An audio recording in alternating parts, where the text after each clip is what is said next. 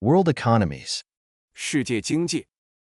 A series of concise modern economic histories of the world's most important national economies. Each book explains how a country's economy works, why it has the shape it has, and what distinct challenges it faces. Alongside discussion of familiar indicators of economic growth, the coverage extends to well-being, inequality, and corruption, to provide a fresh and more rounded understanding of the wealth of nations. 一系列简明的现代经济史聚焦于世界上最重要的国家经济。每本书不仅解释了该国经济的运作机制，还探讨了其经济形态的成因及其面临的独特挑战。除了常见的经济增长指标外，还深入讨论了幸福感、不平等和腐败等问题，从而提供对国家财富更为全面和新颖的理解。Preface. 前言。 After defeat in the Second World War, Japan achieved an economic miracle in the 1960s. Japan also maintained relatively high economic growth in the 1970s despite two oil crises, while other industrialized countries, such as the United States and major European countries, suffered from economic stagnation. Japan even began to threaten the dominant position of the U.S. in the world economy during the 1980s, and the Japanese economy was almost unstoppable during the bubble economy in the late 1980s. However, the Japanese economy suddenly decelerated after the collapse of the bubble economy in the early 1990s, when Japan's average stock price, Nikkei 225 stock price index, dropped sharply from its highest point of around 40,000 yen to a low point of less than 20,000 yen in only a few years. Since then, Japan's economic growth has remained low and stagnant most of the time. In 2010, Japan was surpassed by China in terms of GDP size, and today the Chinese economy is more than twice the size of Japan's. The Japanese economy has experienced dramatic change, and the key turning point was the collapse of the bubble economy. 在第二次世界大战战败后，日本在1960年代实现了经济奇迹。尽管1970年代经历了2次石油危机，日本仍保持了相对较高的经济增长，而其他工业化国家如美国和主要欧洲国家则陷入了经济停滞。1980年代，日本开始威胁美国在全球经济中的主导地位，特别是在80年代末的泡沫经济期间，日本经济几乎势不可挡。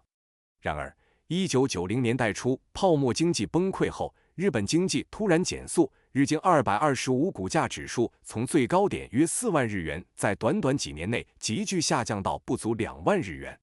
自那时以来，日本的经济增长大部分时间都保持在较低水平。2010年，日本的 GDP 被中国超越，如今中国经济的规模已经是日本的2倍多。日本经济经历了巨大的变化，关键的转折点是泡沫经济的崩溃。Although the change was dramatic and significant, the Japanese economy has also continued to maintain some of its core characteristics. Some of these originated a long time ago, such as its economic nationalism, which originated with the opening up of an isolated Japan by Western powers in the late Edo period. The government promoted industrialization since the Meiji Restoration in 1868 to survive the era of imperialism, with the privatization of some economic industries following later. However, the military government began to intervene in the economy extensively in the 1930s, and it is during this period up to the end of the Second World War that Japan's quintessential economic characteristics, such as government, business collaboration led by economic bureaucrats, was institutionalized. With some significant transformation, a close government, business, or state market relationship still characterizes the Japanese economy. In this sense, an analysis from a political perspective is essential for examining and understanding the Japanese economy. 尽管变化是戏剧性和显著的，日本经济仍保留了一些核心特征，其中一些特征可以追溯到很久以前。例如其经济民族主义，这源于19世纪末西方势力迫使日本开放的江户时代末期。自1868年明治维新以来，为了在帝国主义时代生存，政府开始推动工业化，随后一些经济行业进行了私有化。然而，从1930年代开始，军政府对经济进行了广泛的干预，直到第二次世界大战结束，日本独特的经济特征，如由经济官僚领导的政企合作被制度化了。经过一些重大变革，政府与企业或国家与市场之间的密切关系仍然 characterize 日本经济。因此，从政治角度分析，对于研究和理解日本经济是必不可少的。This book will examine the main characteristics of the Japanese economy and analyze why they exist in their current form. Chapter 1 will review the key political and economic events in Japan in chronological order. The chapter will first introduce readers to the Japanese economy before the Second World War from the end of Japan's isolation in the mid-19th century up to the end of the Second World War in order to provide the necessary context for examining the main post-war developments in the Japanese economy. Close attention will be paid to the development of Japanese capitalism since the Meiji Restoration in 1868 in pursuit of imperialism and the extensive intervention in the economy by the military government in the 1930s and 1940s. The chapter will then examine the economic policy of the U.S. occupation force, the economic miracle of the 1960s under the political dominance of the Liberal Democratic Party, LDP, the impact of the oil crises in the 1970s and the U.S.-Japan trade disputes and the bubble economy in the 1980s. The main issue examined in this chapter is how and why Japan achieved an economic miracle in the 1960s and an analysis of the state, market relations and the management of the economy. 本书将探讨日本经济的主要特点，并分析这些特点为何以当前的形式存在。第一章将按时间顺序回顾日本的重要政治和经济事件。本章首先介绍从19世纪中叶日本结束闭关锁国状态到二战结束前的日本经济，为考察战后日本经济的主要发展提供必要的背景。特别关注自1868年明治维新以来日本资本主义的发展，以及20世纪30年代和40年代军政府对经济的广泛干预。本章将探讨美国占领部队的经济政策，20世纪60年代在自民党主导下的经济奇迹，70年代石油危机的影响，以及80年代的美日贸易争端和泡沫经济。本章主要分析日本在60年代实现经济奇迹的原因和过程，以及国家与市场关系在经济管理中的作用。Chapter 2 will review the Japanese economy since the collapse of the bubble economy in the early 1990s. The chapter will examine Japan's economic stagnation in the 1990s and its own financial crisis after the Asian financial crisis of the late 1990s, the structural reform that was initiated by the non-LDP coalition government in 1994 and succeeded by the LDP's Hashimoto administration in the late 1990s, the economic deregulation implemented by the Koizumi administration in the early 2000s, the economic policy implemented by the government of the Democratic Party of Japan, DPJ, between 2009 and 2012, and Abenomics and its revisions by the LDP's Abe administration since December 2012. The chapter will conduct an extensive analysis of Abenomics, among other things, and assess how and why it went well and badly. 第二章将回顾自1990年代初日本泡沫经济崩溃以来的经济状况。本章将探讨1990年代日本的经济停滞，以及1990年代末亚洲金融危机后日本自身的金融危机。此外，还将讨论1994年非自民党联合政府发起的结构性改革，该改革后来由1990年代末的自民党桥本政府继续推进。2000年代初，小泉政府实施了经济自由化政策。2009年至2012年，民主党政府实施了一系列经济政策。最后，本章还将探讨自2012年12月以来，自民党安倍政府推出的安倍经济学及其后续修订。本章将深入分析安倍经济学，并探讨其成功与失败的原因。Chapter 3 measures the key elements of the Japanese economy to provide readers with a macroeconomic picture of Japan. The chapter first measures Japan's GDP, GDP growth, and GDP per capita in time series, and from an international comparative perspective. The chapter then measures Japan's inflation rate and labor productivity. In the second section, the chapter examines the international dimension of the Japanese economy, such as exports, imports, trade balance, and outward and inward FDI. In the third section, the chapter examines the government sector and measures government expenditures on social welfare, local government subsidies, public works, etc., government revenues and its components such as income tax, corporate tax, consumption tax and government bonds, and government deficits and debts, among other things.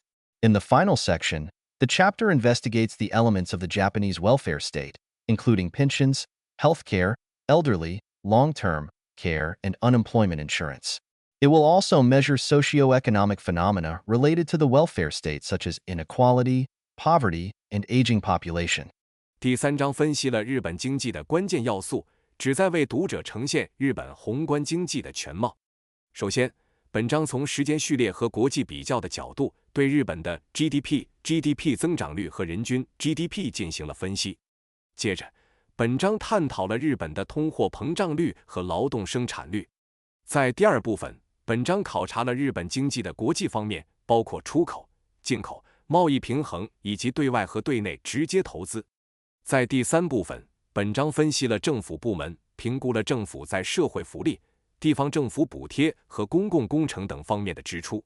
政府收入及其组成部分，例如所得税、公司税、消费税和政府债券，以及政府赤字和债务等。在最后一节中，本章探讨了日本福利国家的要素，包括养老金、医疗保健、老年人长期护理和失业保险。此外，还将衡量与福利国家相关的社会经济现象，如不平等、贫困和人口老龄化。Chapter 4 examines the structure of the Japanese economy in terms of the state-market relationship, the complementarity among economic institutions such as keiretsu, convergence and diversity among capitalisms under neoliberal globalization, the dual economy, and the impact of regional economic integration on the structure of the economy. The chapter examines, among other things, the core characteristics of the Japanese developmental state, the transformation and continuity of Japanese capitalism, the inefficiency in some economic sectors, and the impact of the rise of China on Japan's international political economy.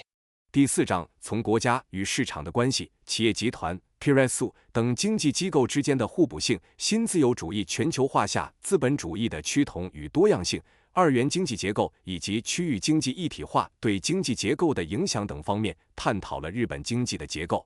此外，本章还分析了日本发展型国家的核心特征、日本资本主义的转型与延续、某些经济部门的低效率以及中国崛起对日本国际政治经济的影响。Chapter 5 examines the Japanese economy in terms of human resources and the labor market.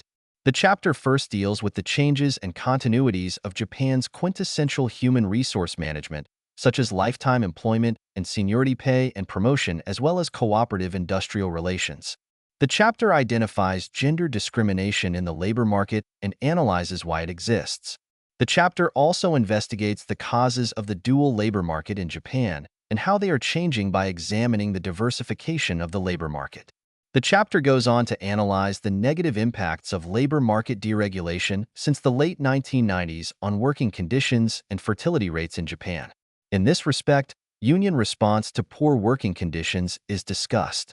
The chapter finally examines the population decline and labor migration, both domestic and international, as a solution to revitalize the local economies. 第5章从人力资源和劳动力市场的角度探讨了日本经济。本章首先讨论了日本特有的人力资源管理方式，如终身雇佣制、年功序列工资和晋升制度以及合作的劳资关系。接着，本章分析了劳动力市场中的性别歧视及其存在的原因。此外，本章还探讨了日本双重劳动力市场的原因及其变化，通过研究劳动力市场的多样化。最后，本章分析了自20世纪90年代末以来劳动力市场自由化对日本工作条件和生育率的负面影响，并讨论了工会对恶劣工作条件的反应。本章最后探讨了人口减少和劳动力迁移，包括国内和国际迁移，作为振兴当地经济的解决方案。Chapter 6 identifies Japan's Galapagos syndrome, economic and business practices that are a feature of the Japanese economy which do not meet global standards. The chapter examines the lack of digitalization and the inefficiency in some economic sectors that have contributed to the maintenance of Galapagos Japan. Chapter 7, the concluding chapter, assesses the prospects and challenges for the Japanese economy in future years by re-examining some of the issues identified in previous chapters, such as the low fertility rate and the impact of the rise of China, as well as assessing the sustainability of the Japanese welfare state. 第6章揭示了日本的加拉帕戈斯现象，日本经济中存在的一些不符合全球标准的经济和商业实践。本章分析了数字化程度低和某些经济部门效率低下等问题，这些问题导致了加拉帕戈斯日本的持续存在。第7章作为结论部分，重新审视了前几章提到的一些问题，如低生育率和中国崛起的影响，评估了日本经济未来几年的前景和挑战，并对日本福利制度的可持续性进行了评估。This book, throughout, aims to identify and examine the myths and realities of the Japanese economy. The final chapter on Galapagos, Japan, is particularly relevant in this respect.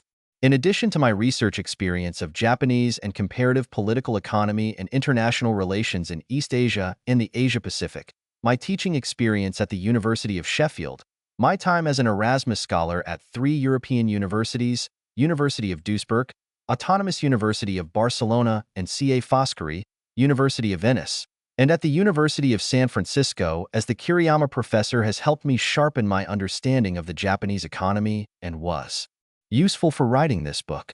Invited talks at several institutions, including universities, Japan-related organizations, labor unions, and consulting firms, has also provided me with opportunities to teach the Japanese economy to both a general audience and professionals, and were rewarding experiences.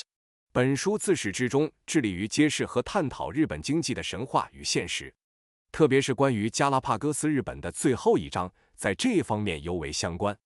除了我在日本和比较政治经济以及东亚和亚太地区国际关系方面的研究经验，我在谢菲尔德大学的教学经历，以及作为伊拉斯谟学者在3所欧洲大学、杜伊斯堡大学、巴塞罗那自治大学和威尼斯卡福斯卡里大学，和作为基里亚马教授在旧金山大学的经历，都帮助我深化了对日本经济的理解，并对撰写此书起到了重要作用。被邀请在多个机构，包括大学、日本相关组织、工会和咨询公司发表演讲，也让我有机会向普通观众和专业人士讲解日本经济，这些经历非常宝贵。Throughout this book, Japanese names are mentioned with the last name first and the first name second in accordance with the Japanese practice. 在本书中，日本人的姓名遵循日本的习惯，先写姓，后写名。I would like to thank Agenda Publishing, especially Andrew Lockett, for providing me with the opportunity to write a book on the Japanese economy. This book had not been born without his assistance and encouragement. I would also like to thank Stephen Gerrard for his comments on an earlier draft, which much improved its arguments and readability. The comments of anonymous reviewers were also extremely constructive and helpful. 我要感谢 Agenda Publishing， 尤其是 Andrew Lockett， 为我提供了撰写关于日本经济的书籍的机会。没有他的支持和鼓励，这本书不可能问世。我也要感谢 Stephen Gerrard 对初稿的宝贵意见，这极大地提升了书中的论点和可读性。匿名审稿人的建议也非常有建设性和帮助。Finally, I would like to show my love and gratitude to 3 most important women in my life: my mother, my daughter, and my wife. Although my mother lives in Tokyo and I cannot see her often, we communicate frequently, and she is always willing to help me. My daughter, Erica Larissa Rafaela, is the most lovable and funniest woman I have ever met and gives me the biggest joy of my life. My wife, Natasha, has always been patient with me and provided moral support. I dedicate this book to these 3 women. 最后，我想向我生命中最重要的3位女性表达我的爱与感激：我的母亲、我的女儿和我的妻子。尽管我的母亲住在东京，我们不能经常见面，但我们经常保持联系，她总是乐于帮助我。我的女儿艾丽卡·拉丽莎·拉斐拉是我见过的最可爱、最有趣的人，她给我带来了生命中最大的快乐。我的妻子娜塔莎一直对我非常耐心，给予我精神上的支持。我将这本书献给这3位女性。Hiroaki Richard Watanabe. 渡边弘一理查德。London. 伦敦。1. Introducing the Japanese economy. 介绍日本的经济。In the modern imperial period after the Meiji Restoration in 1868, the Japanese government attempted to develop the economy by promoting the national slogan of "Rich Nation, Strong Army." It was the manifestation of economic nationalism in response to Western imperialism. Japan began the process of industrialization with the government leadership in the Meiji era, but later private sectors acquired greater scope of business freedom. However, After Japan suffered from a severe economic depression in the late 1920s, the military government began to intervene in the economy in the early 1930s. Eventually, the Japanese economy was devastated during the Second World War. After Japan's defeat, the United States, which led the Allied powers, occupied Japan, and post-war Japan began its economic reconstruction. The U.S. occupation force implemented several reforms to demilitarize and democratize Japan, including the enactment of a new democratic constitution that proclaimed that sovereign power resides with the people and that renounced war as a sovereign right of the nation. However, its focus moved to the strengthening of Japan as a counter-communism force against a background of the intensification of the Cold War. After achieving independence in 1952, Japan under the Liberal Democratic Party, LDP, attempted to remilitarize Japan by amending a new constitution in the 1950s. However, this aim did not materialize. Since then, Japan focused on economic growth and achieved its economic miracle in the 1960s. Despite a slowdown due to the oil crises, the Japanese economy continued to grow in the 1970s and had a frenzied period of growth in the bubble economy in the late 1980s. Since 1955, when the LDP was created, Japan maintained political stability under the political dominance of the LDP, called the 1955 system, until 1993. This political stability provided a favorable condition for economic growth in post-war Japan. 在1868年明治维新之后的现代帝国时期，日本政府通过推广富国强兵的国家口号来推动经济发展，这是对西方帝国主义的一种经济民族主义回应。日本在明治时代开始在政府的领导下进行工业化，但后来私营部门获得了更大的商业自由度。然而，20世纪20年代末，日本遭受了严重的经济萧条，军政府在20世纪30年代初开始干预经济，最终，日本经济在第二次世界大战中遭受重创。日本战败后，由美国领导的盟军占领了日本，战后日本开始了经济重建。美国占领军实施了一系列改革，旨在使日本非军事化和民主化，包括颁布了一部新的民主宪法，宣布主权属于人民，并放弃了战争作为国家主权的权利。然而，随着冷战的加剧，美国的重点转向了将日本打造为反共产主义的力量。1952年，日本恢复独立后，自由民主党 （LDP） 试图通过修改新宪法，在1950年代重新军事化日本，但这一目标并未实现。自那时起，日本集中精力于经济增长，并在1960年代实现了所谓的经济奇迹。尽管因石油危机导致经济增长放缓，日本经济在1970年代仍持续增长，并在1980年代末的泡沫经济时期达到了空前的繁荣。自1955年自民党成立以来，日本在自民党的政治主导下称为1955年体制，保持了政治稳定，直到1993年。这种政治稳定为战后日本的经济增长创造了有利条件。This chapter will introduce the Japanese economy by beginning with an analysis of the major developments of Japanese capitalism in the pre-war era.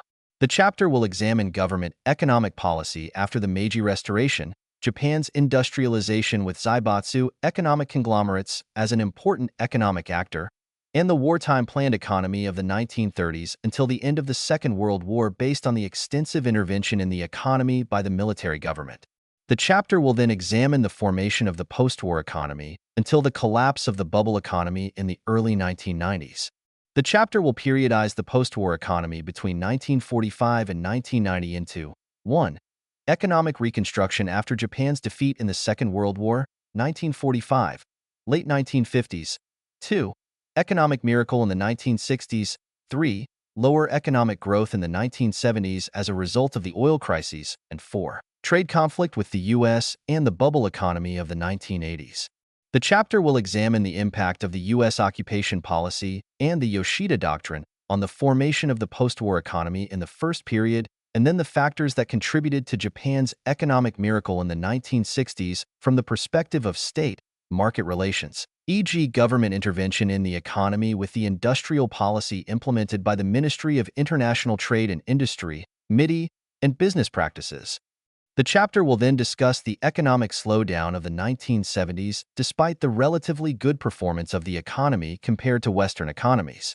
The chapter will highlight that this led to Western admiration of the Japanese economy, especially Japan's industrial relations, and the emergence of the nationalistic Nihon Jinrin theory of Japanese-ness, which emphasized Japanese uniqueness and superiority. Finally, the chapter will discuss Japan's trade imbalance with the United States and the economic bubble of the late 1980s. 本章将通过分析战前日本资本主义的主要发展来介绍日本经济。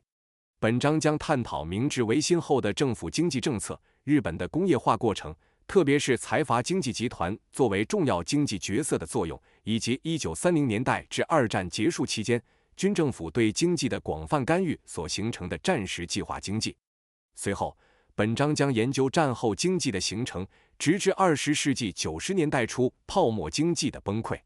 本章将1945年至1990年的战后经济分为4个阶段：1、1945年至20世纪50年代末日本战败后的经济重建；2、20世纪60年代的经济奇迹；3、20世纪70年代因石油危机导致的经济增长放缓；4、20世纪80年代与美国的贸易冲突及泡沫经济。本章将探讨美国占领政策和极田主义对战后经济形成的影响，以及从国家与市场关系的角度分析20世纪60年代日本经济奇迹的因素，例如政府通过通商产业省实施的产业政策对经济的干预和商业实践。本章将探讨，尽管与西方国家相比，日本经济在1970年代的表现相对较好，但仍出现了经济放缓。本章还将指出，这使得西方国家对日本经济，尤其是其工业关系产生了赞赏，并催生了强调日本独特性和优越性的民族主义理论——日本论。最后，本章将讨论日本与美国之间的贸易失衡，以及20世纪80年代末的经济泡沫。Second World War economy. 二战前的经济状况。Since the mid-17th century, the ruling Bakufu military government of the Tokugawa dynasty in Japan had closed the country from the outside world to prevent the spread of Christian influence and to monopolize trade with foreign countries, Elizona's 1991. However, in 1854, Japan was finally forced to open up the country by Commodore Matthew Perry of the United States, who visited Japan in formidable battleships and threatened the Bakufu with possible attack should they refuse to open the country. Japan was forced to conclude the Friendship Treaty with the U.S. and open the country. Similar treaties with Russia, Britain, and the Netherlands were concluded soon later. After signing the Friendship Treaty, the U.S. sought to enter into a commercial treaty with Japan and the U.S. Japan Commercial Treaty was concluded in 1858. It was an unfair treaty from the Japanese perspective in two respects. Firstly, Japan did not have autonomy to decide its own tariff rates, and secondly, Japan was required to hire foreign judges when foreigners were indicted. Japan later concluded similar commercial treaties with Russia, Britain, France, and the Netherlands. 1. 自17世纪中叶起，日本德川幕府为了防止基督教的传播并垄断对外贸易，实行了闭关锁国政策 （Elizona's 1991）。然而，1854年，美国的马修·佩里准将率领强大的舰队访问日本，并威胁如果日本不开放国门，将面临军事打击。日本被迫与美国签订了友好条约，开放了国门。随后，日本也与俄罗斯、英国和荷兰签订了类似的条约。在签署了友好条约之后，美国寻求与日本签订商业条约。1858年，美日商业条约得以缔结。从日本的角度来看，这是一个不公平的条约，原因有二：首先，日本没有自主决定关税税率的权利；其次，当外国人被起诉时，日本必须聘请外国法官。日本后来与俄罗斯、英国、法国和荷兰签订了类似的商业条约。The opening of trade relationships had a great impact on the Japanese economy. Japan's main export products included raw silk and tea, and its main import products included woolen fabric, cotton cloth, and military products. See Figure 1.1. While the growth of raw silk exports promoted the silk industry, the import of a large amount of cotton cloth negatively affected the domestic cotton textile industry. Beasley 1989, 306, Hain 1992, 69-70, Jansen 1989, 340, In addition, the difference in the ratios between gold and silver in Japan, 1:5, and overseas, 1:15, enabled foreign merchants to purchase gold much more cheaply in Japan and sell it more expensively outside Japan. As a result, a large amount of gold outflowed overseas from Japan, Hain 1992, 70. In response, the bakufu reduced the amount of gold in coins, but this devaluation led to a hyperinflation. This created ill feeling towards foreign trade among Japan's military nobility, the samurai, and led to the emergence of a radical philosophy and movement called Sunno Jōai, revere the emperor, expel foreign barbarians. However, Jōai, expel foreign barbarians, was replaced with Tabaku, defeat the bakufu, after fanatic samurai warriors realized the impossibility of expelling Western imperial powers and sought to blame the bakufu instead for opening the country. Eventually, southern and western provinces of Satsuma and Chashu formed a military coalition and conducted a coup d'état to oust the bakufu from power. Although the last shogun Yoshinobu proposed to surrender power to the imperial court on the condition that a government centered on the Tokugawa clan would be formed in coalition with daimyo provincial lords, Satsuma and Chashu announced the establishment of a new government centered on the emperor, Hall 1971, 263-4, Hain 1992, 80-81. The new government defeated the bakufu forces, and the Tokugawa dynasty ended in 1868 with the restoration of power to the emperor, Meiji Restoration. Edo was renamed Tokyo and replaced Kyoto as the new capital, the location of the imperial palace of Japan in 1869. 贸易关系的开放对日本经济产生了重大影响。日本的主要出口产品包括生丝和茶叶，主要进口产品则有羊毛织物、棉布和军用产品。见图 1.1。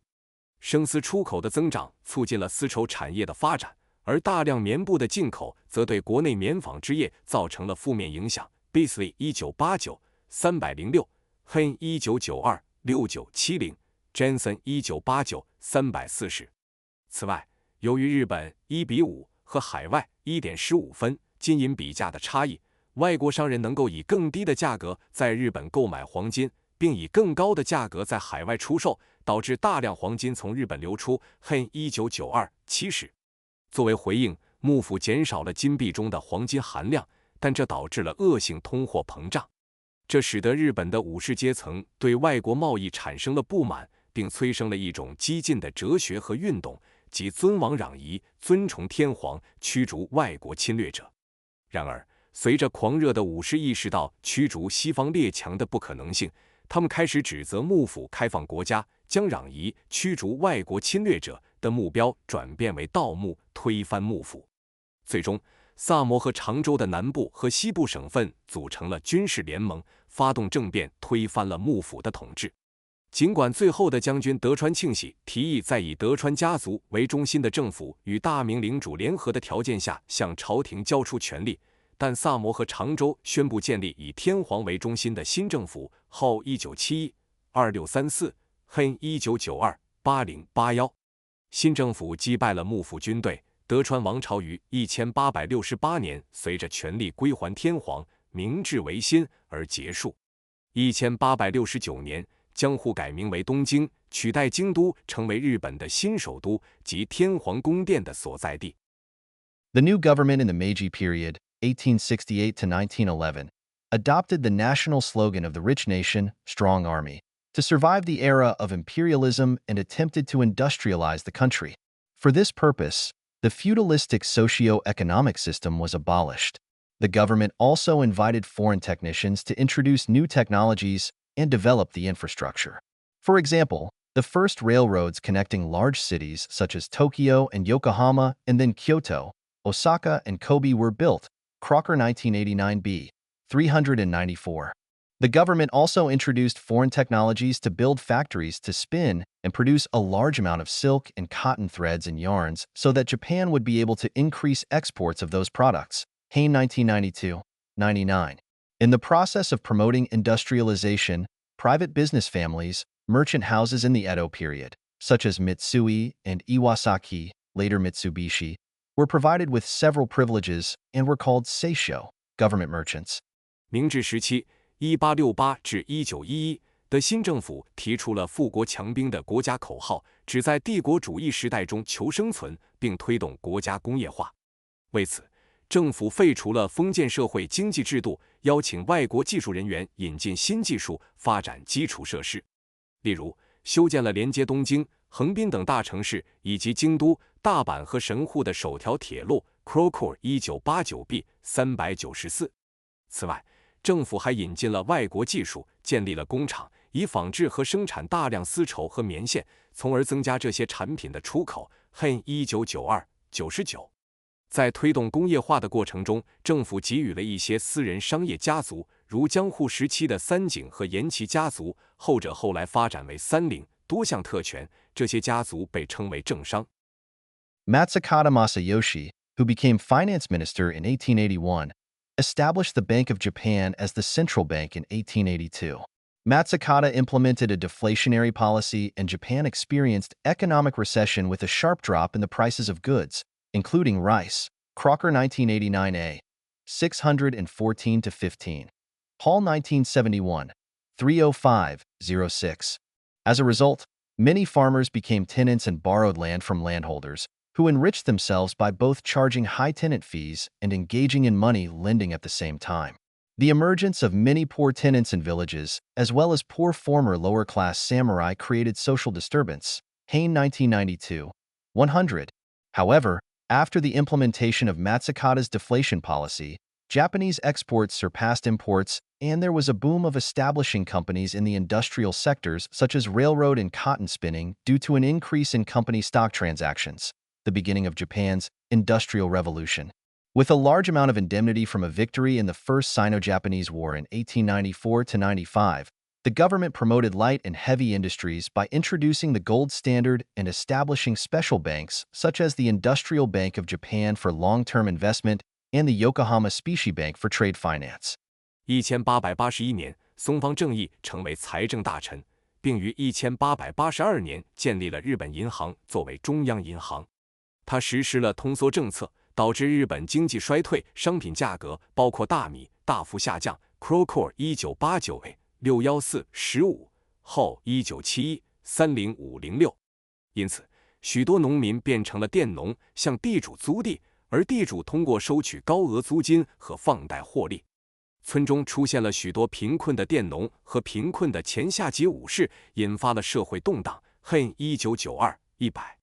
然而，在松方的通缩政策实施后，日本的出口超过了进口。由于公司股票交易的增加，铁路和棉纺等工业部门出现了公司成立的热潮，这标志着日本工业革命的开始。在1894-95年第一次中日战争胜利后，日本获得了大量赔款，政府通过引入金本位制和建立特殊银行，如日本工业银行用于长期投资和横滨正金银行用于贸易融资，促进了轻工业和重工业的发展。It was the textile industry, through technical innovation, that occupied the central position in the establishment of Japanese capitalism. Terra 1989, 606. In 1883, Osaka Cotton Spinning Corporation began to produce cotton thread by using imported machines and steam engines, and Japan's export of cotton thread to destinations such as China and Korea surpassed imports by 1897. Crocker 1989b, 423-25. Hain 1992, 140-43. After the Russo-Japanese War in 1904-05, large corporations in a monopolistic position exported cotton thread to the Manchurian market too. However, it was the silk industry that played the largest role in Japan's acquisition of foreign currencies. Silk thread was the largest of Japan's export goods and was exported to Europe and North America. Many small factories in agricultural areas produced silk thread and later silk textiles.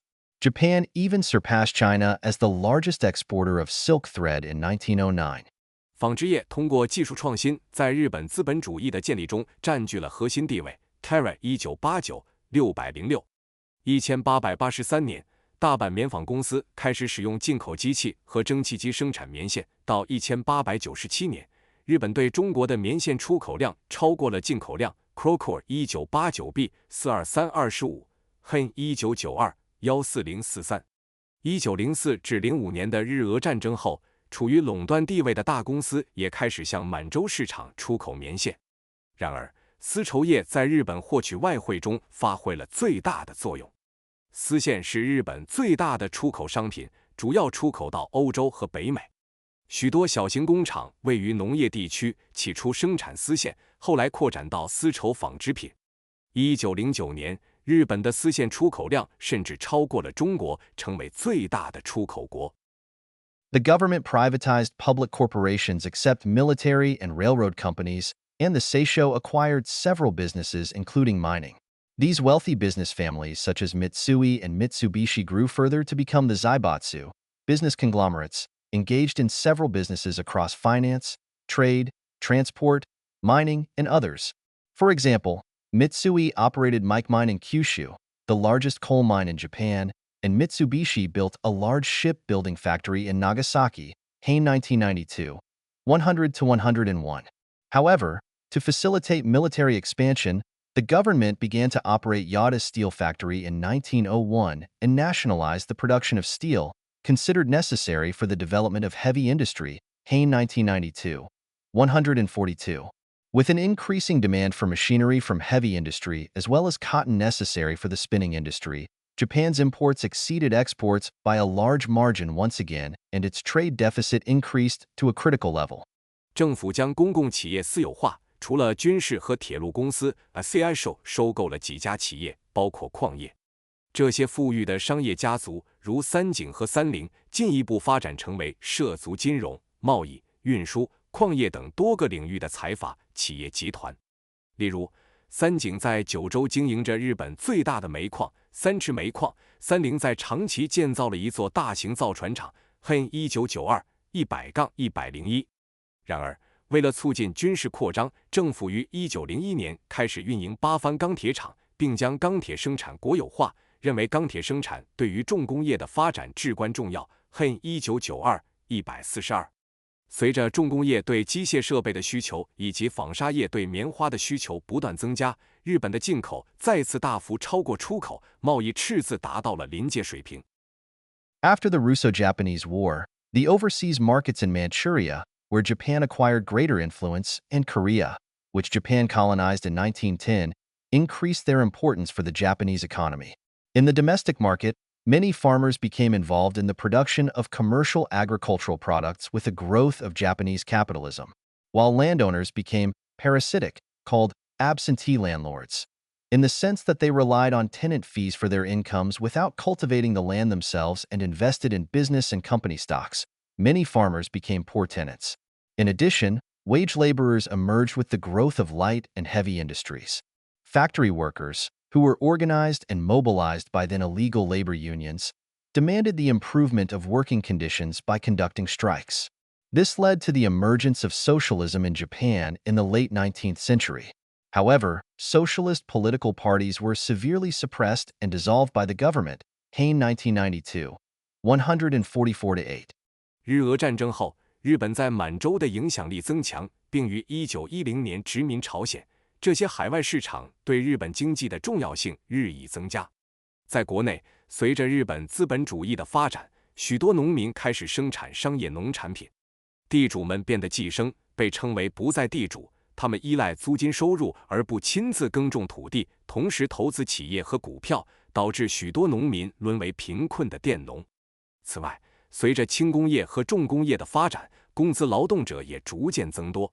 工厂工人在当时非法的劳工工会的组织和动员下，通过罢工要求改善工作条件，这促使了19世纪末日本社会主义的兴起。然而，社会主义政党遭到政府的严厉镇压和解散。Hain 1992 1448。The Japanese economy at the end of the Meiji period and the beginning of the ensuing Taisho period, 1911-25, was in a critical situation due to economic stagnation and fiscal deficits. However, with the beginning of the First World War, Japan was able to greatly increase export of cotton textile products to Asian markets, from where European imperial powers withdrew to engage in the war in Europe. Crocker 1989b, 436-7. Japan's export of silk thread to the U.S. market also increased significantly. The worldwide shortage of ships and vessels allowed the shipbuilding industry in Japan to prosper, with several entrepreneurs making huge profits. With the development of steel, chemical, electricity, and machinery industries, the ratio of heavy chemical industries among the secondary sector exceeded 30%. Also, the number of wage laborers engaged in the secondary sector exceeded 1 million as a result of the growth in the heavy chemical industry. 明治末期和大正初期 （1911至1925年），日本经济因经济停滞和财政赤字而陷入困境。然而，随着第一次世界大战的爆发，日本大幅增加了对亚洲市场的棉纺织品出口，因为欧洲列强撤回欧洲参战 （Crocor 1989B 436-7）。同时，日本对美国的生丝出口也显著增加。全球船只短缺促使日本造船业繁荣，一些企业家因此获得了巨额利润。随着钢铁、化工、电力和机械工业的发展，重化工业在第二产业中的比例超过了 30%。同时，由于重化工业的增长，第二产业中的工资劳动者人数超过了100万。At the beginning of the Showa era, 1926 to 89, Japan experienced a financial crisis. In 1927, the disclosure of unhealthy financial situations of several banks resulted in panic, with many depositors trying to withdraw their savings. The crisis was overcome only after the government issued a moratorium and provided rescue finance to those banks. Hain 1992, 235 to 6, Nakamura 1989, 456 to 8.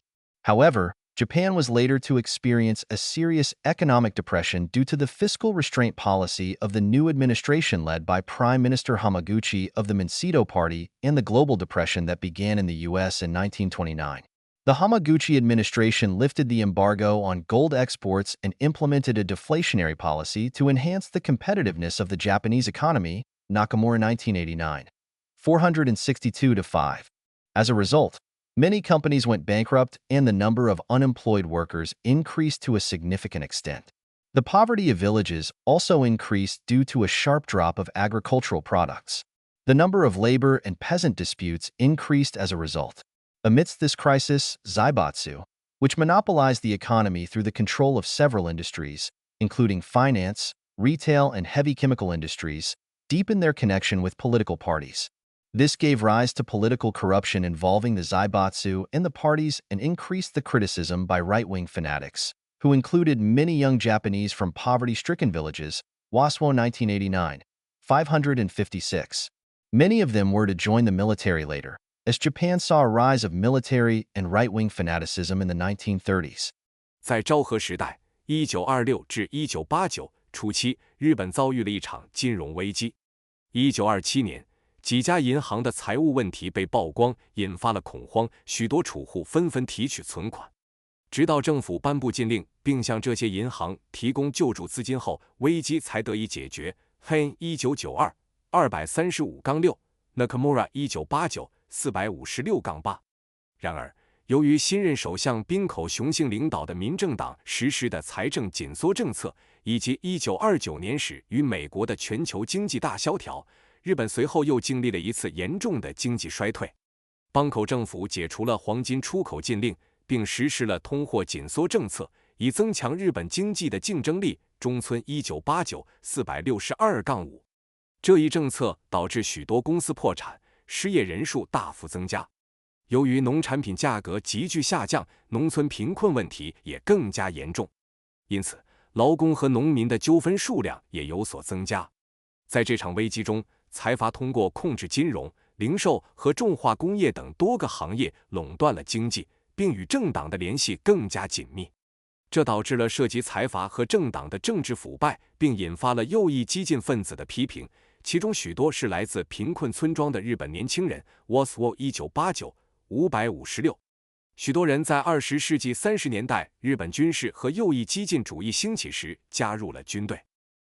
After Prime Minister Hamaguchi was physically attacked by a young right-wing fanatic in the same year, 1930, of the signing of the London Naval Treaty and later died, Prime Minister Inukai of the Sayukai Party formed a cabinet in 1931 with Takahashi Korekiyo as finance minister. 2 Takahashi reversed the Hamaguchi administration's fiscal restraint and deflationary policy and adopted a policy of fiscal expansion, so-called Takahashi finance. He reintroduced the embargo on gold exports, and Japan's exports increased with depreciated yen. His lax fiscal policy by issuing deficit bonds stimulated the economy, and Japan escaped from economic depression before Western imperial powers did. Gao 2001. 50. Nakamura 1989. 468. The government policy to expand the military and protect strategic industries contributed to the rapid growth of heavy chemical industry in the 1930s. See Figure 1.2. For example, the government merged steel companies to create a national champion called Nihon Seitetsu Gaisha, Japan Steel Corporation. As a result, the production of steel increased. In addition, many waged workers moved into the heavy chemical industry on an unprecedented scale. Terra 1989. 611. The government also increased economic control by enacting the important Industry Control Law in 1931 that mandated cartels. Gao 2001. 51. 1930年，在伦敦海军条约签署的同一年，首相滨口遭到一名年轻右翼激进分子的袭击，并最终去世。1931年，郑友会的全养义阻隔，高桥氏卿担任财政大臣。高桥扭转了滨口政府的财政紧缩和通缩政策，采取了财政扩张政策，即所谓的高桥财政。他重新实施了黄金出口禁令，日元贬值使日本出口增加。通过发行赤字债券，实施宽松的财政政策，刺激了经济，使日本在西方帝国主义国家之前摆脱了经济萧条。高2001比50，中村1989比468。政府扩大军事和保护战略产业的政策，推动了20世纪30年代重化工业的迅速增长。见图 1.2。例如，政府合并了钢铁公司，成立了名为日本制铁株式会社 Japan Steel Corporation 的国家龙头企业，因此钢铁产量显著增加。此外，大量有薪工人以前所未有的规模涌入重化工业。Terra 1989 611。政府还通过1931年颁布的重要产业控制法，加强了经济控制。该法规定了卡特尔组织。该2001 51。In 1931, the Guangdong Army stationed in Manchuria invaded the region against government wishes and established a puppet state of Manchukuo, the Manchurian Incident. Manchukuo was administered by the military officers of the Guangdong Army and by the reformist bureaucrats who originally denounced the Zaibatsu capitalism. They engaged in the planned management of Manchukuo's economy in collaboration with new Zaibatsu such as Nissan, not with traditional Zaibatsu such as Mitsui and Mitsubishi. Nakamura 1989. 471-80. Nissan, one of the new Zaibatsu that emerged in the 1930s, advanced to Manchuria and monopolized the heavy chemical industry in the region. The Manchurian Incident encouraged right-wing officers and fanatics in Japan to take direct action, and a group of young Navy officers shot and killed Prime Minister Inukai in May 15, 1932. 5.15 Incident. Critical of political parties and the Zaibatsu for their corruption and the dire poverty in rural villages, they were determined to establish a military dictatorship and continued terrorist activities after the May 15 incident. On February 26, 1936, young army officers attacked the Prime Minister's office and police headquarters and killed several senior politicians and army generals, including Finance Minister Takahashi Korikyo. 2.26 Incident. 1931年，驻扎在满洲的关东军违背政府意愿入侵该地区，并建立了傀儡国家满洲国及满洲事变。满洲国由关东军的军官和最初反对财阀资本主义的改革派官僚共同管理。他们与日产等新财阀合作，而非传统的三井和三菱财阀，对满洲国的经济进行了计划管理。中村1989 471-80。日产作为1930年代新兴的财阀之一，进军满洲，垄断了该地区的重化工业。918事变激发了日本右翼军官和极端分子采取直接行动。1932年5月15日，一群年轻的海军军官因不满政党和财阀的腐败以及农村的极度贫困，射杀了首相全养义，史称 5.15 事变。他们决心建立军事独裁，并在5月15日事变后继续进行恐怖活动。1936年2月26日，年轻的陆军军官袭击了首相官邸和警察总部，杀害了包括财政大臣高桥世清在内的几位高级政治家和陆军将领，史称2.26事变。With the demise of party government after the May 15th incident, the government came under the strong influence of the military, which began to intervene in the economy to pursue its military expansionist aims, for example, by passing special laws to promote the development of the heavy chemical industry and the oil and machine tools industries. Nakamura 1989. 473. Despite the greater control of the economy by the military government that began to undermine business autonomy from politics, the Zaibatsu increased cooperation with the military government to expand their business in the heavy chemical industry. 15事件后，随着政党政府的瓦解，政府受到了军事力量的强烈影响，开始干预经济，以实现其军事扩张目标。例如，通过特别法律促进重化工业、石油和机床工业的发展。Nakamura 1989 473。尽管军事政府开始加强对经济的控制，削弱了企业的自主权，财阀还是增加了与军事政府的合作，以扩大其在重化工业的业务。With the beginning of the Second Sino-Japanese War in 1937, the cabinet of Prime Minister Kono began to implement direct government control of the economy by enacting special laws related to the government budget and international trade. The Cabinet Planning Board, Kikakwin, was established in 1937 for the purpose of regulating the supply and demand of major commodities necessary for wartime controlled economic activities and drawing up an economic mobilization plan. Nakamura 1989. 481. In 1938, the Kono cabinet enacted the National Mobilization Law, and the government acquired the authority to intervene in the national economy without Diet, Parliament, approval. The government prioritized the production of military goods by allocating to it a large amount of the government budget and by using most of the imported materials for that purpose. In this way, the Zaibatsu increased production of military goods in cooperation with the military government. Labor unions were also reorganized into the Industrial Patriotic Associations, Sanjo Hoko Kukai, and performance-based pay was rejected. Instead, the so-called livelihood wage, which later became seniority-based pay, was introduced. Gao 2001, 54-5. 1937年第二次中日战争爆发后，近卫内阁开始通过制定与政府预算和国际贸易相关的特别法律，实施对经济的直接政府控制。同年，成立了内阁计划委员会 Kikakwin， 旨在调节战时所需主要商品的供需，并制定经济动员计划。中村1989比481。1938年，近卫内阁颁布了《国家总动员法》，政府获得了无需议会、国会批准即可干预国民经济的权利。政府通过分配大量预算，并使用大部分进口材料来优先生产军事物资。通过这种方式，财阀与军政府合作，增加了军事物资的生产。工会被重组为产业报国会 Sanjo Hoko Kukai， 并取消了绩效工资。相反，引入了所谓的生活工资，后来演变为年资工资 G 2001 545。Japan attacked Pearl Harbor in Hawaii in December 1941, and the Pacific War between the U.S. and Japan began. The cabinet of Prime Minister Tojo claimed that the main purpose of Japan's engagement in the Second World War was to free Asia from Western imperial powers, and the establishment of the Great East Asia Co-Prosperity Sphere was announced. However, this announcement was no more than rhetoric, and Japan's real aim was to acquire a greater amount of the raw materials necessary for producing military goods in the expanded territories. After defeat in the Battle of Midway in June 1942, Japan began to lose the war with the U.S. and recede from its empire. The Tojo cabinet fell after the fall of Saipan in July 1944, and the U.S. began air bombing on mainland Japan.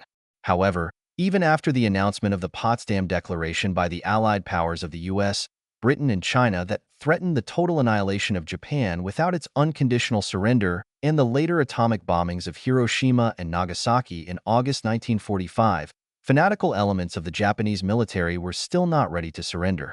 It was only after the Soviet Union's participation in the war against Japan and its advancement into Manchuria and Korea that Emperor Hirohito announced the acceptance of the Potsdam Declaration and unconditional surrender. Japan's reckless continuation of a hopeless war utterly destroyed its economy. 1941年12月，日本袭击了夏威夷的珍珠港，美日之间的太平洋战争随之爆发。东条内阁声称，日本参与第二次世界大战的主要目标是将亚洲从西方帝国主义的统治中解放出来，并宣布建立大东亚共荣圈。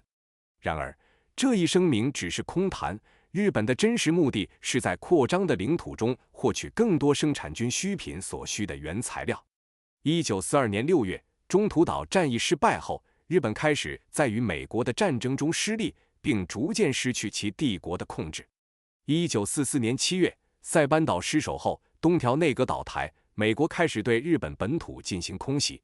然而，即使在美国、英国和中国等盟国发布了波茨坦公告，威胁如果日本不无条件投降，将面临彻底毁灭，以及1945年8月对广岛和长崎的原子弹轰炸之后，日本军队中的极端分子仍然不愿意投降。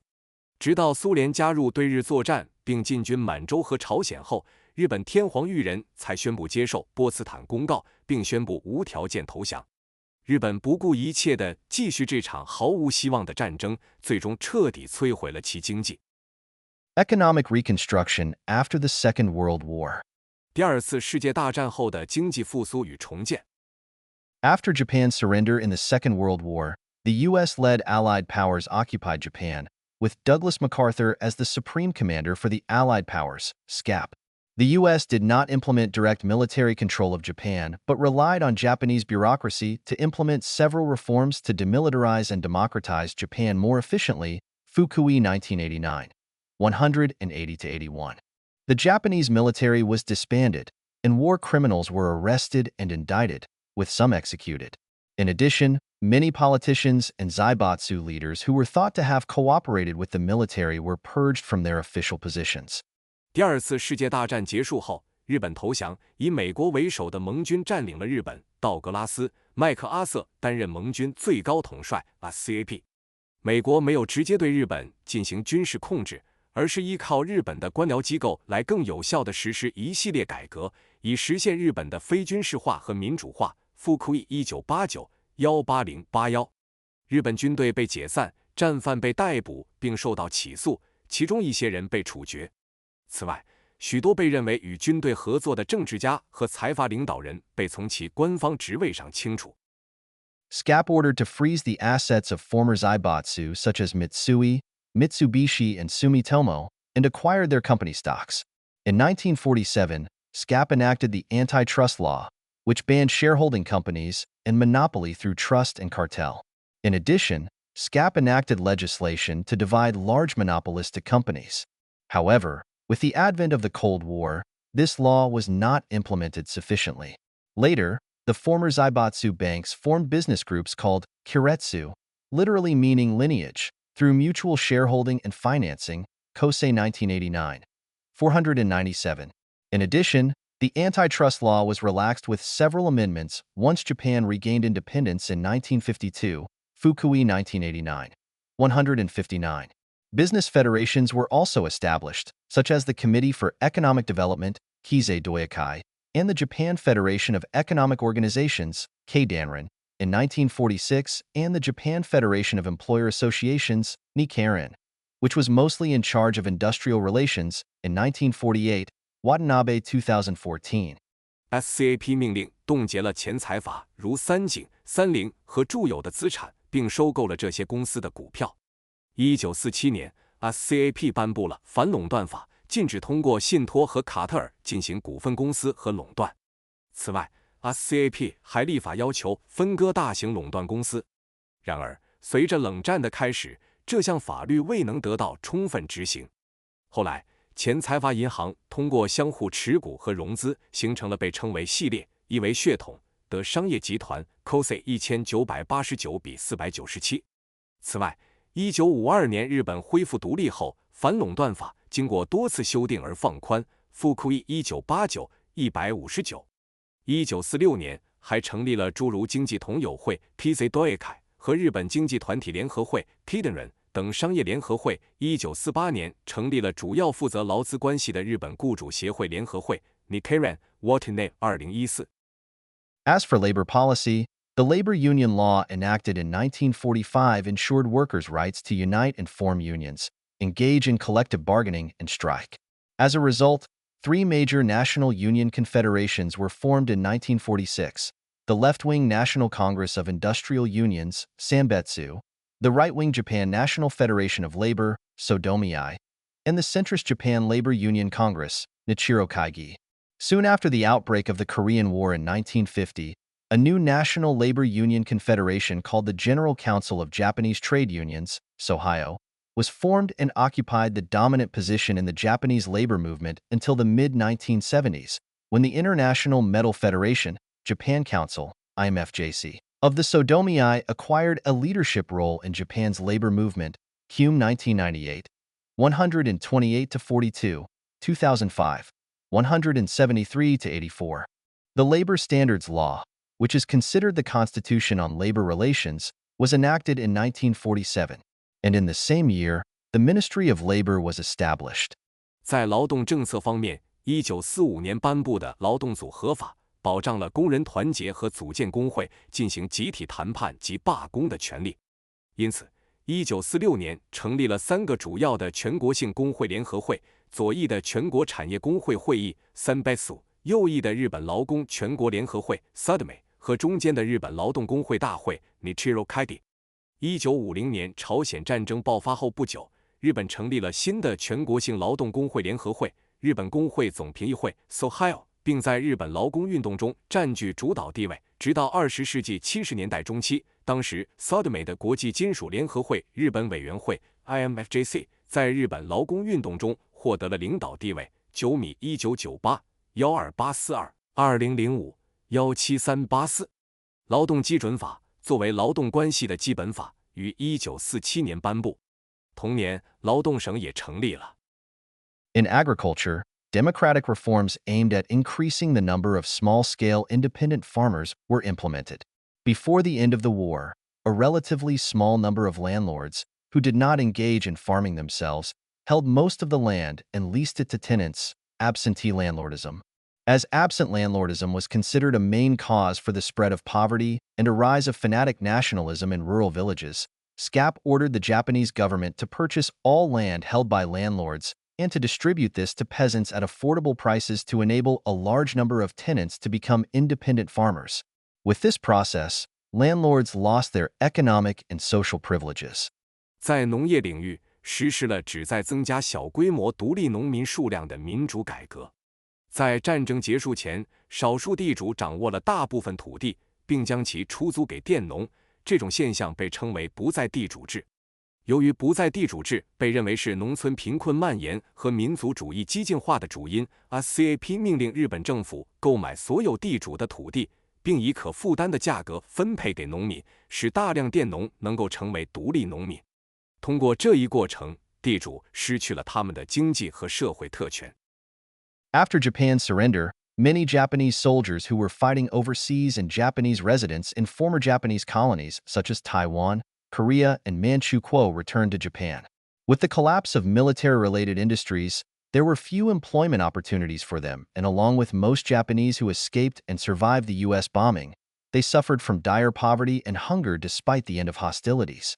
In addition, a severe lack of goods caused hyperinflation and increased the level of distress among Japanese people. 日本投降后，许多在日本海外作战的日本士兵以及居住在台湾、朝鲜和满洲国等前日本殖民地的日本人返回了日本。由于军事相关产业的崩溃，他们几乎没有就业机会，加上大多数从美军轰炸中幸存下来的日本人，尽管战争已经结束，仍然面临着极度的贫困和饥饿。此外，严重的物资短缺导致了通货膨胀，加剧了日本人民的苦难。In 1947, the Japanese government allocated government funds, raised through the issue of deficit bonds exclusively to the production of steel, which was considered the most important resource for industrial development. This was called the priority production method, Kisha Saizen Hoshiki, Fukui 1989, 180, Kosei 1989, 500-01, Okazaki 1999, 235-43. Although this policy, along with the policy to restrain wage hikes, contributed to an increase in industrial production, it further escalated inflation and led to an increase in the number of labor disputes and strikes. 1947年，日本政府通过发行赤字债券筹集的资金专门用于钢铁生产，因为钢铁被认为是工业发展最重要的资源，这被称为重点生产方法 Karen Shinchon 方法 Fukui 1989 180 Kosei 1989 501 Okazaki 1999 23543。尽管这一政策与限制工资上涨的政策一起促进了工业生产的增长，但它进一步加剧了通货膨胀，并导致劳资纠纷和罢工数量的增加。The first phase of the U.S. occupation policy was based on the demilitarization and democratization of Japan, so that Japan would never again become a threat to international peace. To this end, the U.S. implemented policies to restrain the economic reconstruction of Japan. However, due to the intensification of the Cold War, the U.S. reversed its economic policy towards Japan and began to implement policies that strengthened the Japanese economy so that Japan would be able to become a reliable capitalist ally. In Northeast Asia, the Cold War situation intensified with the division of the Korean Peninsula between capitalist South Korea and communist North Korea in 1948 and the emergence of communist China on the mainland in 1949. In this political situation, the U.S. also reversed its demilitarization and democratization policy towards Japan, called the reverse course, as seen in a communist purge, Red Purge, and the restoration of formerly purged, right-wing, politicians and zaibatsu leaders to their previous official positions just before the beginning of the Korean War in 1950, Fukui 1989, 158. 美国占领政策的第一阶段旨在使日本非军事化和民主化，确保日本不再对国际和平构成威胁。为此，美国实施了限制日本经济重建的政策。然而，随着冷战的加剧，美国改变了对日本的经济政策，开始采取措施加强日本经济，使日本能够成为可靠的资本主义盟友。在东北亚地区，冷战局势因1948年朝鲜半岛分裂为资本主义的韩国和共产主义的北朝鲜，以及1949年中国大陆的共产主义政权建立而进一步紧张。在这种政治局势下，美国还逆转了对日本的非军事化和民主化政策，称为逆转路线，具体表现为对共产党的清洗、红色清洗，以及在1950年朝鲜战争爆发前夕恢复被清洗的右翼政治家和财阀领导人的原职。Fukui 1989 158。In December 1948, the U.S. ordered the Japanese government to implement 9 economic policies to stabilize the economy, including a balanced budget, wage stabilization, and price control. Later, the U.S. instructed the government to implement a balanced budget without any deficit and sent to Japan Joseph Dodge, the former chairman of the Detroit Bank, the so-called Dodge Line. Fukui 1989, 177, Kosei 1989, 502. The U.S. also sent the economist Carl Schuk to radically revise Japan's tax system. With these economic measures, the U.S. aimed to restrain the hyperinflation, 125% in 1947, and build a basis for economic reconstruction, Kosei 1989, 502. Although the hyperinflation began to abate and the official exchange rate of $1 equals 360 yen was set, Japan suffered a serious economic depression, stabilization crisis. As a result, many small and middle-sized companies went bankrupt and the number of the unemployed increased in both private and public sectors. As a measure to cope with an increasing number of labor disputes and strikes, the Japanese government issued Cabinet Order 201 based on the order by SCAP, which deprived national civil servants of the right to strike. In this political and economic climate, labor unions were divided into left-wing and right-wing factions, and their power was weakened. 1948年12月，美国命令日本政府实施9项经济政策，以稳定经济，包括平衡预算、稳定工资和控制价格。随后，美国指示日本政府实施无赤字的平衡预算，并派遣前底特律银行主席约瑟夫·多奇及多奇县前往日本，辅警1989比177，信息1989比502。美国还派遣经济学家卡尔·舒普彻底改革日本的税收制度。通过这些经济措施，美国旨在遏制1947年高达125%的通货膨胀，并为经济重建奠定基础。信息1989比502。尽管通货膨胀开始缓解，官方汇率为1美元。设定汇率为$1等于360日元后，日本经历了严重的经济萧条、稳定危机，许多中小企业因此破产，私营和公共部门的失业人数激增。为了应对日益增多的劳资纠纷和罢工，日本政府根据盟军最高司令部的命令，发布了内阁令201号，剥夺了国家公务员的罢工权。在这种政治和经济环境下，工会分裂为左翼和右翼派系，其力量被削弱。The Korean War, which had begun in 1950, revived the Japanese economy. Japan functioned as a U.S. military base, and an increase in the U.S. demand for Japanese military goods to engage in the war contributed to the recovery of the economy. In addition, with a national policy of the allocation of government funds to basic industries such as steel, shipbuilding, and electricity, the economy began to grow rapidly. In 1952, Japan joined the International Monetary Fund, IMF, and the World Bank. 1950年爆发的朝鲜战争促进了日本经济的复苏。作为美国的军事基地，日本因美国对军事物资需求的增加而受益，这推动了经济的恢复。此外，政府通过向钢铁、造船和电力等基础产业分配资金的政策，经济开始迅速增长。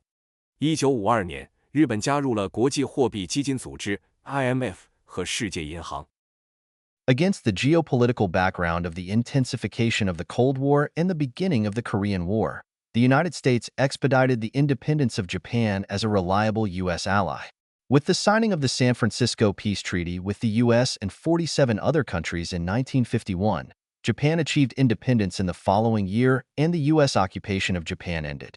At the same time of the signing of the San Francisco Peace Treaty, the United States and Japan concluded the U.S.-Japan Security Treaty, which enabled the U.S. to maintain its military bases in Japan. 在冷战加剧和朝鲜战争爆发的背景下，美国加速了日本作为可靠盟友的独立进程。1951年，日本与美国及其他47个国家签署了旧金山和平条约。次年，日本恢复了独立，美国对日本的占领也随之结束。同时，在签署旧金山和平条约之际，美日两国还签订了美日安全保障条约，允许美国在日本继续保留军事基地。After the end of the U.S. occupation of Japan in 1952, conservative right-wing politicians who returned to politics demanded Japan's remilitarization and constitutional changes. Article 9 of the new constitution enacted in 1947 stipulated the denunciation of war and no military capability. Prime Minister Yoshida Shigeru, who had served as prime minister during the U.S. occupation and after the independence of Japan, established the Self-Defense Force in 1954. However, Yoshida resisted demands for remilitarization from the U.S. and Japanese conservative right-wing politicians. Instead, he focused on economic reconstruction by relying on the U.S. for Japan's security based on the U.S.-Japan Security Treaty. This policy, known as the Yoshida Doctrine, constrained the attempts of remilitarization by some LDP prime ministers during and after the Cold War. 1952年，美国占领日本结束后，重返政坛的保守右翼政治家要求日本重新军事化并修改宪法。1947年颁布的新宪法第9条明确规定，日本放弃战争，不拥有军事力量。曾在美军占领期间和日本独立后担任首相的吉田茂于1954年建立了自卫队。然而，吉田茂抵制了来自美国和日本保守右翼政治家的重新军事化要求，相反，他专注于经济重建，依靠美日安全保障条约下的美国来保障日本的安全。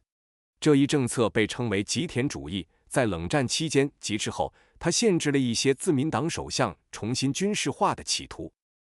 After the resignation of Prime Minister Yoshida in December 1954, the Liberal Democratic Party, LDP, was formed in 1955 as a result of the merger between the Liberal Party and the Democratic Party.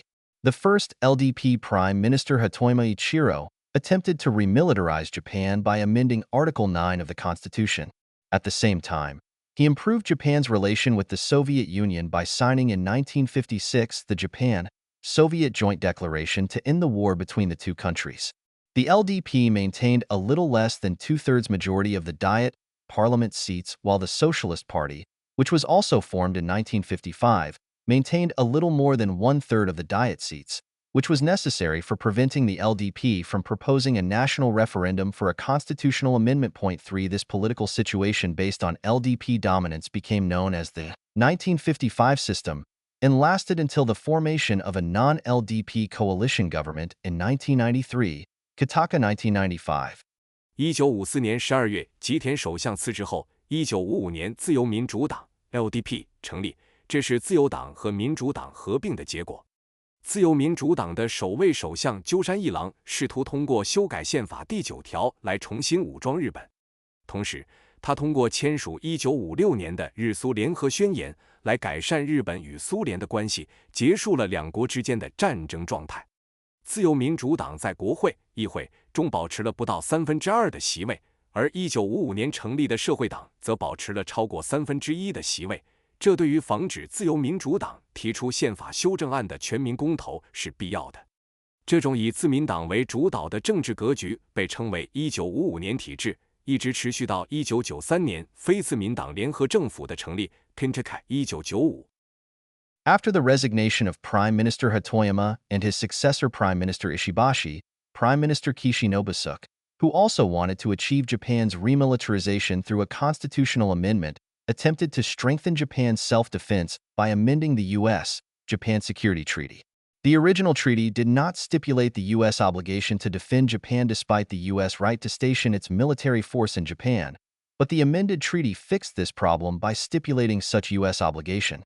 Despite the strong opposition from the progressive forces such as the opposition Socialist Party, the Communist Party, and university students, the Kishi administration resisted such opposition and pushed through the measure in the Diet. Amidst the chaotic political climate, the new U.S.-Japan Security Treaty became effective in 1960. However, Prime Minister Kishi was forced to resign soon after.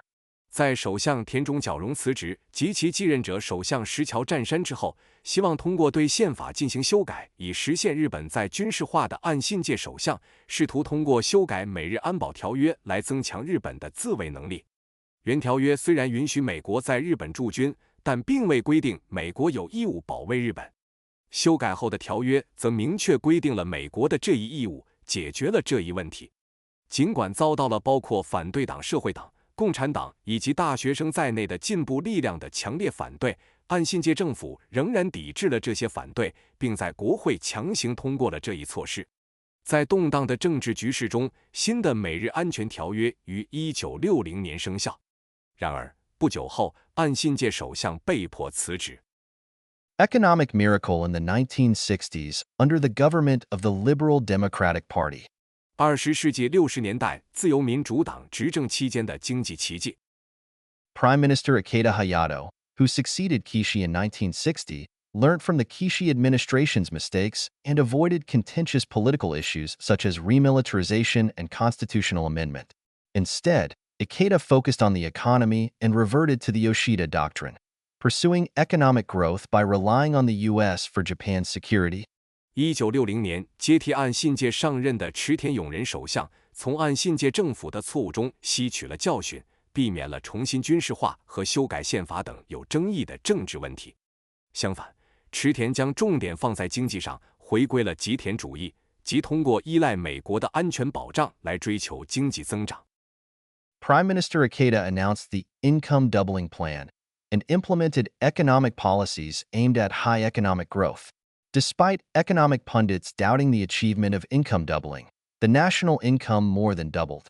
Japan achieved an economic miracle of more than 10% of annual GDP growth until the Japanese economy was hit by the oil crises in the 1970s.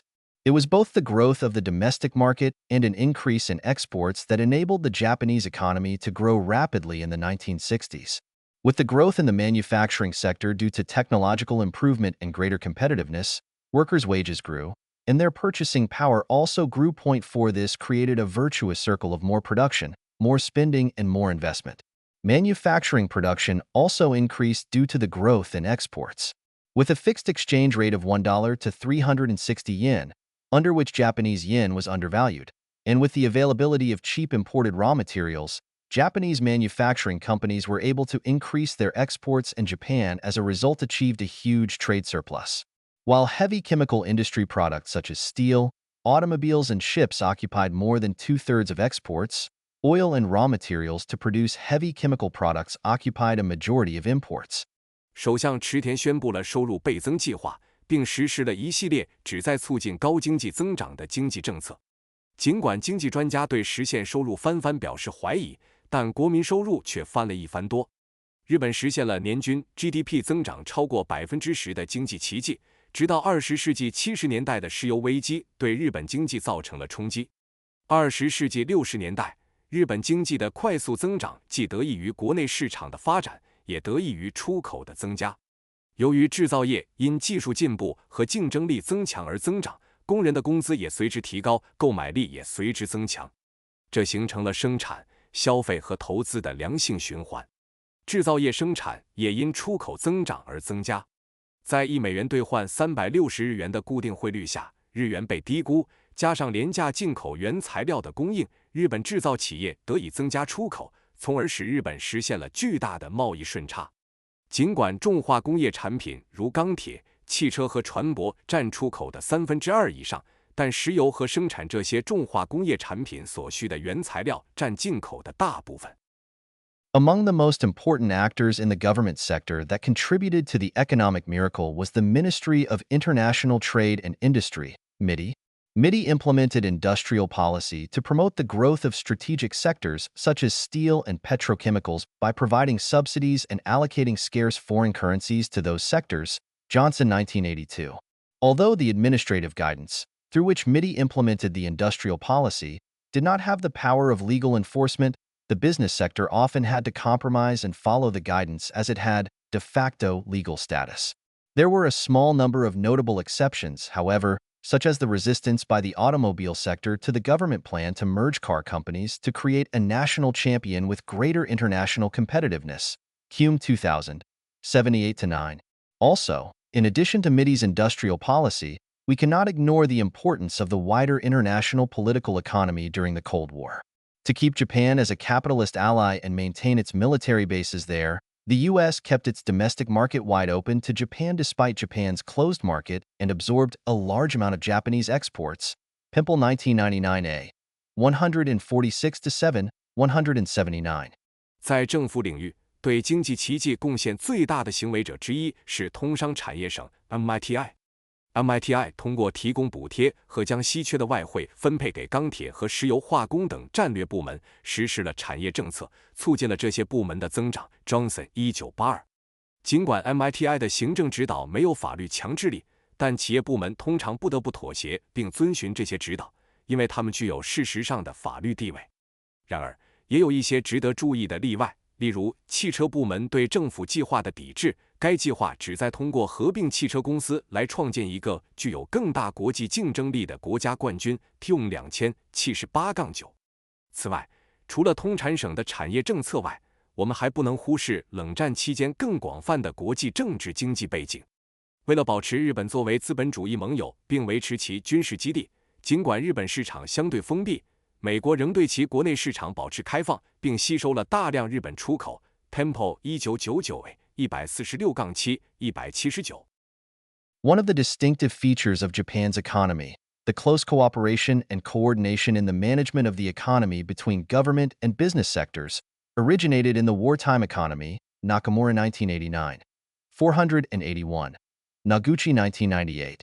As mentioned above, the military government needed to increase the production of military goods and began to intervene in the economy to a significant extent by demanding the former zaibatsu to follow the government economic plan. After the end of the war, the U.S. occupation force implemented several reform policies. While conservative right-wing politicians and zaibatsu leaders who were considered to have cooperated with the military regime were purged, bureaucrats were not. This is because the U.S. relied on Japanese bureaucracy for implementing those reform policies. Fukui 1989, 180-81. As a result, bureaucrats did not lose but maintained the power to intervene in the economy, which they had acquired during the wartime economy. This legacy of government intervention continued after the end of the war, and MITI bureaucrats performed an important role in the achievement of high economic growth in the 1960s.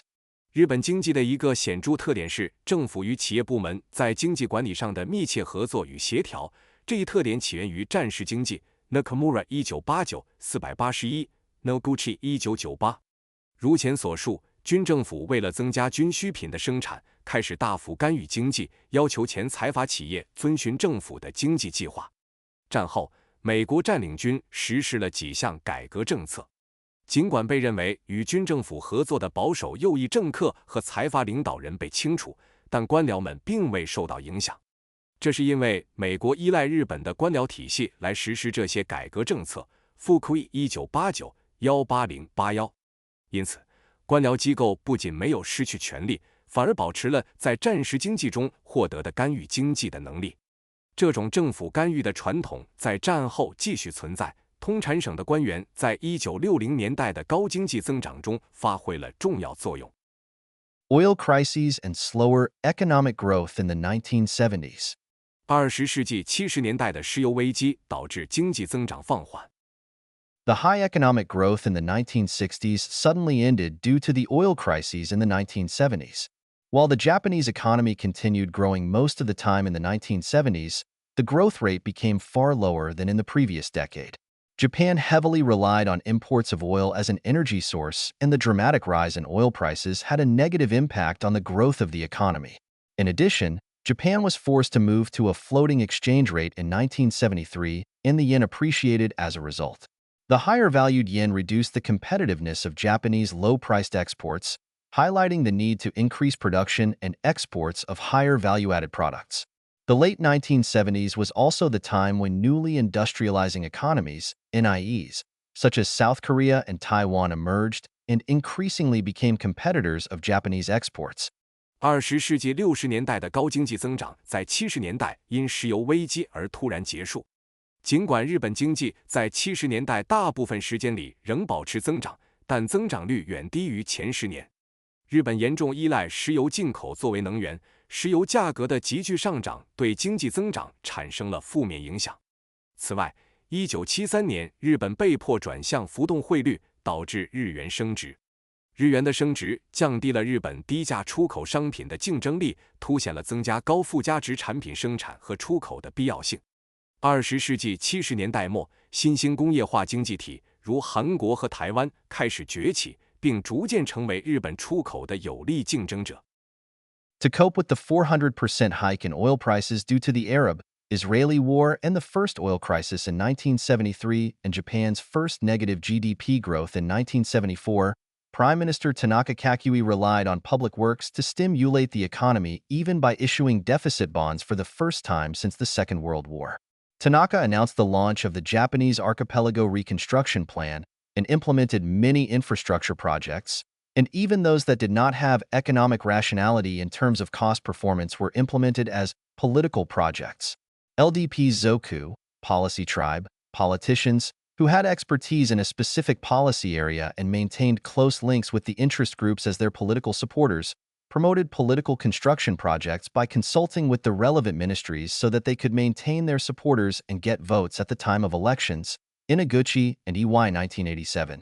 In fact, Tanaka himself was a well-known construction Zoku politician and achieved promotion during his political career by engaging in construction projects. Public works also functioned as a kind of welfare or employment policy by providing jobs to construction workers irrespective of whether public works projects had an economic rationale or not. Kataka 1995, 140-56. It was not the same as the Western-style traditional welfare, but it suited the Japanese developmental state, where economic growth, not social welfare, was the number one priority of the government. 5. However, the promotion of public works created many corruptions and reduced people's trust in politics and the government. It also exacerbated the government's fiscal deficits. 为应对1973年阿拉伯以色列战争和首次石油危机导致的油价上涨400%，以及1974年日本首次出现的负 GDP 增长，田中角荣首相通过公共工程来刺激经济，甚至自二战以来首次发行了赤字债券。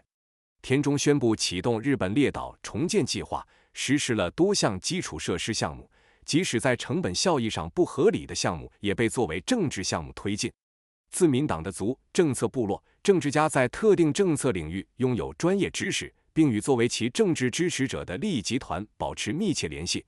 通过与相关部门协商推动政治建设项目，以便在选举时维持其支持者并获得选票。Inoguchi 与 I.W. 1987。实际上，田中本人就是一位著名的建设族政治家，他在政治生涯中通过参与建设项目而晋升。公共工程也作为一种福利或就业政策，无论公共工程项目是否有经济合理性，都为建筑工人提供了就业机会。Kintikai 1995-14056。这与西方的传统福利制度不同，但适应了日本的发展型国家模式。在这种模式下，政府的首要任务是经济增长，而非社会福利。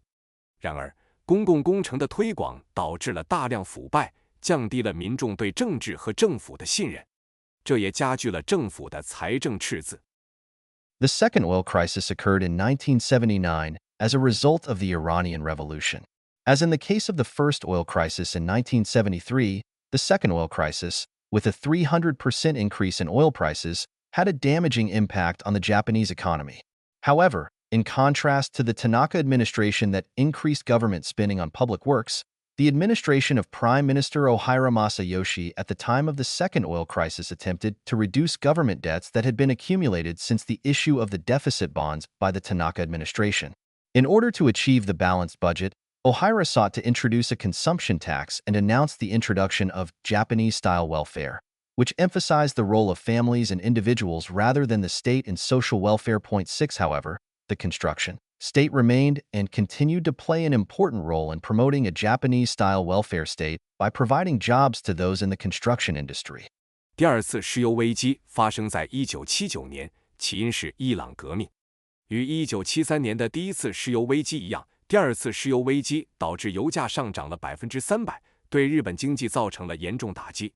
然而，与田中角荣政府增加公共工程支出不同，第二次石油危机时的大平正方政府试图减少自田中政府发行赤字债券以来累积的政府债务。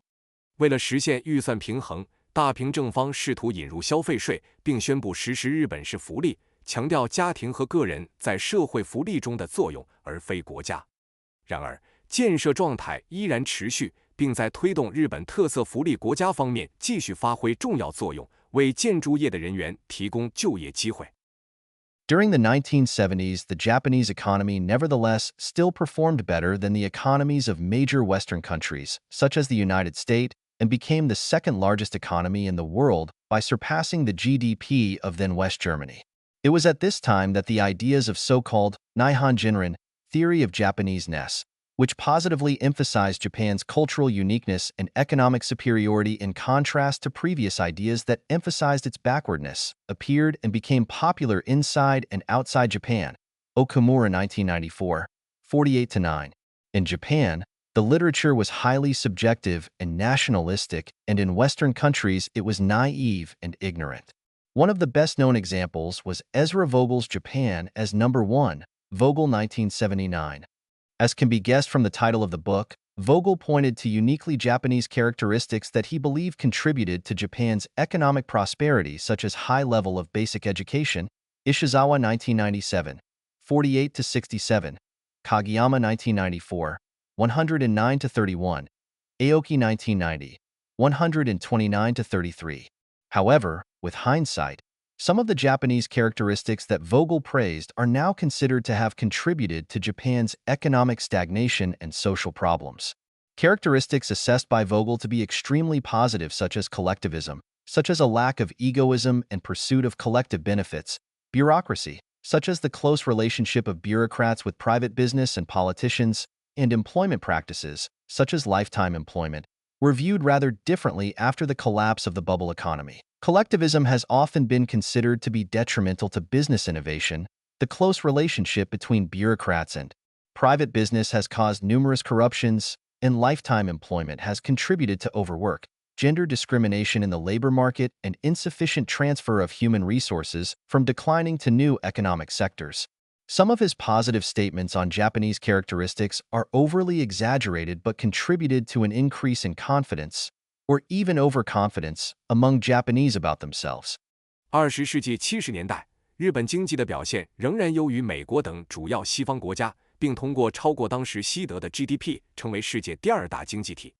正是在这个时期，所谓的日本论 Nihonjinren 出现并流行起来。这种理论积极强调日本的文化独特性和经济优势，与之前强调其落后性的观点形成鲜明对比。Okumuro 1994-489。在日本，这些文献高度主观和民族主义，在西方国家则显得天真和无知。其中一个最著名的例子是 Ezra Vogel 的《日本第一》Vogel 1979。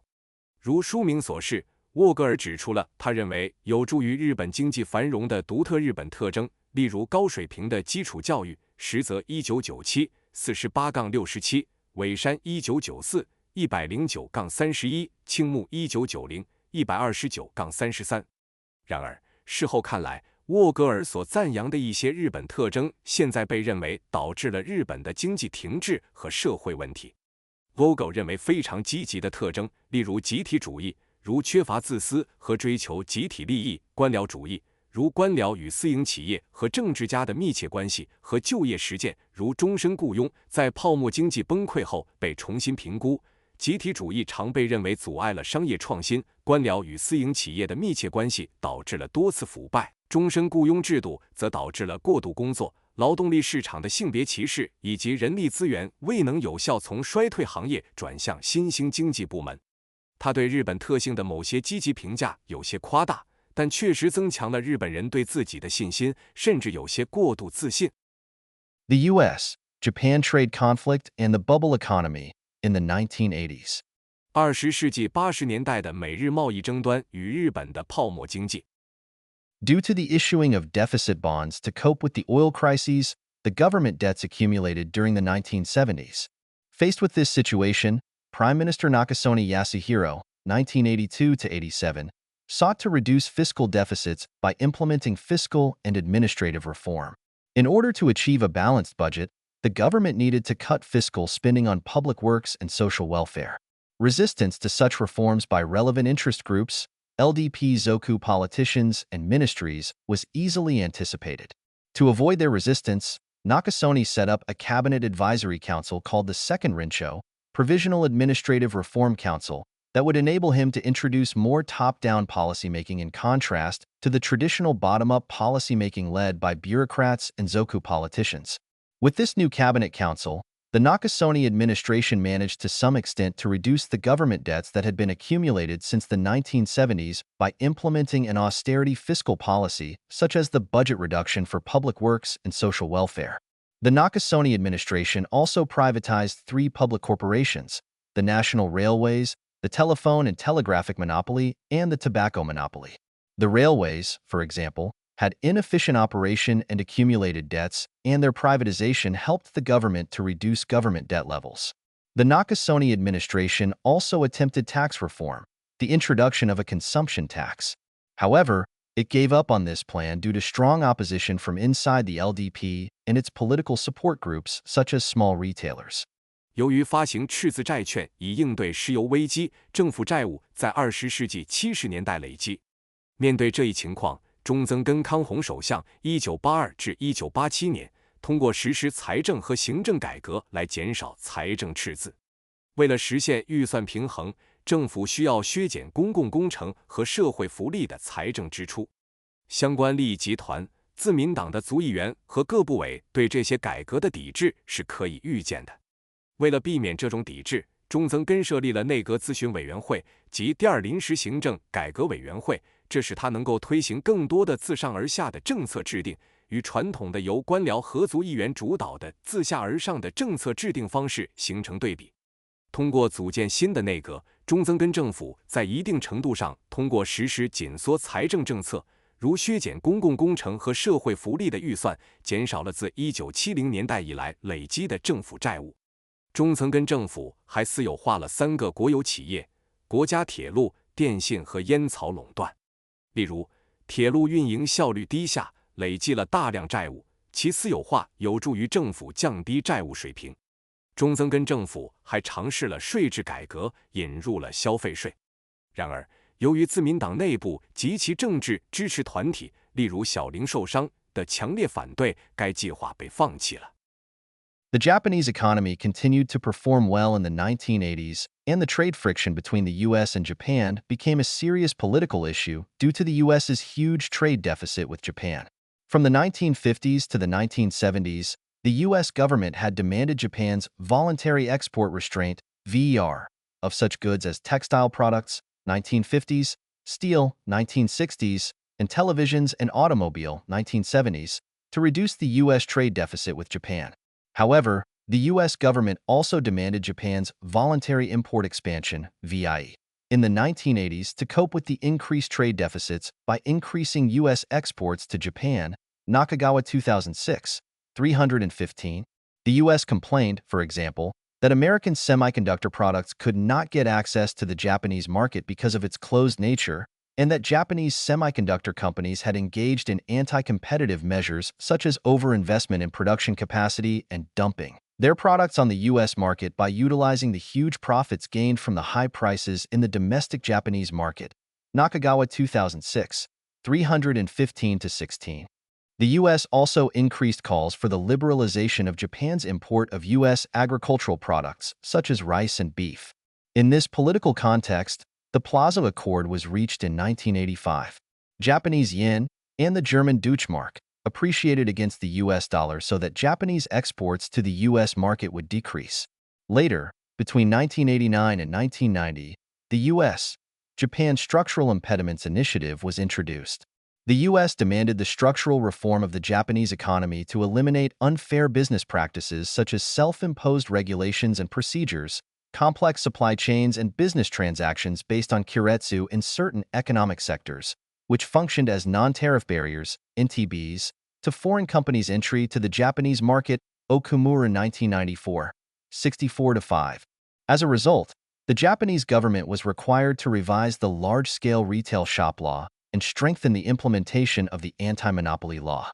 The U.S. government claimed that the large-scale retail shop law had deterred American retailers from entering the Japanese market because of its protective measures for small Japanese retail shops. It also claimed that the lax implementation of the anti-monopoly law by the Japanese government had contributed to anti-competitive measures in business sectors such as cartels and dango, price rigging. Nakagawa 2006, 318. 1980年代，日本经济持续表现强劲，美国与日本之间的贸易摩擦升级为严重的政治问题，主要因为美国对日本存在巨大的贸易逆差。从1950年代到1970年代，美国政府曾要求日本对纺织品（1950年代）、钢铁（1960年代）和电视及汽车（1970年代）等商品实施自愿出口限制 （VER），以减少美国对日本的贸易逆差。然而，到了1980年代，美国政府又要求日本实施自愿进口扩张 （V）， 通过增加美国对日本的出口来应对不断扩大的贸易逆差。中川2006:315。例如，美国抱怨称，由于日本市场的封闭性，美国的半导体产品无法进入日本市场。此外，日本的半导体公司采取了反竞争措施，如过度投资生产能力，并利用日本国内市场高价格获得的巨额利润，在美国市场倾销其产品。Nakagawa 2006:315-16。美国还加大了要求日本放宽对美国农产品，如大米和牛肉进口的呼吁。在这种政治背景下，1985年达成了广场协议。根据协议，日元和德国马克对美元升值，从而减少了日本对美国的出口。后来，在1989年至1990年间，美国和日本启动了结构性障碍倡议。美国要求日本对经济进行结构性改革，以消除不公平的商业行为，例如自我施加的法规和程序、复杂的供应链以及基于财团的某些经济部门的商业交易。这些行为作为非关税壁垒 （NTBs）， 阻碍了外国公司进入日本市场。Okumura 1994-64-5。因此，日本政府被要求修改大规模零售店法，并加强反垄断法的执行。美国政府指出，大规模零售店法通过保护日本的小型零售店，阻碍了美国零售商进入日本市场。此外，美国政府还指出，日本政府对反垄断法的执行不力，导致了企业部门中出现反竞争行为，如卡特尔和当行价格操纵。Nakagawa 318。The appreciation of Japanese yen as a result of the Plaza Accord caused a minor recession in the Japanese economy and prompted the Bank of Japan, BOJ, to decrease interest rates in order to stimulate the economy.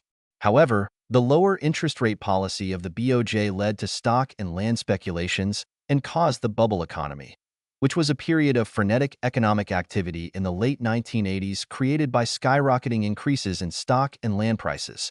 At one time in the late 1980s, the Nikkei stock average approached the 40,000 yen benchmark, see Figure 1.3, and the land value of the Imperial Palace in the center of Tokyo became higher than the whole state of California, which is larger than Japan, for example. The Japanese economy performed well with a large amount of investment during the bubble economy in the late 1980s. However, with the dramatic drop of the Nikkei stock average to as low as less than 20,000 yen in the early 1990s after a series of interest rate hikes by the BOJ to tighten the bubble economy, it collapsed. The growth of the Japanese economy then began to decelerate and has remained stagnant ever since. 由于广场协议，日元升值导致日本经济出现轻微衰退，促使日本银行 BOJ 降低利率以刺激经济。然而，日本银行的低利率政策引发了股票和土地投机，导致了泡沫经济。这一时期发生在20世纪80年代末，由于股票和土地价格的急剧上涨，经济活动异常活跃。当时，日经股票平均指数接近4万日元的水平，见图 1.3。东京市中心的皇宫土地价值甚至超过了整个加利福尼亚州，尽管加利福尼亚州的面积比日本还要大。在20世纪80年代末的泡沫经济期间，日本经济表现良好，投资量巨大。然而，随着日本银行为抑制泡沫经济连续加息，导致日经股价平均值在90年代初暴跌至不到2万日元，泡沫经济随之崩溃。此后，日本经济增长开始放缓，并一直停滞不前。2. The transformation of the Japanese economy since the early 1990s. 自20世纪90年代初以来，日本经济的转型。Japan has experienced a stagnant economy since the collapse of the bubble economy in the early 1990s.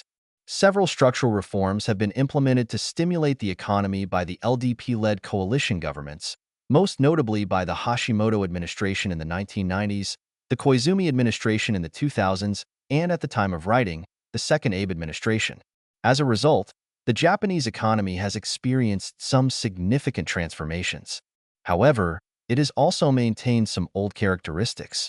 自20世纪90年代初泡沫经济崩溃以来，日本经济一直停滞不前。为了刺激经济增长，自民党领导的联合政府实施了多项结构性改革，其中最著名的是90年代的桥本内阁、21世纪初的小泉内阁以及撰写本文时的第二次安倍内阁。这些改革使日本经济经历了一些重要的转型，但同时也保留了一些旧有的特征。This chapter will first examine the economic stagnation in the 1990s after the collapse of the bubble economy with reference to non-performing loans and the Asian financial crisis of 1997-98. It will discuss the economic reforms that were initiated by the non-LDP coalition government between 1993-94 and were succeeded by the LDP's Hashimoto administration in the late 1990s. The chapter will then examine the economic reforms implemented by the Koizumi administration in the first half of the 2000s, followed by an analysis of the impact of the global financial crisis in 2008 and the economic policy of the government of the Democratic Party of Japan, DPJ, between 2009 and 2012.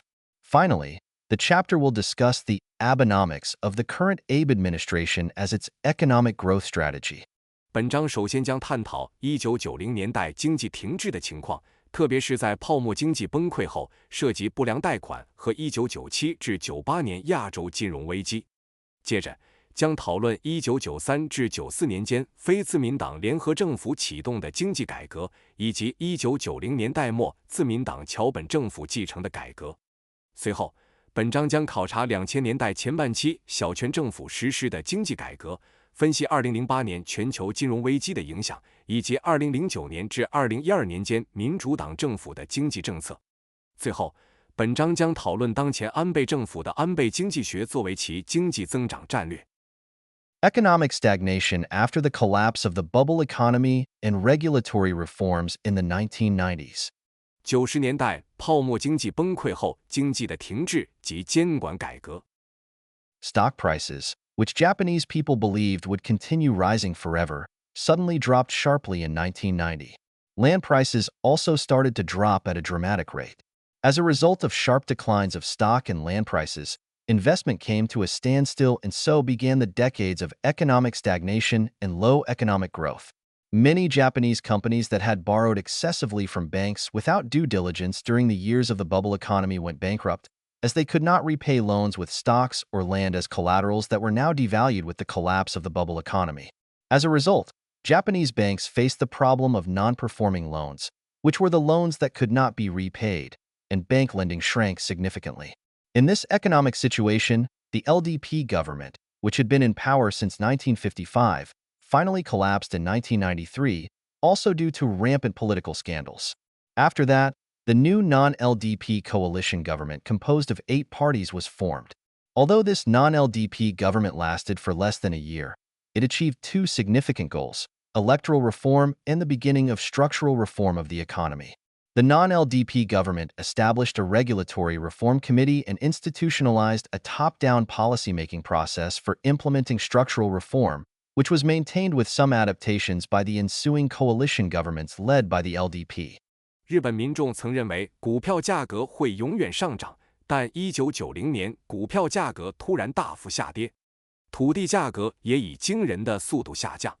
由于股票和土地价格的急剧下跌，投资陷入停滞，从而导致了数十年的经济停滞和低增长。许多日本公司在泡沫经济时期过度借贷，没有进行充分的尽职调查。现在由于股票和土地作为抵押品的价值下降，无法偿还贷款，导致破产。因此，日本银行面临不良贷款的问题，这些贷款无法偿还，银行贷款大幅减少。在这种经济形势下，自1955年以来一直执政的自民党政府终于在1993年因政治丑闻频发而崩溃。随后，由8个政党组成的新非自民党联合政府成立。尽管这个非自民党政府仅存续了不到1年，但它实现了2个重要的目标：选举制度改革和经济结构改革的启动。非自民党政府成立了规制改革委员会，并建立了自上而下的政策制定机制，以推动结构改革。这一机制在随后的自民党领导的联合政府中得到了一定程度的延续。The LDP-led coalition government of Prime Minister Hashimoto initiated in the mid-1990s structural reforms targeting the 6 burdens of the economy. 7 Among the most significant reforms was the financial Big Bang. This financial reform introduced several deregulatory measures such as the liberalization of international capital transactions, fixed brokerage commissions, and financial products such as securities, derivatives, and investment trusts. Toya 2006. 120-28. The LDP-led coalition government also introduced market-oriented financial regulatory reform by abandoning the convoy system. In the convoy system, big banks were supposed to rescue insolvent small and medium-sized banks based on administrative guidance issued by the Ministry of Finance, MOF.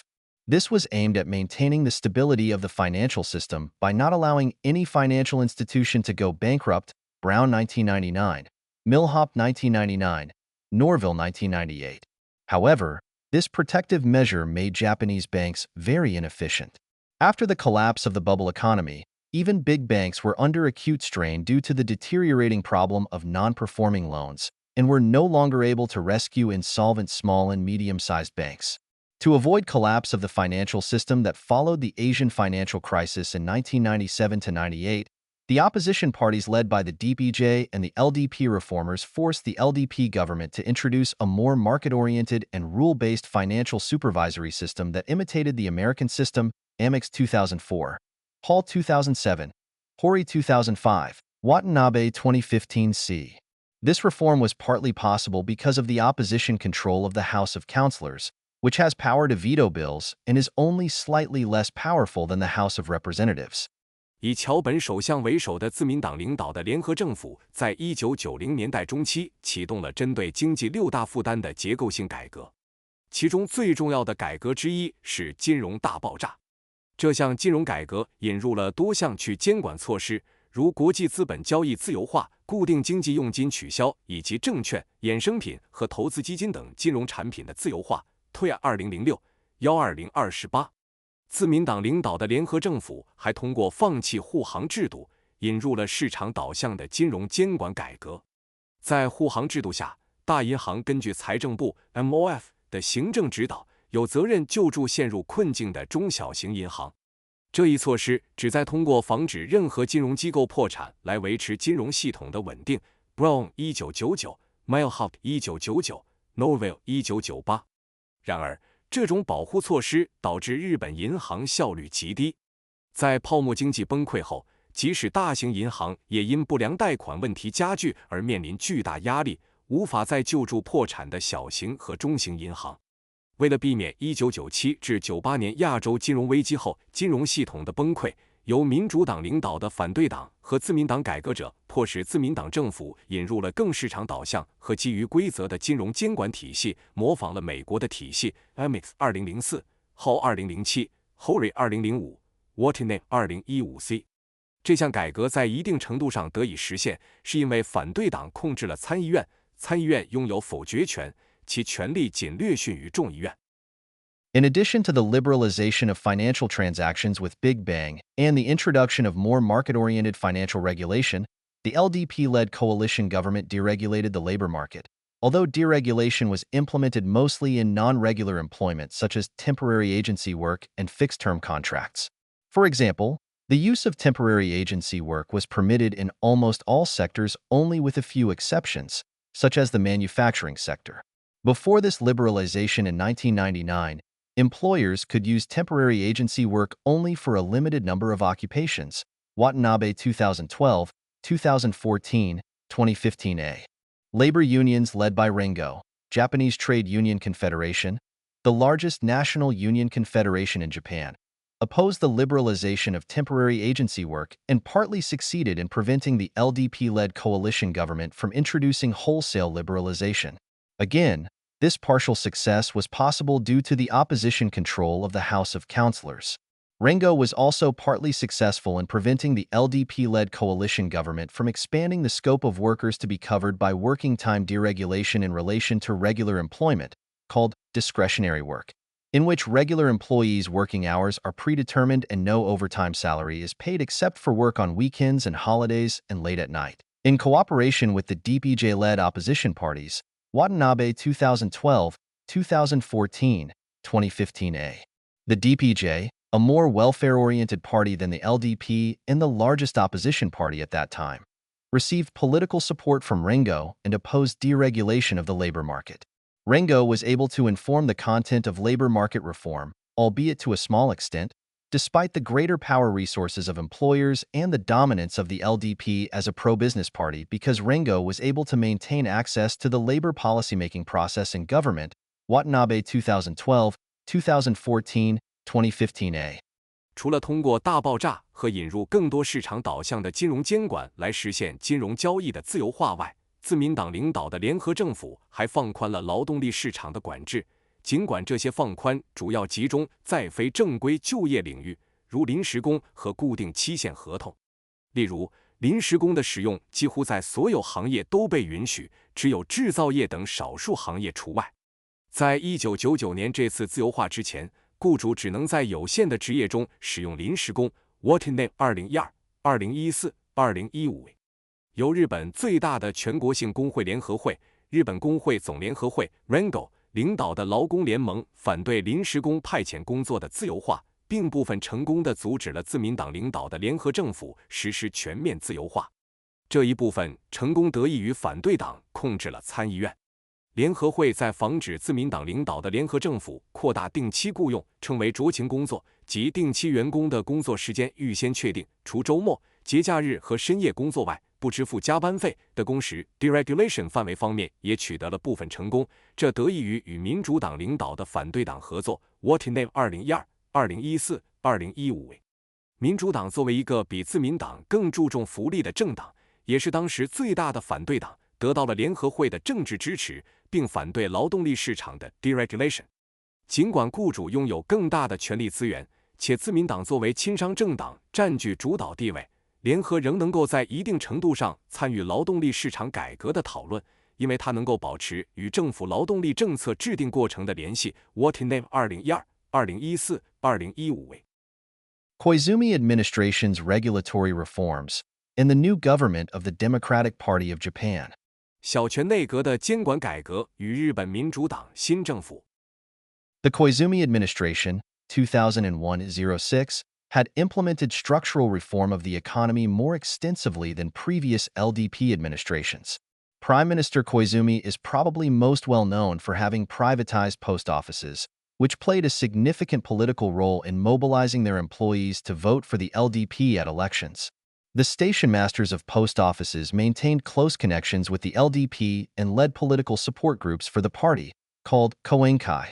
In the Japanese economy, post offices are also financial institutions, allowing people to deposit money at slightly higher interest rates than those of commercial banks. Post offices were the largest financial institution in Japan in terms of personal savings. Part of this large amount of saved money was used for public works through the Fiscal and Investment Loan Program, FILP.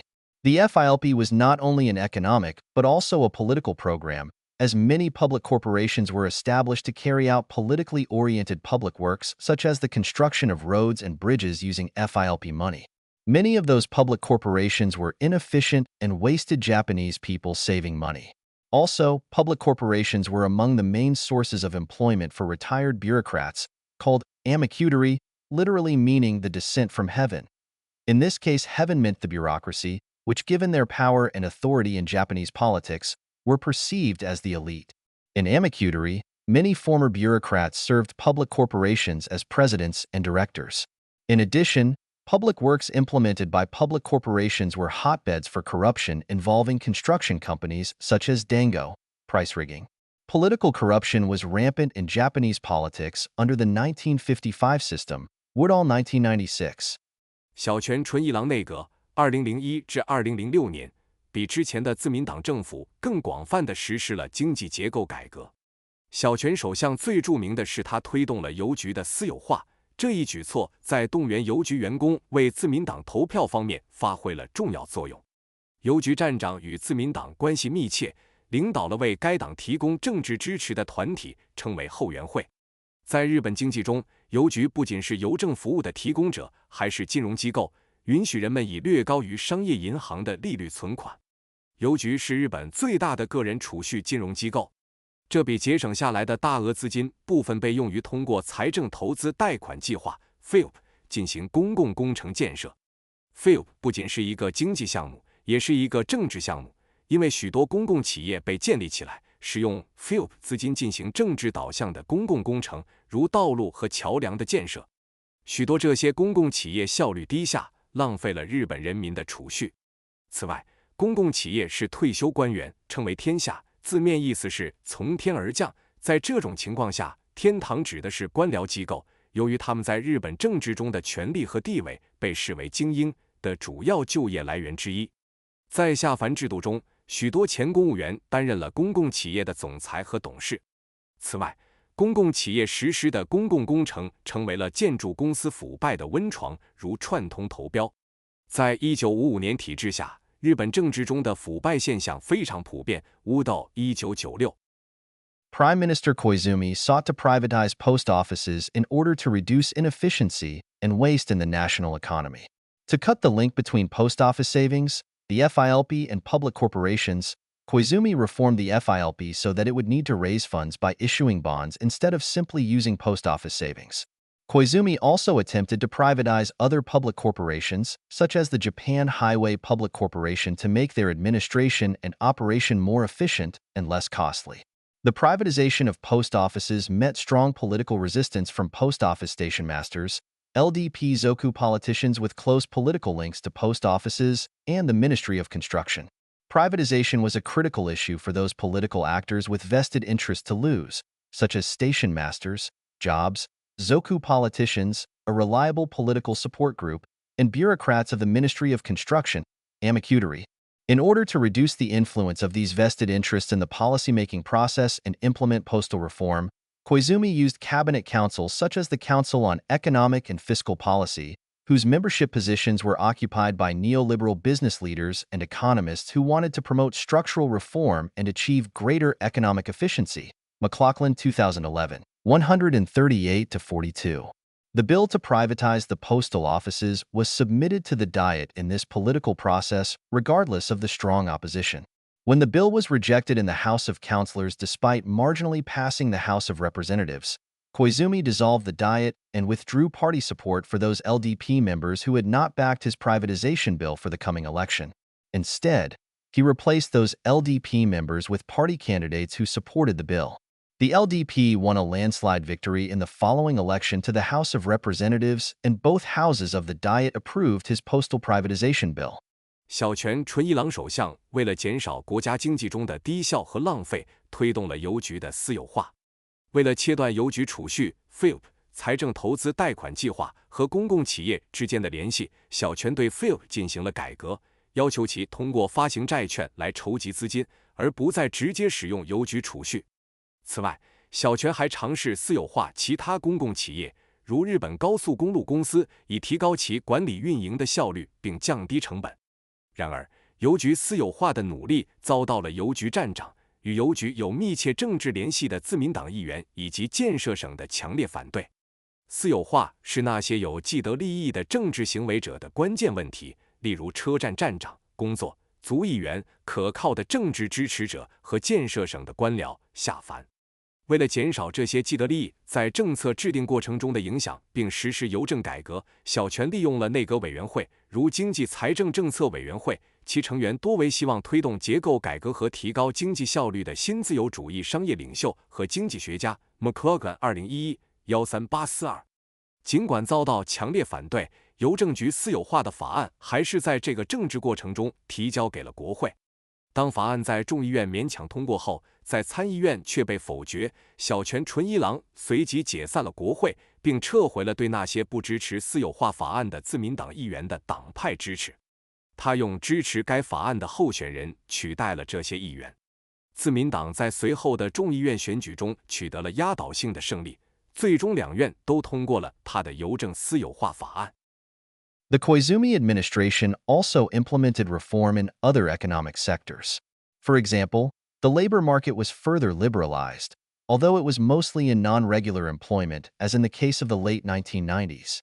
While temporary agency work was not permitted in the manufacturing sector despite the liberalization of temporary work in 1999, the 2003 amendment to the Temporary Work Agency Law enabled employers to use temporary workers in the manufacturing sector. Given the importance of the sector in the Japanese economy, this amendment was significant. It was partly possible, as the LDP had a majority in both houses of the Diet. In the case of the 1999 amendment, the opposition parties led by the DPJ controlled the less powerful House of Councillors, Watanabe 2012, 2014, 2015a. In addition to temporary agency work, the use of fixed-term contracts was also further liberalized, and the scope of discretionary work was expanded so that employers would be able to use a larger number of regular workers more flexibly in terms of their working hours. To facilitate labor market reform, the Koizumi administration removed labor representatives from the policymaking process in cabinet councils such as the Council on Economic and Fiscal Policy and the Regulatory Reform Council. These councils were established to represent business interests to a greater extent and promote structural reform. Although labor unions led by Rengo remained in the policymaking process in the advisory councils of the newly established Ministry of Health, Labor and Welfare, MHLW, cabinet councils acquired agenda-setting power and the policymaking autonomy of the MHLW's advisory councils was partly undermined. Watanabe 2012, 2014, 2015a. As a result, labor's interests became less well represented in the Koizumi administration. 小泉政府还在其他经济领域实施了改革，例如劳动力市场进一步自由化，尽管主要集中在非正规就业方面，类似于20世纪90年代末的情况。尽管1999年临时工工作的自由化，制造业部门仍然不允许使用临时工，但2003年对临时工派遣法的修正案允许雇主在制造业部门使用临时工。鉴于制造业在日本经济中的重要性，这一修正案意义重大。这在一定程度上是因为自民党在国会两院都占多数，而在1999年的修正案中，由民主党领导的反对党控制了参议院。Watnab 2012、2014、2015。除了临时工工作外，固定期限合同的使用也得到了进一步放宽，自由裁量工作的范围也扩大了，这使得雇主能够更灵活地安排更多正式员工的工作时间。为了推动劳动力市场改革，小泉内阁在经济财政政策委员会和规制改革委员会等内阁委员会中取消了劳工代表的参与。这些委员会的设立旨在更大程度地代表企业利益，并推动结构性改革。尽管由联合领导的劳工联盟仍参与新成立的后生劳动省咨询委员会的政策制定过程，但内阁会议获得了议程设定权，后生劳动省咨询委员会的政策制定自主权部分被削弱，渡边2012、2014、2015。因此，劳工利益在小泉内阁中变得不再那么有代表性。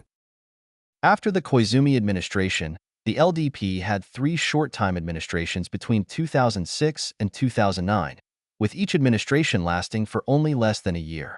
As a result, those administrations did not implement significant economic reforms aimed at deregulation.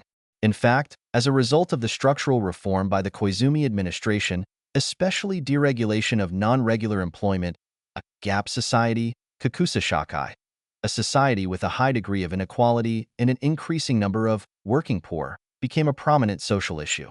The working poor in Japan are often defined as those workers whose annual income is less than 2 million yen, around $18,000 at the exchange rate of $1 equals 110 yen. As a result, structural reform of the economy became a less salient issue after the Koizumi administration, with a few exceptions such as a failed attempt by the first Abe administration to introduce the white-collar exemption, a deregulatory measure to exempt a certain category of white-collar worker from working time regulation, Igarashi 2008. 110-20. 小泉内阁之后，自2006年至2009年，自民党经历了3位短期执政的首相，每位的任期都不到1年。因此，这些内阁未能实施旨在放松管制的重大经济改革。实际上，由于小泉内阁的结构性改革，特别是对非正规就业的放松管制，导致了差距社会 kakusashakai 及高度不平等和工作贫困者数量不断增加的社会，成为一个突出的社会问题。在日本，工作贫困者通常被定义为年收入低于200万日元，按1美元等于110日元的汇率计算，约为18000美元的工人。因此，在小泉内阁之后，经济结构改革变得不再那么重要，只有少数例外。例如，第1届安倍内阁尝试引入白领豁免政策，旨在免除某些白领工人遵守工作时间规定，但这一尝试并未成功。Igarashi 2008 11-20。When the global financial crisis occurred, the Japanese economy shrank significantly as a result of a massive decrease in exports to the American and European markets, which were originally hit hard by the global financial crisis. Japanese GDP shrank by 9.6% on an annual basis in the fourth quarter of 2008 and 19.2% on an annual basis in the first quarter of 2009, see Figure 2.1. In addition to the negative impact of the global financial crisis, the structural reforms implemented by the Koizumi administration had already increased the level of income inequality in the working poor, as mentioned above, which had a negative impact on the LDP's maintenance of power. Against this socio-economic background, the DPJ achieved a landslide victory in the election to the House of Representatives in September 2009. It was the first time Japan experienced a real change of power based on the result of an election since the formation of the LDP in 1955. 当全球金融危机爆发时，由于美国和欧洲市场受到严重影响，日本对这些市场的出口大幅下降，导致日本经济显著收缩。2008年第4季度，日本 GDP 按年率计算下降了 9.6%， 2009年第1季度按年率计算下降了 19.2%， 见图 2.1。除了全球金融危机的负面影响外，小泉内阁实施的结构性改革已经加剧了收入不平等和工作贫困，正如上文所述，这对自民党维持权力产生了负面影响。在这样的社会经济背景下，民主党在2009年9月的众议院选举中取得了压倒性的胜利。这是自1955年自民党成立以来，日本首次通过选举实现了真正的政权更替。The DPJ's election manifesto pledged that it would seek to reduce bureaucracy and strengthen the leadership of the governing party. As for the economy, the DPJ promised to reduce unnecessary public works to increase efficiency in budget spending and instead increase welfare spending such as subsidies for raising children. However, the Japanese economy remained stagnant. A highly appreciated yen, which had a negative impact on Japanese exports, and low stock prices were part of the reasons. Deflation also continued during the DPJ administration. Despite benefiting consumers, deflation negatively affected business because of stagnant wages, low consumer spending, and low investment by companies. By the time the DPJ announced its intention to raise consumption tax at odds with what it had announced in its election manifesto in 2010, its popularity was low. The perceived mishandling of the 3.11 triple disasters aid by the administration of Prime Minister can also affected the popularity of the DPJ negatively. The DPJ suffered a huge loss in the election to the House of Representatives in 2012 and lost power. DPJ 的选举宣言承诺减少官僚主义，增强执政党的领导力。在经济方面 ，DPJ 承诺减少不必要的公共工程，提高预算支出效率，同时增加福利支出，如育儿补贴。然而，日本经济依然停滞不前，日元升值对日本出口造成了负面影响，低股价也是原因之一。通货紧缩在 DPJ 执政期间持续存在。尽管通货紧缩对消费者有利，但因工资停滞、消费低迷和企业投资减少，对商业产生了负面影响。当民主党宣布提高消费税的计划时，这与2010年选举宣言中的承诺相矛盾，其支持率已经很低。菅直人内阁对3.11三重灾难的处理不当，也对民主党的支持率产生了负面影响。民主党在2012年众议院选举中遭受了巨大损失，并失去了政权。LDP's return to power and the implementation of Abenomics. 自民党重掌政权及安倍经济学的实施。The LDP came back to power in December 2012. Abe Shinzo, who had been prime minister after Koizumi for less than a year due to the LDP's loss in the election to the House of Councilors in 2007 and his poor health, became prime minister again. Based on his understanding that the failure of his first administration was due to his focus on politically controversial issues such as constitutional change, Prime Minister Abe adopted a survival strategy of economy first and announced the launch of an economic policy entitled Abenomics. In Abenomics, economic growth is considered the #1 priority. However, it can also be considered as an essential tool for the Abe administration to achieve its ultimate goal of constitutional reform by maintaining popular support for the administration with strong economic growth and thus remaining in power. 2012年12月，自民党重新执政。安倍晋三曾在2007年因自民党在参议院选举中的失利及个人健康问题，在小泉纯一郎之后担任了不到1年的首相，如今再次出任首相。鉴于他首次执政失败的原因在于过度关注政治争议问题，如修宪，安倍首相采取了以经济为先的生存策略，并宣布启动名为安倍经济学的经济政策。在安倍经济学中，经济增长被视为首要任务。然而，这也可以被视为安倍政府实现最终修宪目标的关键工具，通过维持强劲的经济增长来保持民众的支持，从而确保长期执政。Abenomics, monetary policy, fiscal policy, and structural reform. 安倍经济学、货币政策、财政政策和结构性改革。Abenomics was composed of 3 arrows of monetary policy, fiscal policy, and structural reform. The term arrows means the instruments for targeting the goal of economic growth in comparison to archery, which Prime Minister Abe practiced when he was a university student. Among these 3 policies, the most significant was monetary policy, which targeted 2% inflation with the BOJ's purchase of government bonds and an increase in the money supply. Fiscal policy was essentially the same as that implemented by previous LDP administrations, and was mostly concerned with spending tax money on public works and increasing jobs in the construction and other relevant sectors.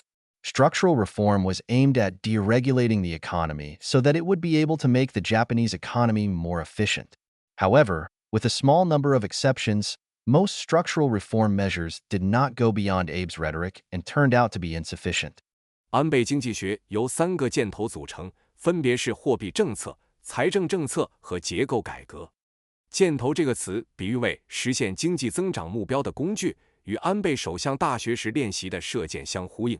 在这3项政策中，最重要的是货币政策，目标是通过日本银行购买政府债券和增加货币供应量来实现2%的通货膨胀率。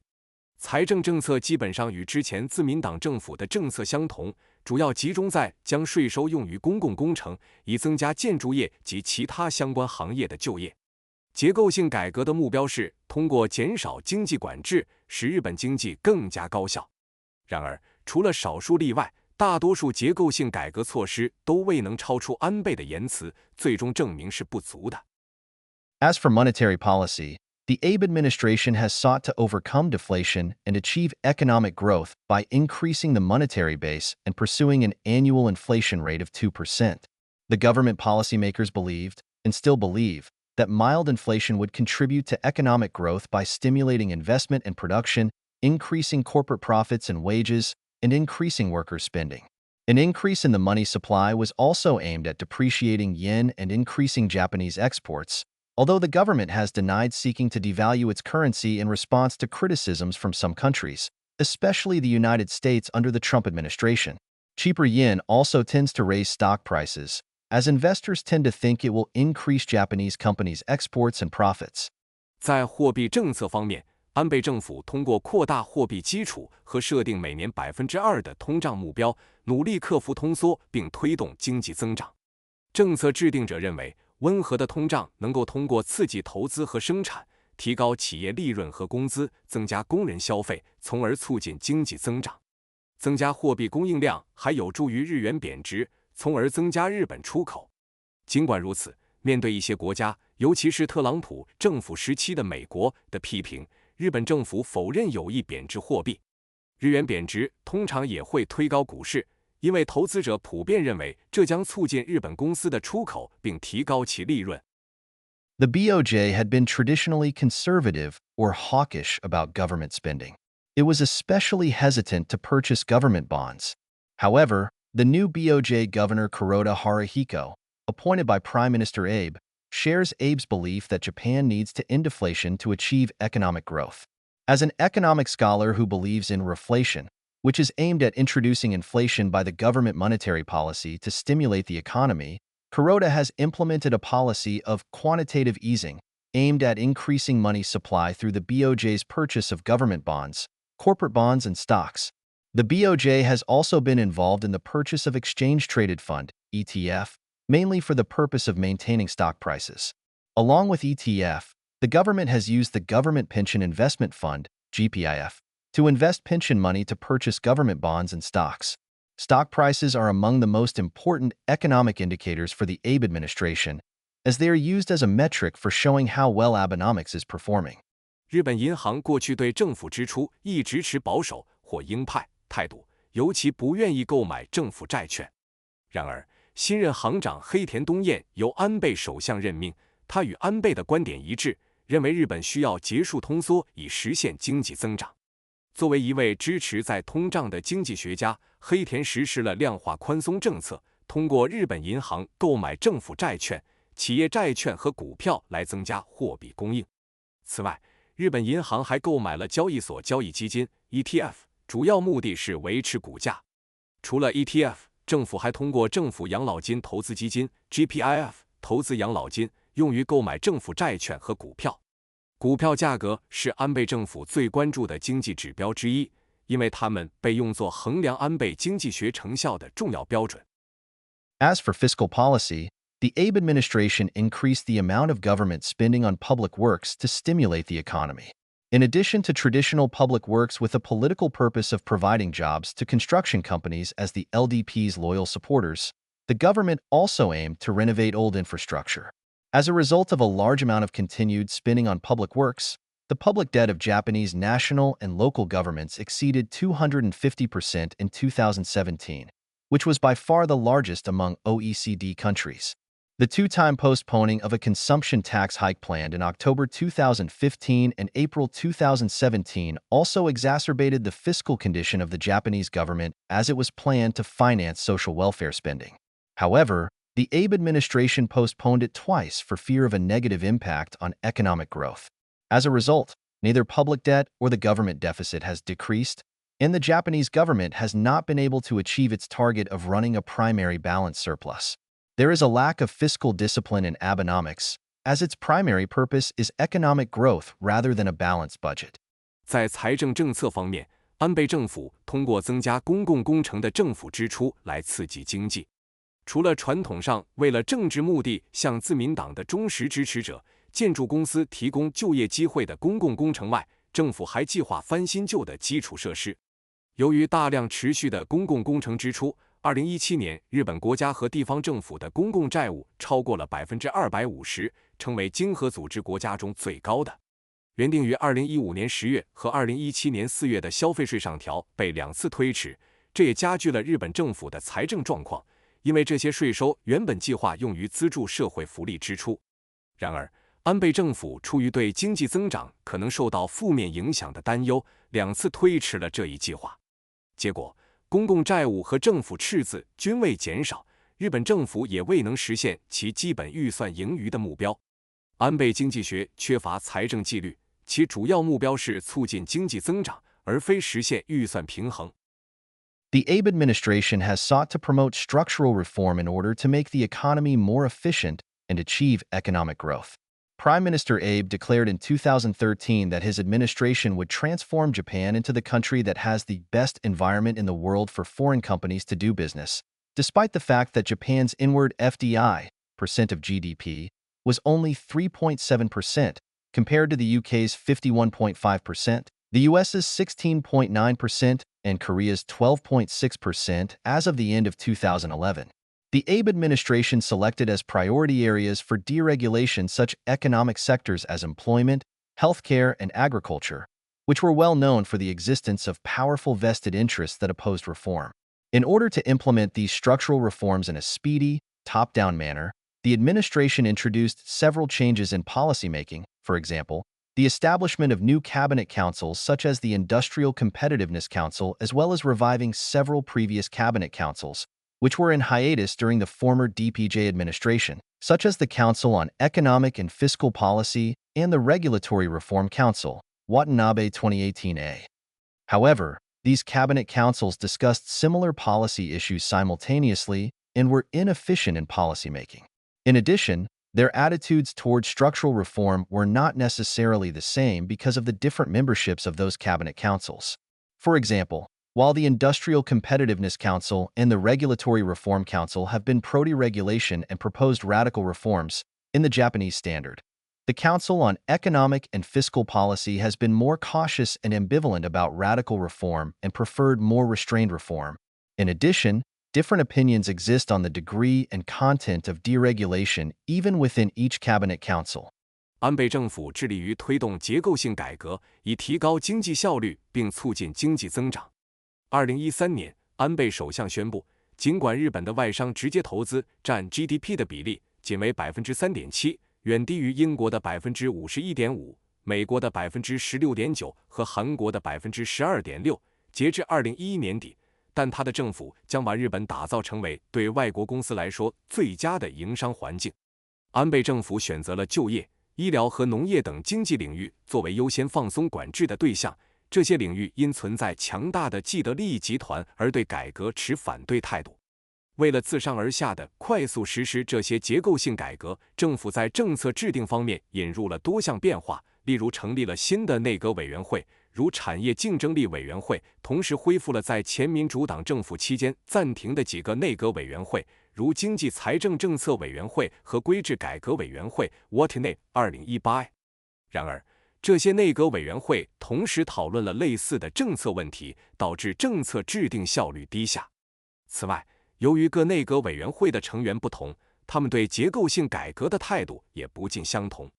例如，尽管工业竞争力委员会和规制改革委员会支持减少规制，并提出了激进的改革措施，以日本标准来看，但经济财政政策委员会对激进改革持更为谨慎的态度，更倾向于采取较为温和的改革。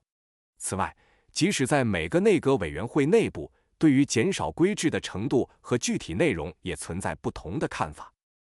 As mentioned above, the Abe administration proposed reforming several economic sectors, including employment, healthcare, and agriculture. As for employment, the administration proposed policy measures aimed at increasing flexibility of the labor market. In order to promote the transfer of workers from declining to growing economic sectors, cabinet councils such as the Industrial Competitiveness Council proposed introducing fiduciary compensation in the case of unfair dismissal to reduce the rigid employment protection of regular workers. The government claimed that the reduced uncertainties for employers involving labor disputes at the time of dismissal would increase employment of regular workers. In addition, cabinet councils proposed increasing the number of so-called semi-regular workers, who are regular workers in status but their working time, work locations, and job responsibilities are limited, in contrast to those of ordinary, regular workers under lifetime employment. Watanabe 2018a. Semi-regular work was introduced to promote work-life balance and increase the number of female workers so that a greater labor input of female workers would contribute to economic growth. Among the controversial measures, along with the fiduciary compensation for unfair dismissal, was working time deregulation in relation to regular employment. The Abe administration proposed introducing the category of highly professional work, which would be exempt from working time regulation and not entitled to overtime pay under any circumstances, unlike discretionary work. The salaries of workers under highly professional work are predetermined, as in the case of discretionary work. However, discretionary work only partly exempts a certain category of regular workers from working time regulation, and those employees under discretionary work are still entitled to overtime pay for the work conducted on weekends, holidays, and late at night. The government claimed that the introduction of highly professional work as well as the expansion of discretionary work would improve labor productivity and contribute to economic growth. 如上所述，安倍政府提议改革包括就业、医疗和农业在内的多个经济领域。关于就业方面，政府提出了一系列旨在提高劳动力市场灵活性的政策措施。为了促进劳动力从衰退行业向增长行业转移，包括产业竞争力会议在内的内阁会议提议，在不公平解雇的情况下引入信托补偿，以减少对正规工人的就业保护。政府认为，减少雇主在解雇时面临的劳资纠纷不确定性，将有助于增加正规工人的就业机会。此外，内阁会议提议增加所谓的半正式员工数量。这些员工虽然在身份上是正式员工，但其工作时间、工作地点和职责范围都受到限制，与终身雇佣制下的普通正式员工不同。Watanabe 2018。半正式工作旨在促进工作与生活的平衡，并增加女性员工的数量，以期女性员工更大的劳动力投入能够促进经济增长。在有争议的措施中，除了不公平解雇的信托补偿外，还包括与正式雇佣相关的工作时间灵活化。安倍政府提议引入高度专业工作这一类别，该类别将不受工作时间限制，并且在任何情况下都不享有加班费，这与自主工作不同。高度专业工作的工资是预先确定的，类似于自主工作。然而，自主工作仅部分免除某些正式员工的工作时间限制，这些员工在周末、节假日和深夜工作时仍可获得加班费。政府声称，引入高度专业工作以及扩大自主工作的范围将提高劳动生产率，促进经济增长。The Abe administration also deregulated non-regular employment. For example, the administration enabled employers to use temp workers for the same jobs without time limit, which was enacted as the 2015 amendment to the Temporary Agency Work Law. The administration also proposed tax reforms to abolish the gender-based treatment that favored families with full-time housewives and low-income mothers in part-time work. Previously, workers, almost always women, whose annual income was less than 1.03 million yen, a little more than $9,000, were exempted from paying income tax, and their spouse, almost always husbands, were also entitled to an income tax deduction.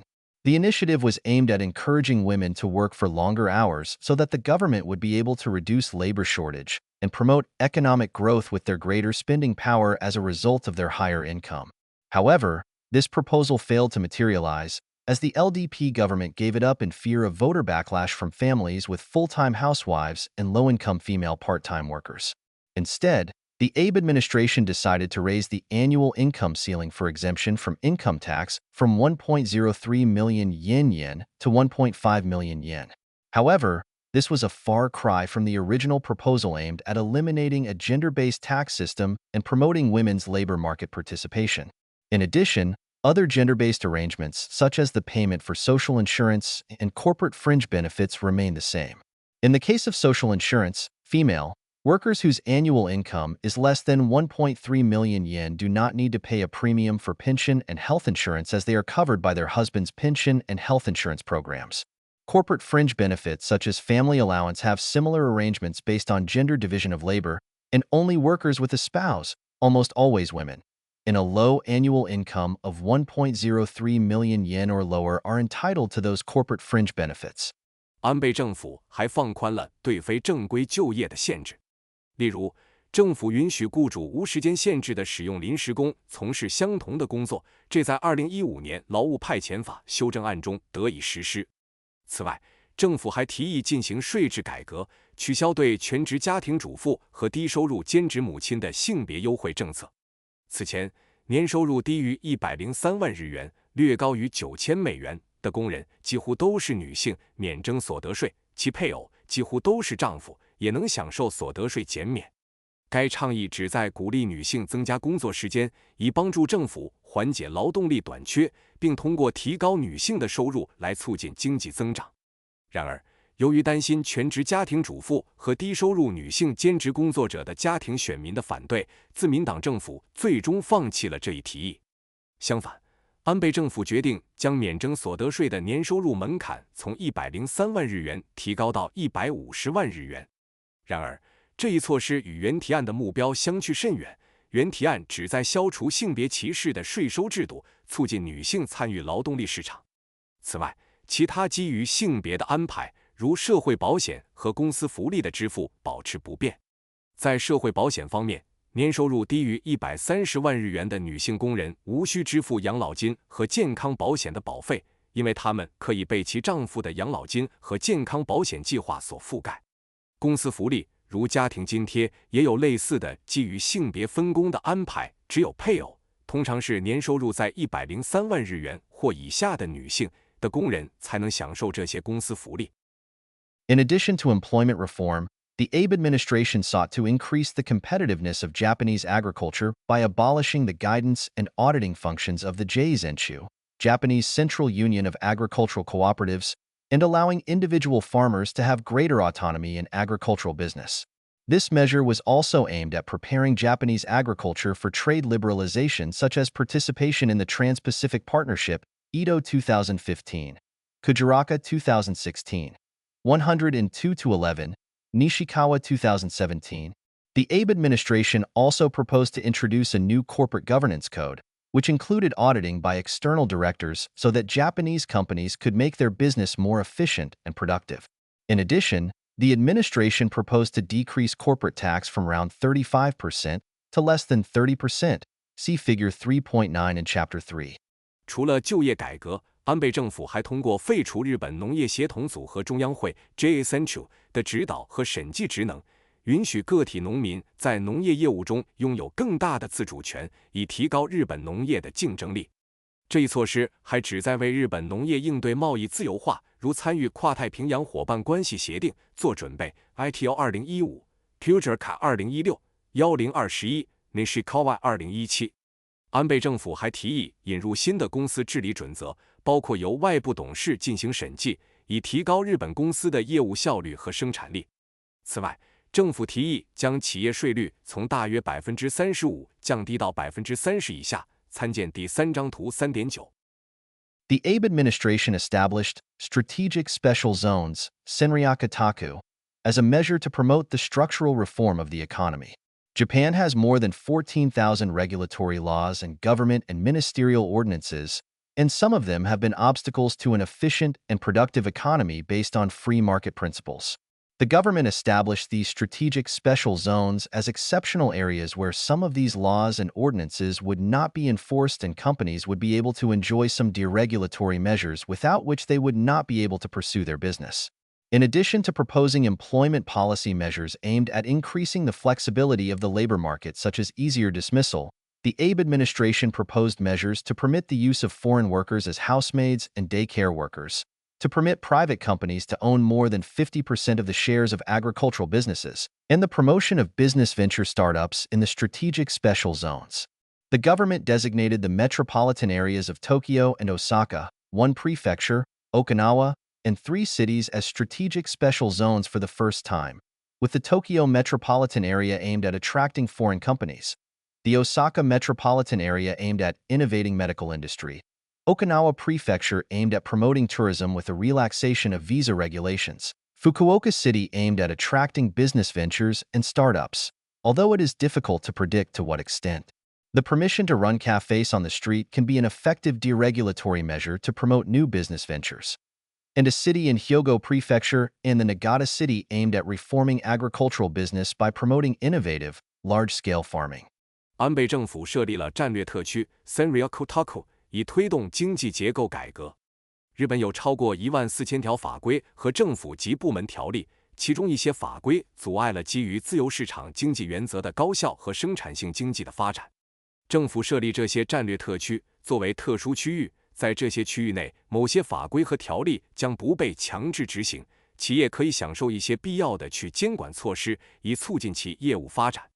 除了提出旨在提高劳动力市场灵活性的就业政策，如简化解雇程序外，安倍政府还提议允许外籍家政和日托工人进入日本，允许私营企业持有农业企业超过50%的股份，并在战略特区促进创业企业的发展。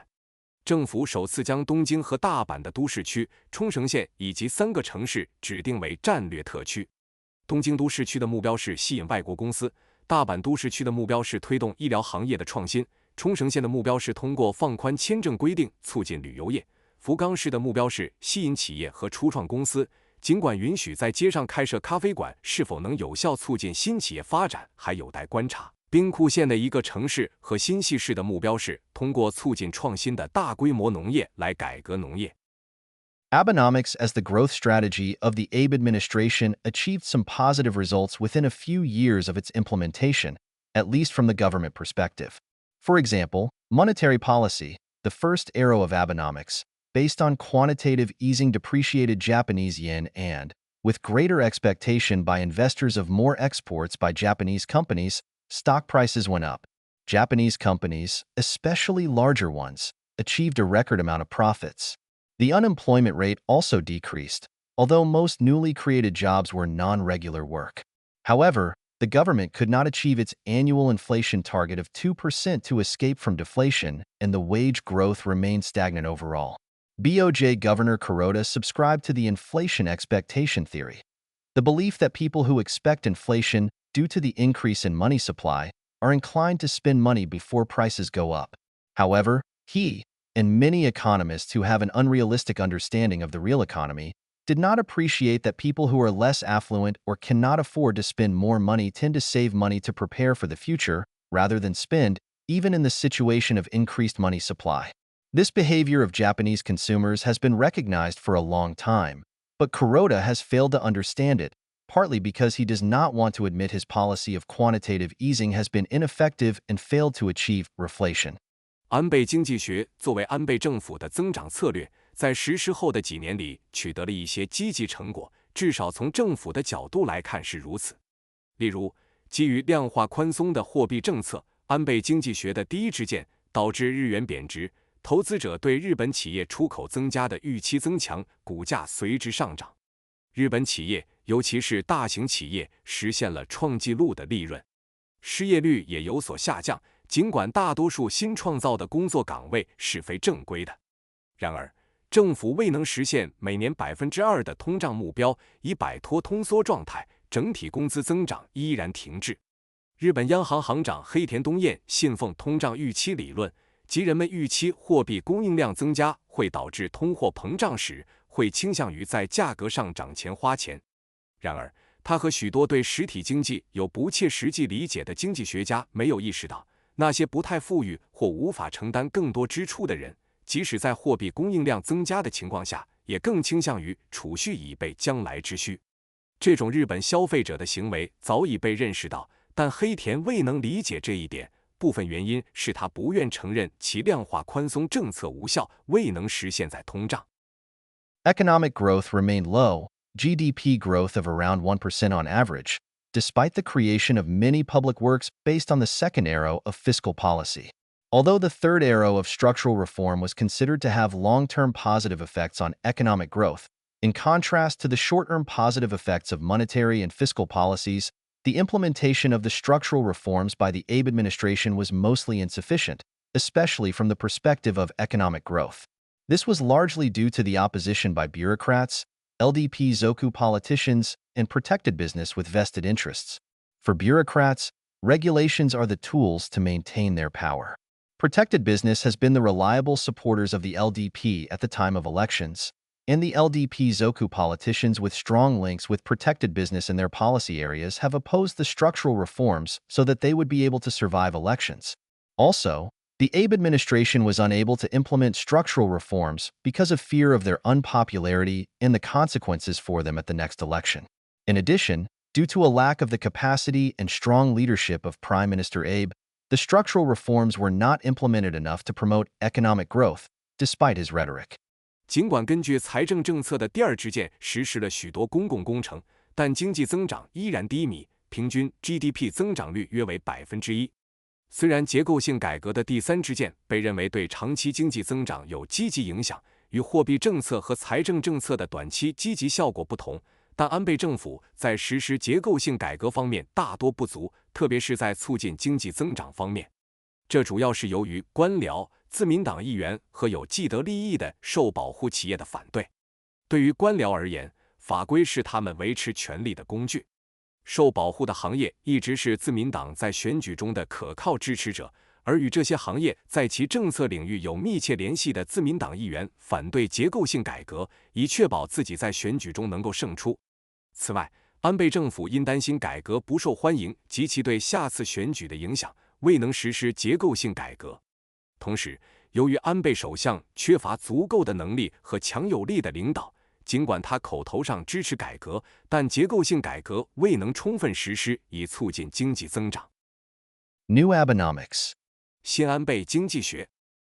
Abenomics was only partially successful at best. As a result, Prime Minister Abe announced New Abenomics in September 2015, more than 2.5 years after the inauguration of his second administration in December 2012. New Abenomics comprised 3 new arrows. The first new arrow was the combination of the old 3 arrows of Abenomics: monetary policy based on quantitative easing, fiscal policy based on a large amount of public work spending, and the structural reform of the economy. It was summarized as a growth strategy aimed at a GDP of 600 trillion yen. The new second arrow was aimed at increasing the country's low fertility rate from around 1.4 children per woman to 1.8. The third arrow sought to address the problem of workers leaving the workforce in order to look after elderly parents. Abenomics 最多只能说是部分成功，因此，安倍首相在2015年9月宣布了新 Abenomics， 这距离他在2012年12月第二次上任已经过去了2年多。新 Abenomics 包括3个新的箭头。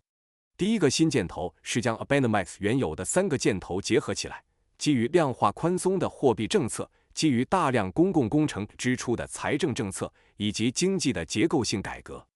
这一策略被概括为一个旨在实现600万亿日元 GDP 的增长战略。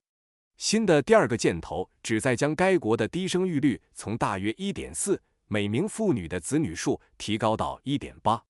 第三支箭旨在解决因照顾年迈父母而离开劳动力市场的工人问题。In New Abenomics, he claimed to create a society in which all 100 million people can be active. However, Prime Minister Abe's proposals in New Abenomics were unrealistic. For example, the Japanese economy would need to grow at an annual rate of 3% to achieve GDP of 600 trillion yen by 2020. The Abe administration had never achieved such a high growth rate. Japan's fertility rate improved only to a very small extent, but has recently begun to fall again. Due to the difficulty of striking a work-life balance and a shortage of childcare centers, it is unrealistic to expect the fertility rate to grow to 1.8 in the near future. Even with an increased number of daycare centers, the number of daycare providers is insufficient. The combination of low wages and very hard work make it an unattractive sector. Similarly, the shortage of care workers for the elderly means the task of caring for the elderly parents remains with their children. As usual, numerous cabinet councils and ministries were involved in the all-active plan, and the policy-making process has become unduly complicated. In fact, ministries have taken advantage of the all-active plan to acquire a greater amount of fiscal budget to implement their own pet projects. A lack of coordination among ministries and cabinet councils is likely to result in insufficient achievements of new Abenomics. In addition, the lack of fiscal discipline is likely to aggravate Japan's already heavy public debt even further. 在新的安倍经济学中，安倍首相宣称要打造一个1亿人都能积极参与的社会。然而，他的新安倍经济学提案并不现实。例如，要使日本经济在2020年达到600万亿日元的 GDP， 需要每年增长 3%， 但安倍政府从未实现过如此高的增长率。日本的生育率虽有小幅提升，但最近又开始下降。由于工作与生活难以平衡，以及托儿所短缺，短期内将生育率提高到 1.8 是不切实际的。即使增加了日托中心的数量，日托提供者的人数仍然不足，低工资和繁重的工作使这个行业缺乏吸引力。同样，由于老年护理人员短缺，照顾年迈父母的责任仍然落在子女身上。和往常一样，许多内阁委员会和部委参与了全员参与计划，导致政策制定过程变得过于复杂。实际上，各部委利用这一计划获得了更多的财政预算，以实施自己的心爱项目。部委和内阁委员会之间缺乏协调，可能会导致新安倍经济学的成果不足。此外，财政纪律的缺失可能会进一步加重日本已经很沉重的公共债务。Despite less emphasis on structural reforms and new Abenomics, economic growth through higher labor productivity remains a core economic policy of the Abe administration. For example, the administration aimed to introduce the work-style reform to enhance labor productivity and achieve economic growth. The work-style reform bill passed in the Diet and became law in June 2018. The work-style reform combined both worker protection and neoliberal deregulatory measures, as seen in the combination of reduction of overtime work and the introduction of equal pay for equal work, worker protection measures, and the introduction of the category of highly professional work and the expansion of discretionary work, neoliberal deregulatory measures. Excessive amount of overtime work, which has caused a large number of deaths due to overwork, called karoshi in Japanese, remains a big problem in Japan. To cope with this problem, the government has stipulated the maximum hours of overtime work with penalties for violations. Equal pay for equal work is aimed at improving the working conditions of non-regular workers such as part-time and temporary workers, but the government also sought to increase the spending power of non-regular workers and thus promote economic growth. The introduction of highly professional work and the expansion of discretionary work, later abandoned, are working time deregulatory measures aimed at both enhancing labor productivity of regular workers and reducing the amount of overtime pay. 尽管西安倍经济学对结构改革的重视程度较低，但通过提高劳动生产率来促进经济增长仍然是安倍政府的核心经济政策。例如，政府计划引入工作方式改革，以提高劳动生产率并推动经济增长。该工作方式改革法案于2018年6月在国会通过并成为法律。这项改革结合了保护工人权益和新自由主义去监管的措施，例如减少加班时间、引入同工同酬、保护工人权益的措施，以及设立高度专业工作类别和扩大自由裁量工作、新自由主义去监管措施。过多的加班工作导致了大量因过劳死亡，日语称为过劳死的案例，这仍然是日本面临的一个重大问题。为了解决这一问题，政府规定了加班时间的上限，并对违规行为处以罚款。同工同酬政策旨在改善非正式员工，如兼职和临时工的工作条件，同时政府也希望通过提高非正式员工的收入来促进经济增长。引入高级专业工作和扩大自主工作，后来被取消，是旨在提高正式员工劳动生产率和减少加班费的工作时间灵活化措施。As for other employment and labor market reform measures, the Abe administration enacted an amendment to the law on technical internship to facilitate the increase in the number of technical interns from foreign countries, as they are not classified as workers and their protection by the labor standards law and other labor laws is limited. Their working conditions are extremely poor and precarious. For this very reason, however, the use of technical interns has been very popular among employers in such sectors as construction and agriculture that have suffered from labor shortages. 针对其他就业和劳动力市场改革措施，安倍政府修订了技术实习制度，以增加来自海外的技术实习生数量。由于这些实习生不被视为正式工人，劳动基准法和其他劳动法规对他们的保护有限，因此他们的工作条件极为恶劣且不稳定。正因为如此，技术实习生在建筑和农业等劳动力短缺的行业中非常受欢迎。As the number of technical interns was not large enough to fill labor demand, however, the Abe administration announced their intention to create an official route to low-skilled employment in order to increase the number of foreign workers for such employment. In December 2018, the Abe administration enacted a law amending the immigration control law that officially permitted immigration of relatively low-skilled workers.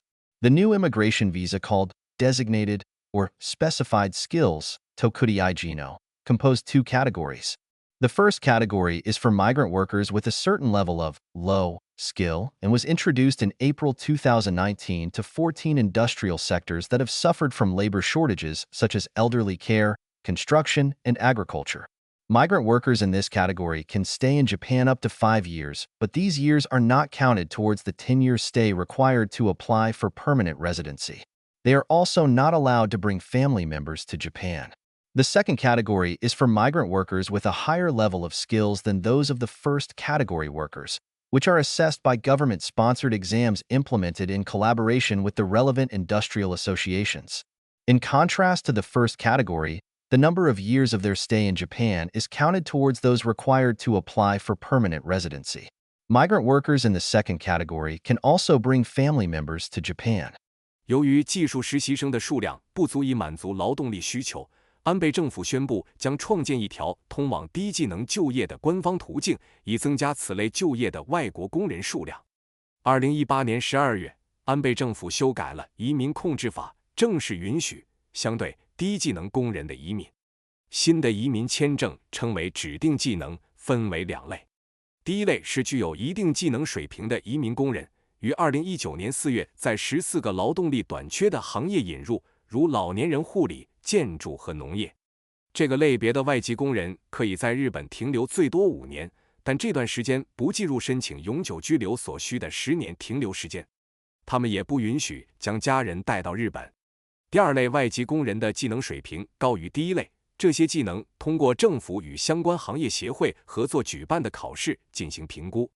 与第一类不同，第二类工人的在日本停留的时间可以计入申请永久居留所需的年限。此外，第二类外籍工人还可以将家人带到日本。The number of migrant workers in the second category is unlikely to be large given the strict immigration criteria, so it is expected that the majority of workers arriving under this new visa will be in the first category.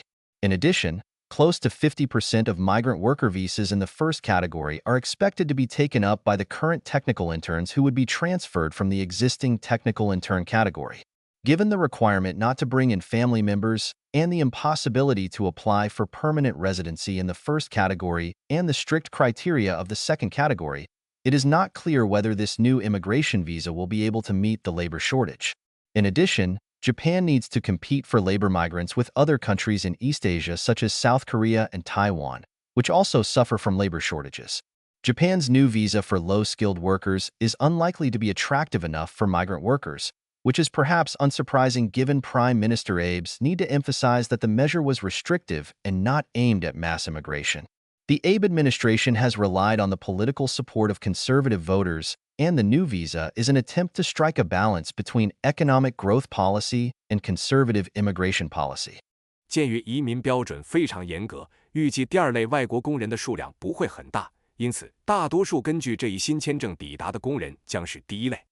此外，预计第一类外国工人签证中接近50%将由目前的技术实习生占据，他们将从现有的技术实习生类别中转过来。由于第一类不允许带家属且无法申请永久居留，加上第二类的严格标准，尚不清楚这一新的移民签证是否能够有效解决劳动力短缺问题。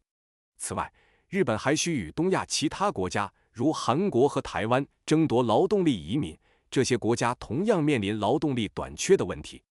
日本新推出的低技能工人签证可能对移民工人缺乏足够的吸引力，这或许并不令人意外，因为安倍首相需要强调该措施是限制性的，而非旨在大规模移民。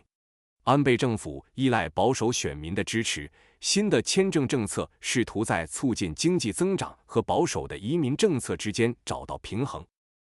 Achievements and problems of Abenomics. 安倍经济学的成就与问题。The Abe administration has implemented its signature economic policy, Abenomics, both old and new, for almost 7 years, as of February 2020. To what extent has Abenomics contributed, or not, to economic growth? Although the monetary policy based on quantitative easing was successful at depreciating the yen and increasing the profits of export-oriented companies, the BOJ has not yet been able to achieve the 2% annual inflation target. In addition, the BOJ's purchase of a huge amount of government bonds and company shares, along with the purchase of the GPIF, has distorted the sound operation of the bond and stock markets. The BOJ's recent change in monetary policy by introducing negative interest rates has also caused problems for the operation of financial institutions such as banks, insurance companies, and pension funds by reducing their profits. Should bond prices drop significantly and bond rates increase rapidly, that would not only undermine the financial health of the BOJ and increase government debt, but it also has the potential to severely damage the Japanese economy. In addition to the potential hazard that could be caused by monetary policy, the fiscal policy of Abenomics has discouraged the government to attend to the issue of balancing the budget and has increased the already large amount of government debt.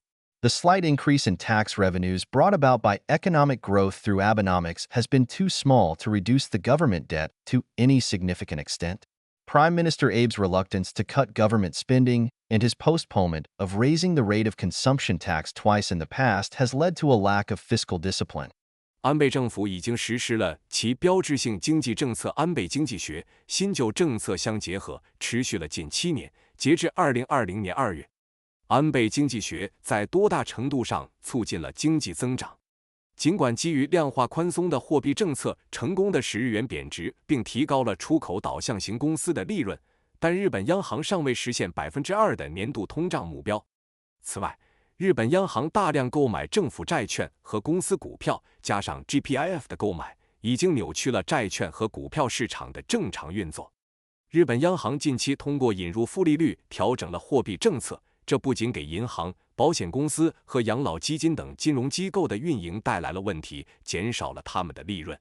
如果债券价格大幅下跌，债券利率迅速上升，这不仅会损害日本央行的财务状况，增加政府债务，还可能对日本经济造成严重打击。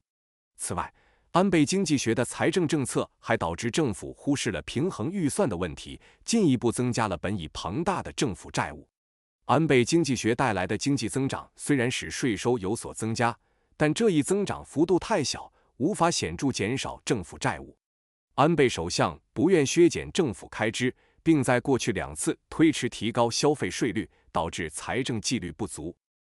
In addition to the monetary and fiscal policies of Abenomics having become less effective in achieving economic growth and even detrimental to the health of the Japanese economy, the structural reforms as a long-term solution to the stagnant economy have not been sufficiently implemented. As mentioned above, despite its rhetoric, electoral concerns have discouraged the Abe administration from combating vested interests. Also, the existence of different opinions on how to promote the structural reforms in cabinet councils has prevented the Abe administration from implementing the reform in a coordinated manner. There have been battles in cabinet councils between neoliberals, who propose deregulation of the economy and a smaller government, and medi-bureaucrats, who rely on industrial policy aimed at investing government money in economic sectors identified as strategic. While the Abe administration has implemented a number of neoliberal policies, such as the introduction of the highly professional work and the further liberalization of temporary agency work, Abenomics retains the quintessential industrial policy, which sees government intervening in the economy and instructing private companies to engage in its desired economic activities, as in its request for companies to invest more money in the domestic market and raise wages to achieve economic growth. This dual characteristics of Abenomics may reflect the membership of cabinet councils, which includes both neoliberals and interventionists, but it also reflects Prime Minister Abe's inheritance of his grandfather and former Prime Minister Kishi's socio-economic ideology of state intervention and big government. Prime Minister Abe seeks to achieve economic growth irrespective of whether they are neoliberal or Keynesian measures. However, partly as a result of the insufficient implementation of the structural reforms of the highly regulated economy, whether by the government or private business associations, Abenomics has been unsuccessful in many respects and Japan's economic efficiency and labor productivity remain low, especially in the service sectors. 除了安倍经济学的货币和财政政策在促进经济增长方面效果减弱，甚至对日本经济产生不利影响外，作为长期解决方案的结构性改革也未能充分实施。正如前面提到的，尽管安倍政府口头上表示支持改革，但选举考虑使其不愿与既得利益集团对抗。此外，内阁内部对于如何推进结构性改革存在不同意见，这也阻碍了安倍政府以协调一致的方式实施改革。在内阁会议中，新自由主义者与经济产业省的官僚之间发生了争斗。新自由主义者主张经济去监管和减少政府规模，而经济产业省的官僚则依赖于将政府资金投资于战略性经济部门的产业政策。尽管安倍政府实施了一些新自由主义政策，例如引入高度专业的工作制度和进一步放宽临时工派遣工作的限制，安倍经济学仍然保留了产业政策的核心，即政府干预经济，指导私营企业进行政府希望的经济活动，例如要求企业增加对国内市场的投资和提高工资以促进经济增长。安倍经济学的双重特性可能反映了内阁委员会成员的构成，其中包括新自由主义者和干预主义者，同时也体现了安倍首相继承了其祖父前首相岸信介的国家干预和大政府的社会经济理念。安倍首相旨在实现经济增长，无论这些措施是新自由主义的还是凯恩斯主义的。然而，由于政府和私营企业协会未能充分实施对高度管制的经济结构改革，安倍经济学在许多方面未能取得成功。日本的经济效率和劳动生产率仍然较低，尤其是在服务业。3. Measuring the Japanese economy. 测量日本的经济。This chapter will measure the Japanese economy. The chapter will examine data on GDP, prices, and productivity in the first section, the foreign sector such as trade, exports and imports, and FDI in the second section, and the public sector such as government expenditures and revenues, taxes, government deficits, and public debts in the third section. In the final section, the chapter will analyze the welfare state in terms of social welfare services, including state pension provision, healthcare, elderly, long-term care, and unemployment insurance, and the socio-economic situation in Japan related to welfare services such as inequality, poverty, and an aging population. Other population-related issues such as fertility rates and regional disparities in population will be examined in Chapter 5. 本章将评估日本经济。首先，我们将分析 GDP 价格和生产率的数据，其次探讨贸易，包括出口和进口及外国直接投资等国际经济活动，接着考察政府支出、收入、税收、赤字和公共债务等公共财政状况。最后，本章将深入分析日本的社会福利体系，涵盖国家养老金、医疗保健、长期护理和失业保险等方面，同时探讨与福利服务相关的社会经济问题，如不平等、贫困和人口老龄化。此外，关于生育率和人口地区差异等其他人口问题，将在第5章中讨论。GDP, prices and productivity. 国内生产总值、价格和生产率。Japan's gross domestic product, GDP, was around $4.971 trillion as of 2018 according to the World Bank data and is the third largest in the world after the United States and China. Since the collapse of the bubble economy in the early 1990s, Japan's GDP growth has been stagnant. Its GDP in Japanese yen was around 533 trillion yen in 1997, just before the outbreak of the Asian financial crisis and its own subsequent financial crisis. Since then, Japan's GDP fell below the level of 1997, and it was only in 2015 that it recovered to the level of 1997. After the global financial crisis in 2007-08, Japan's GDP dropped below 500 trillion yen. Negative growth can be seen in several years, including in 1998, minus 1.1%, and 1999, minus 0.3%, soon after the Asian financial crisis, and in 2008, minus 1.1%, and 2009, minus 5.4%, after the global financial crisis. See Figure 3.1. 2018年，根据世界银行的数据，日本的国内生产总值 GDP 约为4.971万亿美元，是全球第3大经济体，仅次于美国和中国。自1990年代初经济泡沫破裂以来，日本的 GDP 增长一直停滞不前。1997年，即亚洲金融危机爆发前夕及其随后的金融危机，日本的 GDP 以日元计算约为533万亿日元。此后，日本的 GDP 一度低于1997年的水平，直到2015年才恢复到1997年的水平。2007至08年全球金融危机后，日本的 GDP 降至500万亿日元以下。在1998年负1.1%和1999年负0.3%亚洲金融危机后不久，以及2008年负1.1%和2009年负5.0%，日本的 GDP 出现了负增长。见图 3.1， 全球金融危机后为 4%。 Although the size of Japan's GDP was about 8 times as large as China's in the 1990s, see Figure 3.2, the difference shrank to around 4 times in 2000 and around twice in 2005. China's GDP surpassed Japan's in 2010, growing to more than twice the size by 2015.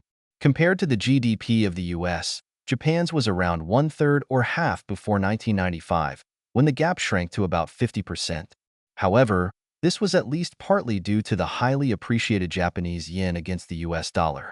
Since then, the gap widened, and the GDP of the US had reached around 4 times that of Japan's in 2015. This is also partly due to the relatively depreciated Japanese yen against the dollar. 尽管在1990年代，日本的 GDP 是中国的约8倍，见图 3.2， 但到2000年，这一差距缩小到约4倍，到2005年缩小到约2倍。2010年，中国的 GDP 超过了日本，到2015年，中国的 GDP 达到了日本的2倍多。与美国相比，1995年之前，日本的 GDP 约为美国的1/3到一半，当时差距缩小到约 50%。然而，这在一定程度上是由于日元对美元的高估。此后，差距扩大，到2015年，美国的 GDP 达到了日本的4倍左右。这也部分归因于日元对美元的相对贬值。Japan has experienced periods of deflation since the collapse of the bubble economy in the early 1990s. When we measure inflation and deflation based on the Core Consumer Price Index, Core CPI, total minus food and energy, annual growth percentage, between 2011 and 2017, Japan experienced deflation in 2011, 2012, and 2013, minus 0.75%, minus 0.49%, minus 0.09% respectively, but inflation in 2014, 2015, and 2016, 1.98%, 1.02%, and 0.4% respectively. However, the core CPI index became negative, minus 0.07%, in 2017, and Japan again experienced deflation. See Figure 3.3. It seems that Abenomics contributed to Japan's escape from deflation sometimes, but not always. 自1990年代初泡沫经济崩溃以来，日本经历了多个通货紧缩时期。根据2011年至2017年间的核心消费者价格指数核心 CPI 及总指数减去食品和能源年增长率来衡量通货膨胀和通货紧缩，日本在2011年、2012年和2013年经历了通货紧缩，分别为-0.75%、-0.49%和-0.09%，而在2014年、2015年和2016年则经历了通货膨胀，分别为1.98%、1.02%和0.4%。然而，2017年核心 CPI 指数再次转为负值-0.07%，日本再次陷入通货紧缩，见图3.3。安倍经济学似乎在某些时候帮助日本摆脱了通货紧缩，但并非总是有效。Japan's labor productivity measured in GDP per hours worked is low compared to many countries and is the lowest among the G7. See Figure 3.4. While the GDP per hour worked of the US was $64.20 in 2017, Japan's was $41.80, which was less than two-thirds of the United States. The growth of labor productivity in Japan was also low at 0.4% between 2000 and 2017, Nihon Keizai Shimbun 2019a.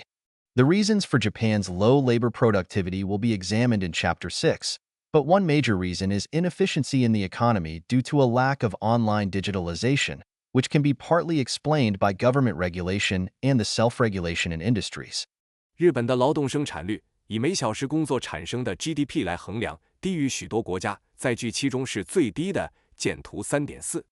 2017年，美国的每小时 GDP 为64.2美元，而日本为41.8美元，不到美国的2/3。2000年至2017年间，日本的劳动生产率增长仅为0.4%。日本经济新闻2019。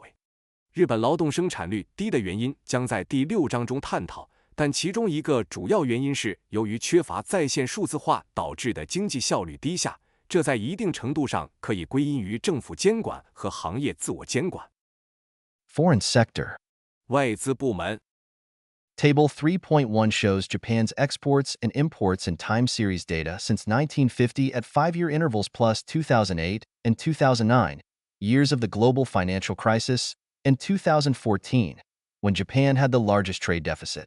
According to the Ministry of Finance, Japan had trade deficits in the early years after the Second World War, 1950 to 63, but then mostly a trade surplus until 2010 except in a few years, most notably around the time of the oil crises in the 1970s. Since 2011, however, Japan has had trade deficits, except in 2016 and 2017. The highly appreciated yen after the global financial crisis in 2008 accelerated the pace of moving production facilities overseas by several Japanese firms, which contributed to Japan's trade deficits due to the smaller amounts of Japanese exports and the increased amounts of imports from Japanese subsidiaries overseas. This also negatively affected the profits of Japanese SMEs that produced the components for large Japanese manufacturing companies. Ever-intensifying competition from neighboring Asian countries further contributed to Japan's trade deficits. In 2014, Japan had its largest trade deficits of around 13 trillion yen. 表3.1展示了自1950年起，每隔5年以及2008年和2009年全球金融危机期间和2014年日本出现最大贸易逆差的年份的日本出口和进口时间序列数据。根据财务省的数据，日本在二战后的初期1950至1963年经历了贸易逆差，但此后直到2010年，除了少数几年，特别是1970年代的石油危机期间，主要保持了贸易顺差。然而，自2011年起，除了2016年和2017年，日本再次出现了贸易逆差。2008年全球金融危机后，日元升值加速了日本多家企业将生产设施转移至海外的步伐。由于日本出口减少和从海外子公司进口增加，这导致了日本的贸易赤字。此外，这还对为大型日本制造公司生产零部件的日本中小企业利润产生了负面影响。来自邻近亚洲国家的竞争日益激烈，进一步加剧了日本的贸易赤字。2014年，日本出现了约13万亿日元的最大贸易赤字。Table 3.2 shows Japan's exports and imports in goods in 2018. Japan had a trade deficit in goods of around $10 billion in 2018, a trend first identified in the 2010s. Japan had a trade surplus towards East Asia, China, South Korea, Taiwan, Hong Kong, and ASEAN, as a whole, but on an individual country basis, had trade deficits with China, around $30 billion. Japan had the largest trade surplus by country with the United States at around $60 billion. Japan had trade deficits of $4.5 billion with the European Union, but its largest trade deficit of around $70 billion was with the Middle East, from where Japan imports a large amount of oil and liquefied natural gas. Japan's balance of payments on current account has been in surplus, and it recorded the current account surplus of around $175 billion in 2018. 表3.2展示了2018年日本的货物进出口情况。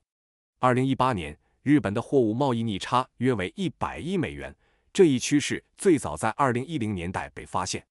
日本对东亚，包括中国、韩国、台湾、香港和东盟，整体有贸易顺差，但对个别国家存在贸易逆差，尤其是对中国，逆差约为300亿美元。日本对美国的贸易顺差最大，约为600亿美元。日本对欧盟的贸易逆差为45亿美元，而对中东的贸易逆差最大，约为700亿美元，因为日本从中东进口大量石油和液化天然气。日本的经常账户一直保持盈余，2018年的经常账户盈余约为1750亿美元。Japan's outward foreign direct investment, FDI, flow and net, has been much larger than its inward FDI, flow and net. While Japan's outward FDI increased significantly from around $22.7 billion in 1995 to around $138.4 billion in 2015. In the most recently available data, $159.1 billion in 2018. The amount of Japan's inward FDI has fluctuated at a low level since 1995, when the amount was only $40 million. See tables 3.3 and 3.4. While the amount of Japan's inward FDI was around $8.2 billion in 2000, it decreased to around $3.2 billion in 2005, and the net amount became negative in 2010, outflow from Japan by around $1.4 billion more than inflow, before it became positive again in 2015, around $5.3 billion, and in the most recently available data, $25.9 billion in 2018. However, this amount of Japan's inward FDI in 2015 is less than 4% of Japan's outward FDI in the same year. The existence of keiretsu and the regulations by the government and industrial associations are among the main reasons for the small amount of Japan's inward FDI, as we shall see in Chapter 4. By country, the United States has been the largest destination for Japan's outward FDI. In 2015, Japan's outward FDI in the US was a little more than $50 billion, in the EU $35 billion, and in China $10 billion. See Table 3.3. As for Japan's inward FDI, the United States provided the largest amount in 2015 on net basis. However, the amount, around $4.3 billion, was less than 10% of Japanese investment in the US in the same year. The EU was also a large investor in Japan, but withdrew more than it invested in 2015 with a negative investment of more than $2 billion. See Table 3.4. 日本的对外直接投资 FDI 流量和净额远超其对内直接投资流量和净额。尽管日本的对外直接投资从1995年的约227亿美元增加到2015年的约1384亿美元，根据最新数据，2018年为1591亿美元，但自1995年以来，日本的对内直接投资一直维持在较低水平，当时仅为4000万美元，参见表 3.3 和 3.4。2000年，日本的对内直接投资约为82亿美元，但到2005年减少至约32亿美元。2010年净额转为负值，流出日本约14亿美元多于流入，直到2015年再次转为正值，约53亿美元。根据最新数据，2018年为259亿美元。然而，2015年日本吸引的外国直接投资仅占同年日本对外直接投资的不到4%。日本企业集团的存在以及政府和行业协会的监管是导致日本吸引外国直接投资较少的主要原因。我们将在第4章中详细讨论。按国家来看，美国一直是日本对外直接投资的最大目的地。2015年，日本对美国的直接投资略高于500亿美元，对欧盟为350亿美元，对中国为100亿美元，见表 3.3。至于日本吸引的外国直接投资2015年美国提供的金额最大净额。然而，这一金额约43亿美元，不到同年日本对美国投资的10%。欧盟也是日本的重要投资者，但在2015年，其撤资额超过了投资额，净投资为负20亿美元，见表3.4。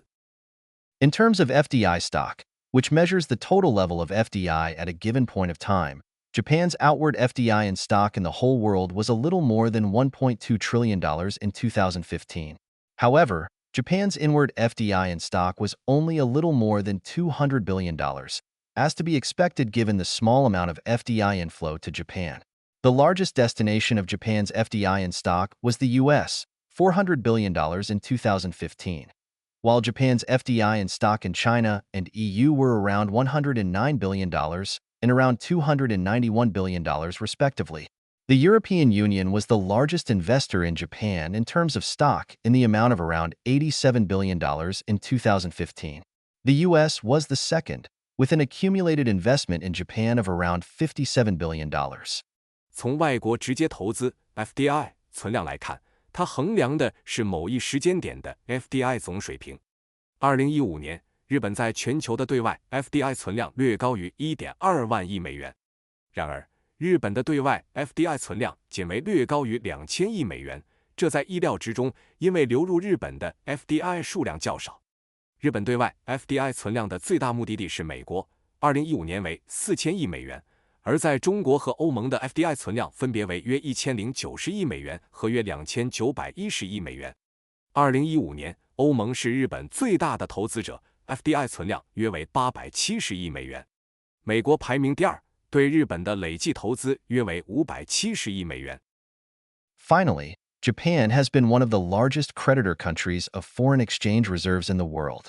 Japan's foreign exchange reserves in 2018 was around $1.2 trillion and was only smaller than China's at around $3 trillion. With a large amount of foreign exchange reserves, Japan as well as China may be able to exert certain influence on the political and economic behaviors of debtor countries such as the U.S. 最后，日本一直是世界上最大的外汇储备债权国之一。2018年，日本的外汇储备约为 1.2万亿美元，仅次于中国的大约3万亿美元。凭借庞大的外汇储备，日本和中国可能够对美国等债务国的政治和经济行为施加一定影响。Government sector. 政府部门 The amounts of the annual expenditures by the Japanese government, general account, have been around 100 trillion yen, around $900 billion at current rates, since the global financial crisis in 2008. The government's largest expenditure in 2018 was 33 trillion yen on social welfare, 33.7% of total expenditures, followed by 23.3 trillion yen for government bonds, 23.8%, 15.5 trillion yen for subsidies for local government, 15.9%, and 6 trillion yen for public works, 6.1%. See Figure 3.5. 自2008年全球金融危机以来，日本政府一般账户的年度支出一直保持在约100万亿日元，按当前汇率计算约为9000亿美元。2018年，政府最大的支出是33万亿日元，用于社会保障，占总支出的 33.7%， 其次是 23.3万亿日元用于政府债券 23.8%， 15.5万亿日元用于地方政府补贴 15.9%， 以及6万亿日元用于公共工程 6.1%， 见图 3.5。 As for changes in government expenditure, the central government spending on social welfare, such as pension and healthcare, saw the largest increase, by 21.4 trillion yen from 11.6 trillion yen to 33 trillion yen, between 1990 and 2018. See Figure 3.6, with the second largest in payments for government bonds, by 9 trillion yen from 14.3 trillion yen to 23.3 trillion yen. As for central government subsidies to local government, many local governments cannot survive by collecting their own taxes but depend on subsidies from the central government, 15.5 trillion yen in 2018. In 2015, for example, local government received only around 40 trillion yen, 38.4% of the total revenues of 101.9 trillion yen, through local taxes, and a further 10.7 trillion yen, 10.5%, by issuing local government bonds. Japanese local government depended on subsidies and other financial support from the central government significantly, around 35% of the total revenues. And this provided the central government with a useful tool to control the activities of local governments. 在政府支出的变化方面，中央政府在社会福利，如养老金和医疗保健上的支出增长最大，从1990年的 11.6 万亿日元增加到2018年的33万亿日元，增长了 21.4 万亿日元，见图 3.6。其次，政府债券支付的支出增长了9万亿日元，从 14.3 万亿日元增加到 23.3 万亿日元。至于中央政府对地方政府的补贴，许多地方政府无法仅靠自身税收维持，而是依赖中央政府的补贴。2018年这一补贴金额为 15.5 万亿日元。例如2015年地方政府通过地方税收仅获得约40万亿日元，占总收入 101.9 万亿日元的 38.4%， 并通过发行地方政府债券获得 10.7 万亿日元，占 10.5%。日本地方政府高度依赖中央政府的补贴和其他财政支持，约占总收入的 35%， 这使中央政府能够有效控制地方政府的活动。There are more than 500,000 construction companies in Japan. The LDP has remained in power by providing construction companies with public works and by receiving votes and donations in return. Public works are a good example of interest group politics in Japan, and the LDP has used public works to gain political benefits, particularly since the 1970s when Prime Minister Tanaka himself was a well-known construction zoku, policy tribe, politician, Woodall 1996. Although the government's spending on public works has been restrained to some extent since the Koizumi administration implemented the structural reforms of the economy in the early 2000s, Japan's spending on public works is still large in international comparison. See Figure 3.7 on the ratio of gross fixed capital formation, infrastructure investment, to GDP. 日本拥有超过50万家建筑公司。自民党通过向建筑公司提供公共工程换取选票和捐款，从而维持了其执政地位。公共工程是日本利益集团政治的一个典型例子。自1970年代起，尤其是田中角荣担任首相时，自民党就开始利用公共工程获取政治利益，乌到1996。尽管自2000年初小泉纯一郎政府实施经济结构改革以来，政府在公共工程上的支出有所减少，但与国际水平相比，日本的公共工程支出仍然很高，见图3。其关于固定资本形成总额中基础设施投资与 GDP 的比例。The fifth and sixth largest areas of government expenditure were education and science, and defense. Government spending on education is among the smallest in international comparison. 3.2% of GDP in 2014, which was almost half of Denmark's 6.3%. Most administrations have kept the defense budget at less than 1% of GDP, according to Article 9 of the Constitution, which bans Japan from possessing a military. Although the current Abe administration is not constrained by this norm and Japan's defense budget has been the largest under his administration, the ratio of less than 1% of GDP has been maintained due to the increase in Japan's GDP. 第5和第6大政府支出领域分别是教育和科学以及国防。日本在教育上的支出在国际上相对较低，2014年仅占 GDP 的 3.2%， 这几乎只有丹麦 6.3% 的一半。根据宪法第9条的规定，大多数政府将国防预算控制在 GDP 的 1% 以下，该条款禁止日本拥有军队。尽管安倍政府不受此限制，且在其任内日本的国防预算达到了最高水平，但由于 GDP 的增长，国防预算占 GDP 的比例仍保持在 1% 以下。As for government revenues, 50% came from the following taxes: income tax, 19.5%, consumption tax, 18%, and corporate tax, 12.5% in 2018. Apart from taxes, the Japanese government acquired 34.4% of its revenues by issuing government bonds, special bonds, or deficit bonds, 28.2%, and construction bonds, 6.2%, used for implementing public works as the name suggests. See Figure 3.8. 2018年，政府收入的 50% 来自以下税收：所得税 19.5%、消费税 18% 和企业税 12.5%。除了税收，日本政府还通过发行政府债券获得了34.4%的收入，其中特别债券或赤字债券占28.2%，建设债券占6.2%，后者主要用于公共工程的实施，见图3.8。The composition of taxes and bonds that make up government revenues has changed in the following way. From 1980 until 1990, the gap between tax revenues and the revenues from bond issues was expanding. Tax revenues increased from 13.8 trillion yen to 60.1 trillion yen between 1980 and 1990, while the revenues from bond issues decreased from 14.2 trillion yen to 6.3 trillion yen in the same period, partly because of Japan's good economic performance, especially during the bubble economy in the late 1980s. Between 1990 and 2010, the so-called two lost decades, tax revenues were in a declining trend while the revenues from bond issues were in an increasing trend. In 2015, however, tax revenues increased and the revenues from bond issues decreased in comparison to the level in 2010, given the poor economic performance of the Japanese economy in 2010 and the relatively good economic performance under Abenomics in 2015. 政府收入的税收和债券构成发生了以下变化：从1980年到1990年，税收收入与债券发行收入之间的差距逐渐扩大。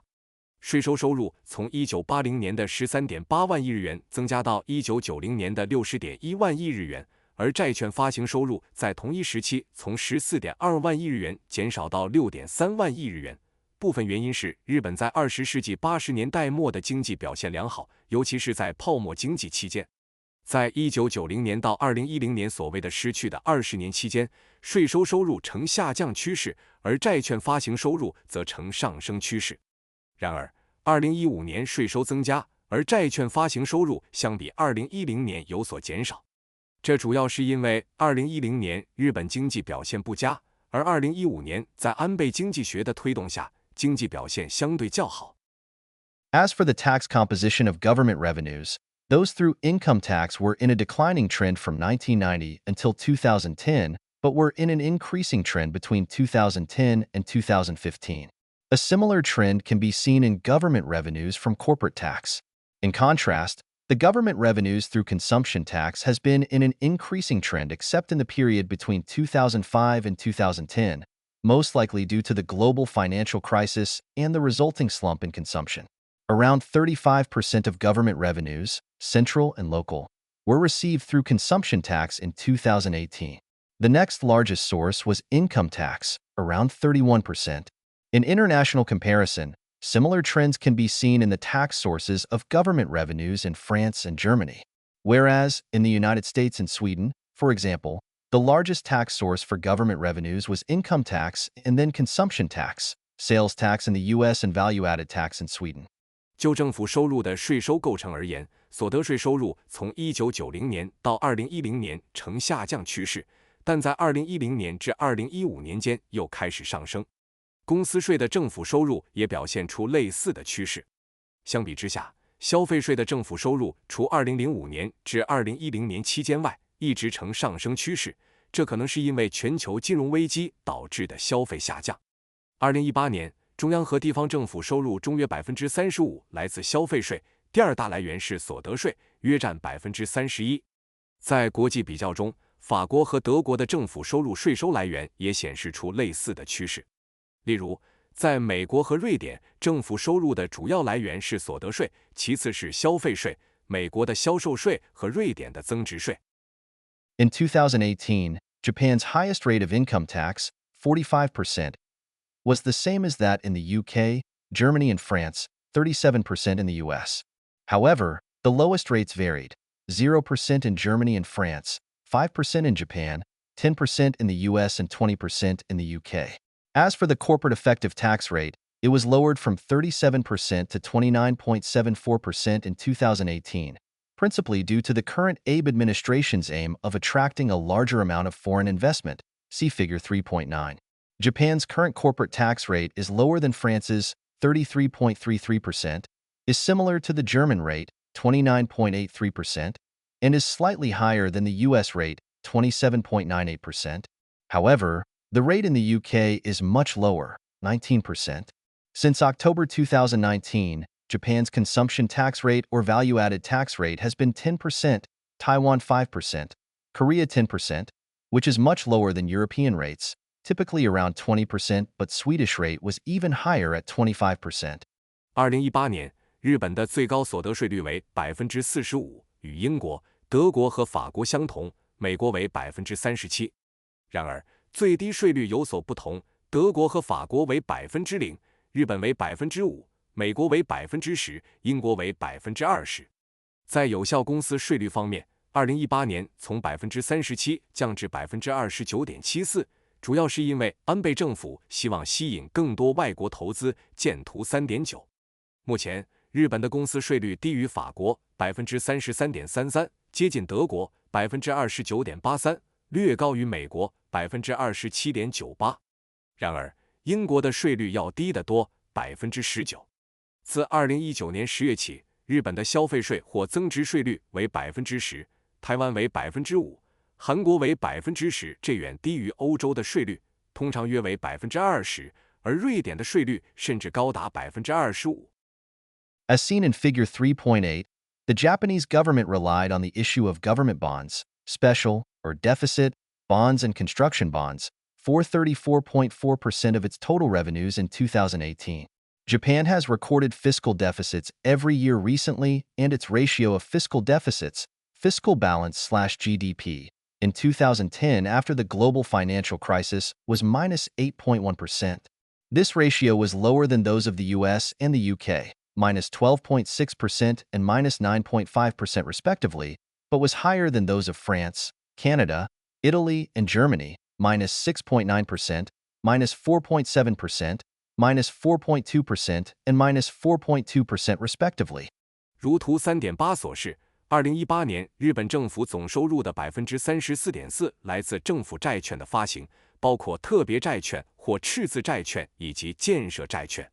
近年来，日本每年都有财政赤字。2010年全球金融危机后，其财政赤字率、财政平衡占 GDP 的比例为-8.1%，这一比率低于美国和英国，分别为-12.6%和-9.5%，但高于法国、加拿大、意大利和德国，分别为-6.9%、-4.7%、-4.2% 和-4.2%。Japan has accumulated public debts since the government issued its first deficit bond in the 1970s. Although the government's long-term debt as a percentage of GDP was only 10% in 1970, it was 193% in 2015. Its general government debt as a percentage of GDP was 237% in 2015 and was the highest among OECD countries, see Figure 3.10. While most debts are owed to Japanese creditors such as Japanese banks and insurance companies, and there is less risk of default by the Japanese government unlike the case of Greece where most debts are owed to foreign creditors, another bad economic situation could cause the selling of government bonds by Japanese creditors and result in the collapse of the bond value and a dramatic rise in interest rates. This would hurt the government's financial health significantly. 自1970年代政府发行首笔赤字债券以来，日本积累了大量公共债务。1970年，政府的长期债务占 GDP 的比例仅为10%，而到2015年，这一比例已升至193%。2015年，其一般政府债务占 GDP 的比例达到237%，在经合组织国家中最高，见图3.10。尽管大多数债务的债权人是日本的银行和保险公司，日本政府违约的风险相对较小。与希腊的情况不同，希腊的大多数债务是欠外国债权人的。然而，如果经济状况再次恶化，日本债权人可能会抛售政府债券，导致债券价值崩溃和利率急剧上升，这将对政府的财政健康造成严重影响。Welfare state. 福利国家。Government expenditure on social welfare has expanded dramatically. In 1980, the expenditures on social welfare were around 25 trillion yen, but they had risen to around 105 trillion yen by 2010. In 2018, they were around 120 trillion yen, see Figure 3.11. In 1980, healthcare was the largest social welfare item for government spending, 10.7 trillion yen, and pensions was the second largest, at 10.5 trillion yen. However, This situation has since reversed. The largest social welfare item for government spending in 2018 was pensions, 56.7 trillion yen, and healthcare was the second, 39.2 trillion yen. Other social welfare items accounted for 25.3 trillion yen in 2018, with long-term care for the elderly the largest among them, 10.7 trillion yen. Japanese expenditures on social welfare as a percentage of GDP was slightly above the OECD average in 2018. While the OECD average was 20.1%, Japan's was 21.9%, higher than Korea, 11.1%, the US, 18.7%, and the UK, 20.6%, but lower than Germany, 25.1%, Sweden, 26.1%, Italy, 27.9%, and France, 31.2%. 政府在社会福利方面的支出显著增加。1980年，社会福利支出约为25万亿日元，而到2010年，这一数字已增至约105万亿日元。2018年，社会福利支出约为120万亿日元，见图 3.11。1980年，医疗保健是政府社会福利支出中最大的项目，金额为 10.7 万亿日元，其次是养老金，金额为 10.5 万亿日元。然而，这一情况后来发生了逆转。2018年，政府社会福利支出中最大的项目是养老金，金额为 56.7 万亿日元，其次是医疗保健，金额为 39.2 万亿日元。2018年，其他社会福利项目总计 25.3 万亿日元，其中老年人长期护理是最大的一项，金额为 10.7 万亿日元。2018年，日本的社会福利支出占 GDP 的比例略高于经合组织的平均水平。经合组织的平均水平为 20.1%， 而日本为 21.9%。这一比例高于韩国 11.1%、美国 18.7% 和英国 20.6%， 但低于德国 25.1%、瑞典 26.1%、意大利 27.9% 和法国 31.2%。As noted, government spending on pensions has expanded rapidly. As a percentage of GDP, it was 9.4% in 2017 and higher than the OECD average, 7.5%. It was higher than Anglo-American and other East Asian countries such as Korea, 3%, the UK, 6.2%, and the US, 7.1%, but it was lower than those of continental European countries such as Germany, 10.1%, France, 13.9%, Italy, 16.2%, and Greece, 16.9%. See Figure 3.12. Japan's relatively high percentage is partly due to the aging population and an increase in retired workers. As Japan expects a further increase in its elderly population, the government spending on pensions is likely to increase further, but it would be more difficult to sustain the current level of pension. 如所指出，政府在养老金上的支出迅速增加。2017年，这一支出占 GDP 的比例为 9.4%， 高于经合组织的平均水平 7.5%。与英美和东亚其他国家相比，如韩国 3%、英国 6.2% 和美国 7.1%， 这一比例较高，但低于德国 10.1%、法国 13.9%、意大利 16.2% 和希腊 16.9%， 见图 3.12。日本较高的养老金支出比例部分归因于人口老龄化和退休人数的增加。随着日本预期老年人口的进一步增长，政府在养老金上的支出可能会进一步增加，但维持目前的养老金水平将变得更加困难。Japan's healthcare provision is among the best in the world, both in terms of the high level of technology and the wide availability of specialist doctors, not general practitioners. Japan's spending on healthcare in 2016 as a percentage of GDP was 10.9%, being higher than the UK's 9.8%, but slightly lower than France's 11.5%. The percentage of the US was much higher at 17.1%. However, the US lacks nationwide universal health care, despite the enactment of the so-called Obamacare, and its health insurance system is complex. 日本的医疗保健在技术和专科医生而非全科医生的广泛可用性方面均处于世界领先水平。2016年，日本的医疗保健支出占 GDP 的 10.9%， 高于英国的 9.8%、但略低于法国的11.5%。美国的这一比例高达17.1%。尽管实施了所谓的奥巴马医改，美国仍缺乏全国性的全民医疗保健，其健康保险体系也相当复杂。As for government spending on elderly, long-term care, the percentage of Japan's spending as a percentage of GDP was 2.1% in 2014 and was higher than the OECD average, 1.3%, including the US, 0.5%, and the UK, 1.2%. This is understandable, given the high percentage of elderly people in Japan. Nevertheless, both Sweden, 3.2%, and the Netherlands, 4.3%, had higher government spending percentages than Japan. 在政府对老年人长期护理的支出方面，日本2014年的支出占 GDP 的比例为 2.1%， 高于 OECD 的平均水平 1.3%， 包括美国 0.5% 和英国 1.2%。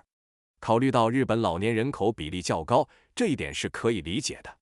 不过，瑞典 3.2% 和荷兰 4.3% 的政府支出比例仍高于日本。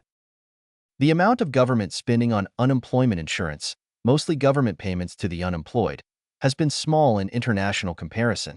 Among the OECD countries, Japan's unemployment spending in 2015 was among the lowest, along with the UK, at 0.17% of GDP. The OECD average was 0.68%, although countries such as France and Belgium spent 1.62% and 2.95% respectively. Although Japan's unemployment rate has been low in international comparison, it was in an increasing trend throughout the 1970s and the first half of the 1980s before the bubble economy in the late 1980s and again on the rise during the lost decades of the 1990s and 2000s until it started to decline in the 2010s. See Figure 3.13. The low amount of spending on unemployment insurance by the Japanese government has been problematic, since the only safety net available to unemployed people once the period of unemployment insurance is completed is social, public, assistance, which is very difficult to qualify for due to its strict conditions of entitlement. This means that only an insufficient amount of unemployment insurance is available to most Japanese workers for a short period, between 90 and 360 days, depending on the reason for leaving a job, the length of the period of previous work, etc. 政府在失业保险主要是对失业者的政府支付上的支出，在国际比较中一直较少。在经合组织国家中，日本2015年的失业支出与英国一样，处于最低水平，占 GDP 的 0.17%。经合组织的平均水平为 0.68%， 而法国和比利时的支出分别为 1.62% 和 2.95%。尽管日本的失业率在国际上一直较低，但在1970年代和1980年代前半期呈上升趋势，直到1980年代末的泡沫经济时期之后，在1990年代和2000年代的失落的10年期间再次上升，直到2010年代才开始下降，见图 3.13。日本政府在失业保险上的支出较低，这成为一个问题。一旦失业保险期满，失业人员唯一可依赖的安全网是社会、公共援助，但由于其严格的资格条件很难获得。这意味着，大多数日本工人只能在短期内根据离职原因和先前工作时间的长短，通常为90到360天，获得有限的失业保险。Although Japan might once have been considered a country of the middle class, it is less clearly so when its inequality is measured. Using the Gini coefficient, the typical measure of income or wealth distribution of a nation's citizens, Japan's Gini coefficient in 2017 was 0.34, which was higher than several OECD countries, including Sweden, 0.28, France, 0.29, Germany, 0.29, and Italy, 0.33. Only a small number of OECD countries, such as the UK and the US, had higher Gini coefficients, 0.35 and 0.39 respectively. In terms of the relative poverty rate, which is the percentage of people whose annual income is below the poverty line, 50% of national median income, Japan's rate in 2017 was 15.7%, higher than those of France, 8.3%, Germany, 10.4%, and even the UK, 11.1%, and Italy, 13.7%. The US was the only developed OECD country that had a higher rate, 17.8%. 尽管日本曾经被认为是一个中产阶级国家，但当衡量其不平等时，这种看法就不那么明显了。根据基尼系数衡量一个国家公民收入或财富分配的常用指标，日本2017年的基尼系数为 0.34， 高于瑞典 0.28、法国 0.29、德国 0.29 和意大利 0.33 等几个经合组织国家。只有少数经合组织国家，如英国和美国的基尼系数更高，分别为 0.35 和 0.39。在相对贫困率方面，即年收入低于国家中位收入 50% 的人口比例，日本2017年的相对贫困率为 15.7%， 高于法国 8.3%、德国 10.4%， 甚至英国 11% 和意大利 13.7%。美国是唯一一个比率超过 17.8% 的发达国家。When wealth distribution is examined by age group, older people in Japan have a larger amount of assets on average, as those in other OECD countries, and a significant age gap can be identified. According to Japan's Statistics Bureau, those aged 29 or younger had 3.8 million yen of savings in 2018, and the amounts increased as people grew older, 23.3 million yen among those aged 60 to 69, although the savings of those aged 70 and over had a slightly lower average of 22.5 million yen. The same trend can be identified in stock investments and home ownership. While those aged 29 or below had only invested 200,000 yen on average in stock, those aged 70 or above invested 3.9 million yen on average. In the case of home ownership, the rate was 30.6% among those aged 29 or below, while it was 93.3% among those aged 70 or above. 当按年龄组考察财富分配时，日本老年人的平均资产较多，与其他经合组织国家的情况相似，存在显著的年龄差距。根据日本统计局的数据，2018年29岁及以下的人群储蓄额为380万日元，随着年龄的增长，储蓄额逐渐增加，60至69岁人群的储蓄额为2330万日元，而70岁及以上人群的储蓄额略低，为2250万日元。股票投资和住房拥有率也呈现出类似的趋势。29岁及以下的人群平均仅投资20万日元在股票上，而70岁及以上的人群平均投资390万日元。在住房拥有率方面，29岁及以下的人群为 30.6%， 而70岁及以上的人群为 93%。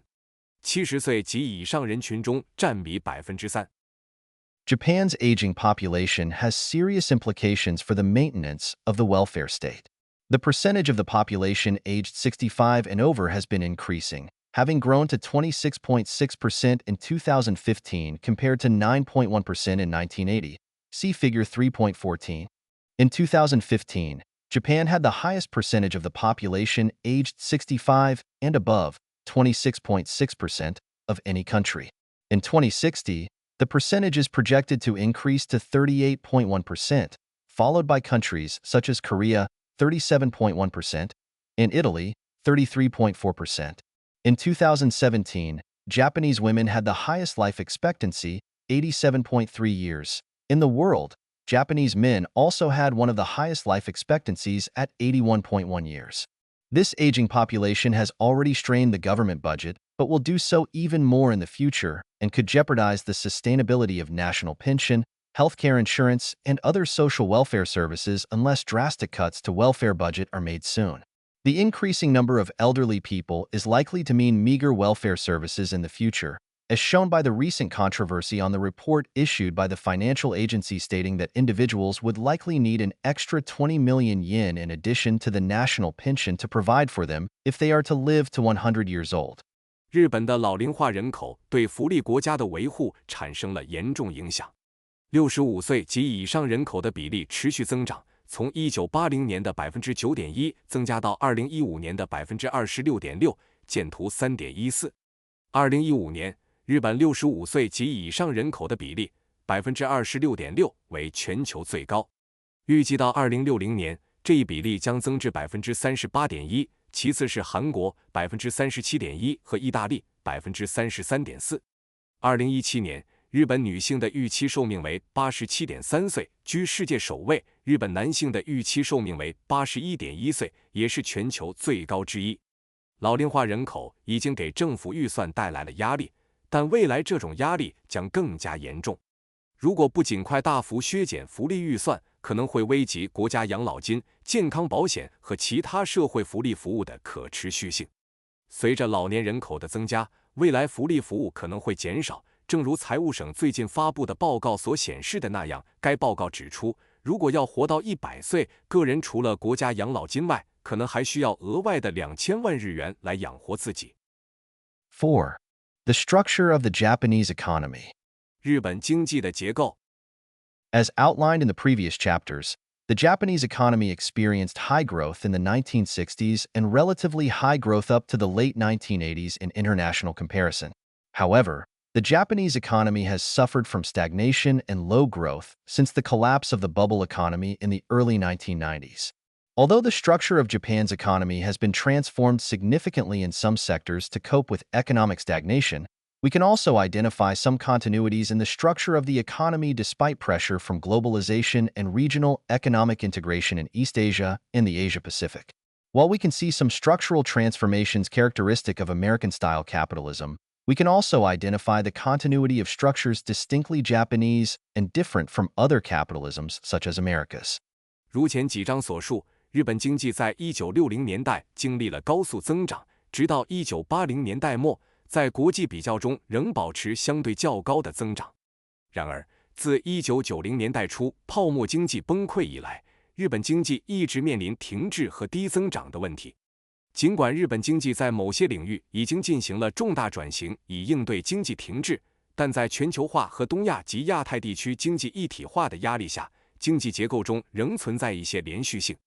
尽管我们可以观察到一些美国式资本主义的结构性变化，但也能发现与美国等其他资本主义模式明显不同的日本独特结构的持续存在。This chapter will examine the main characteristics of Japanese capitalism. It will begin with an analysis of the state-market relations in Japan by examining the concept and practice of the developmental state and its transformation and continuity. The chapter will refer to several case studies of industrial policy implemented by the Ministry of International Trade and Industry, MITI, later Ministry of Economy, Trade and Industry, METI, including the recent initiatives aimed at promoting liberalization in certain economic sectors, such as energy, as well as those aimed at protecting national competitiveness, as seen in the rescue of high-tech electronics companies that were financially in trouble. The chapter will then examine the role and function of keiretsu, corporate groups, as Japanese business networks. It will first examine vertical keiretsu, large companies and SMEs in the same business group, and identify the important, but often exploited, roles of SMEs in these business networks, as well as the advantages for SMEs to be in a vertical keiretsu. The chapter will then examine the role and function of horizontal keiretsu, a business network of large group companies in different industrial sectors, and the institutional complementarities among several economic sectors within a keiretsu. The chapter will refer to the so-called varieties of capitalism, VOC, literature, and criticize the rigid, apolitical VOC perspective of institutional complementarity. The chapter will also discuss the convergence and diversity among capitalisms, including Japanese, under neoliberal globalization in relation to the VOC literature. For this purpose, the deregulation of the Japanese economy in sectors such as finance and labor will be discussed. The chapter will then investigate the dual economy in Japan, both competitive and efficient manufacturing sectors, such as the automobile industry and, until recently, electrical appliances and electronics, and non-competitive and inefficient service sectors, such as finance, insurance, and retail. The chapter will discuss the causes of efficiency and inefficiency in these different economic sectors from the perspective of state-market relations. In this respect, the chapter will examine the previous convoy system in the financial sector and the low degree of internationalization of the economy in terms of inward FDI. Finally, the chapter will consider the impact of regional economic integration in East Asia and the Asia-Pacific on Japan's economic policy and competitiveness in the context of the economic rise of China. 本章将探讨日本资本主义的主要特点，通过分析发展型国家的概念及其实践，以及其转型与延续，来考察日本的国家与市场关系。本章将引用通商产业省 MITI 后改名为经济产业省 METI 实施的几项产业政策案例，包括最近旨在促进某些经济领域，如能源自由化的措施，以及旨在保护国家竞争力的措施，例如救助陷入财务困境的高科技电子公司。本章将探讨作为日本商业网络的财团、企业集团的角色与功能。首先，他将分析垂直财团、同一业务集团中的大公司和中小企业，并指出中小企业在这些商业网络中的重要但常被利用的角色，以及中小企业加入垂直财团的优势。接着，本章将探讨水平财团、不同工业部门的大集团公司的商业网络的角色与功能，以及财团内多个经济部门之间的制度互补性。本章还将参考所谓的资本主义多样性 VOC 文献，并批评 VOC 视角对制度互补性的僵化、非政治化的看法。本章还将探讨在新自由主义全球化背景下，包括日本在内的资本主义的趋同与多样性，并与 VOC 文献进行关联。为此，将讨论日本经济在金融和劳动力等领域的去监管化。随后，本章将研究日本的二元经济结构，包括具有竞争力和高效率的制造业，如汽车工业，以及直到最近的电气和电子行业，和非竞争性及低效率的服务业，如金融、保险和零售。本章将从国家与市场关系的角度探讨这些不同经济部门的效率与低效率的原因。在这方面，本章将探讨金融领域过去的护航制度以及经济国际化程度较低的问题，特别是在吸引外国直接投资方面。最后，本章还将分析东亚和亚太地区经济一体化对日本经济政策和竞争力的影响，特别是在中国经济崛起的背景下。The developmental state and state market relations in Japan. 发展型国家与日本的国家市场关系。Scholars have sought to identify the main characteristics of Japanese capitalism, especially since Japan achieved such high economic growth in the 1960s. One of the classic treatments is Chalmers-Johnson's MIDI and the Japanese Miracle, which was first published in 1982. Johnson classified capitalism into three distinct types: market rational, plan ideological, and plan rational. Johnson 1982. Capitalisms characterized as market rational, such as American, are based on the free market principle and have little state intervention in the economy to guide private sector corporations in a direction the government desires. In contrast, communist economies, such as the former Soviet Unions, which maintain government control of the economy almost in every aspect, are categorized as plan ideological. In plan rational economies, such as Japan's, government does not dictate all the economic activities as in the case of plan ideological economies. Instead, the government directs and collaborates with the private sector for the purpose of economic growth and development. The plan rational government attempts to make rational economic plans in a way to enable private sector corporations to maximize their profits in the domestic market and to compete with foreign companies in the international market. In the Japanese case, it was the Ministry of International Trade and Industry, MITI, that performed the main role in enhancing the competitiveness of Japanese companies and achieving economic development by implementing industrial policy. Johnson 1982.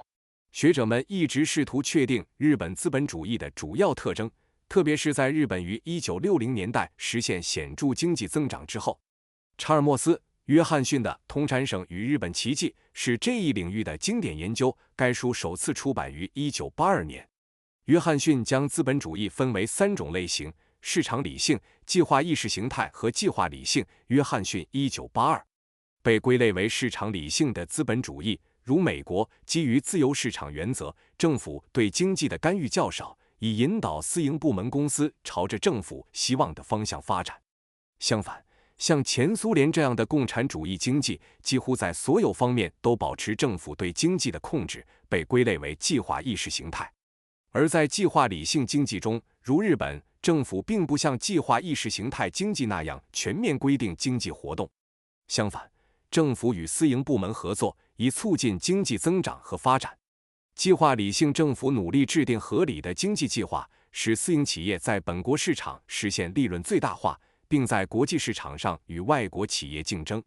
在日本，通商产业省 MITI 通过实施产业政策，主要负责提升日本企业的竞争力并推动经济发展。Johnson 1982。Japan is a quintessential developmental state, according to Johnson. For developmental states, such as Japan, economic development is the #1 priority. However, economic development is not for the benefit of citizens as consumers, but for the sake of the nation-state. The origin of the Japanese developmental state could first be identified at the time of imperialism, especially during the wartime economy of the 1930s and first half of the 1940s, Gao 2001. Noguchi 1998. Japan needed to ensure its national survival in a situation where it was forced to conclude unfair treaties with Western imperial powers soon after the end of its policy of isolation, Sakoku, in the 1850s, near the end of the Edo period. Rich nation, strong army, became the national slogan after the Meiji Restoration in 1868, and the government promoted industrialization in order to be recognized as equal by Western powers and to survive the imperial system dominated by them. In this sense, Japan's industrialization after the end of isolation was based on the economic nationalism and neo-mercantilism of the German historical school, the ideas of Friedrich List in particular, and the economic theory of late development of Alexander Gerschenkron, Chang 1999, 182, Cummings 1999, 61, Levi 4 1997, Pemple 1999a, 139, Stubbs 2009, Wu Cummings 1999, 4-10。按照 Johnson 的观点，日本是一个典型的发展型国家。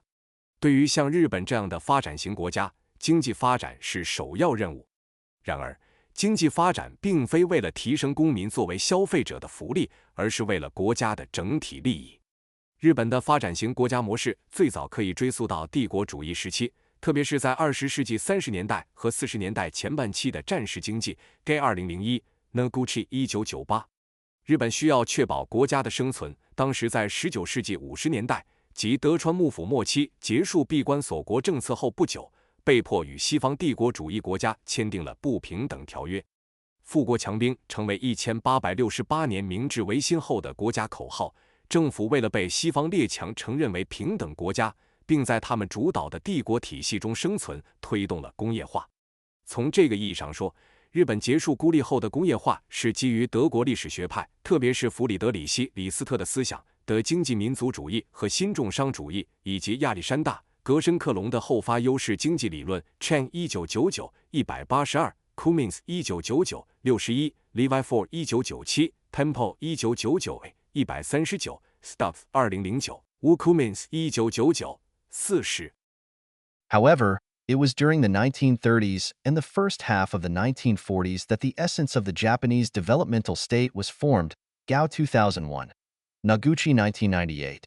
To prepare for World War, the military government intervened in the economy extensively with cooperation from the Zaibatsu. Reformist bureaucrats filled with economic nationalism implemented wartime economic plans in the manner of state socialism, until Japan was defeated in August 1945, Fukui 1989, 126-37. However, in contrast to the military, the Zaibatsu and those nationalistic politicians who were purged from their previous powerful positions, many bureaucrats survived the purge and remained in place during the U.S. occupation of Japan. As explained in Chapter 1, the U.S. authority needed bureaucrats' cooperation to implement the occupation policy in an efficient manner. It was many bureaucrats, who had escaped from the purge during the U.S. occupation, that performed an essential role in achieving Japan's economic miracle in the 1960s by implementing the industrial policy.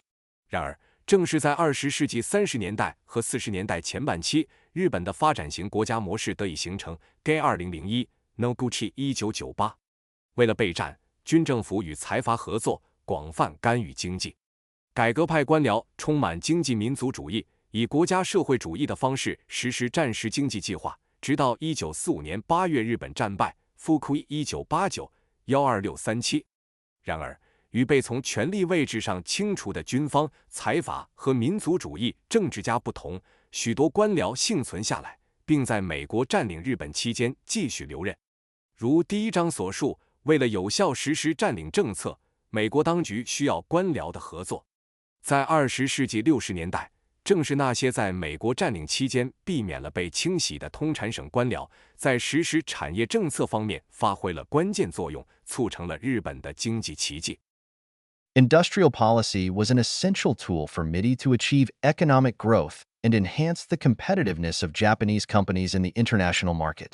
MITI identified such industries as steel and petrochemicals as strategic sectors for growth and allocated scarce foreign currency reserves to their support during the time of post-war economic reconstruction.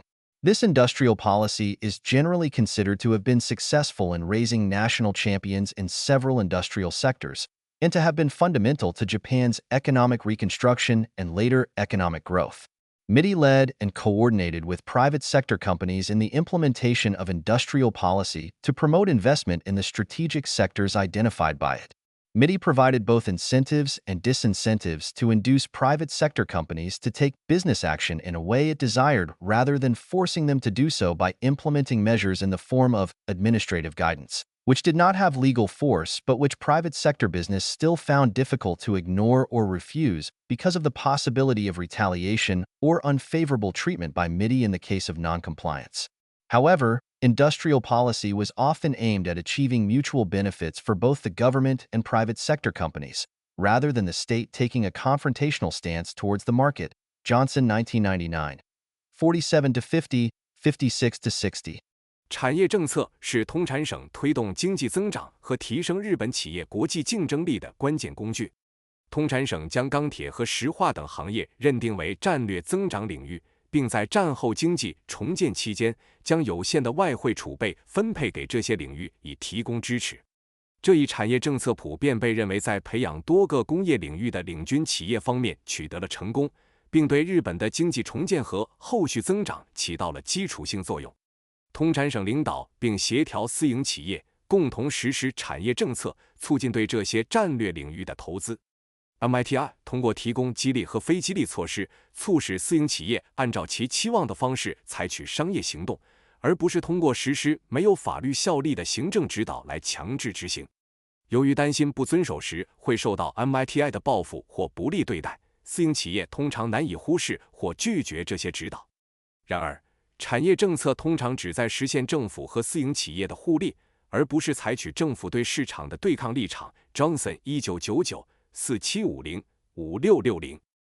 In contrast, scholars who have emphasized the role of the market, business interest groups as well as economic institutions, in Japan's economic growth and development, have argued that MITI's industrial policy was not always successful at enhancing the competitiveness of the economy. Calder, 1993.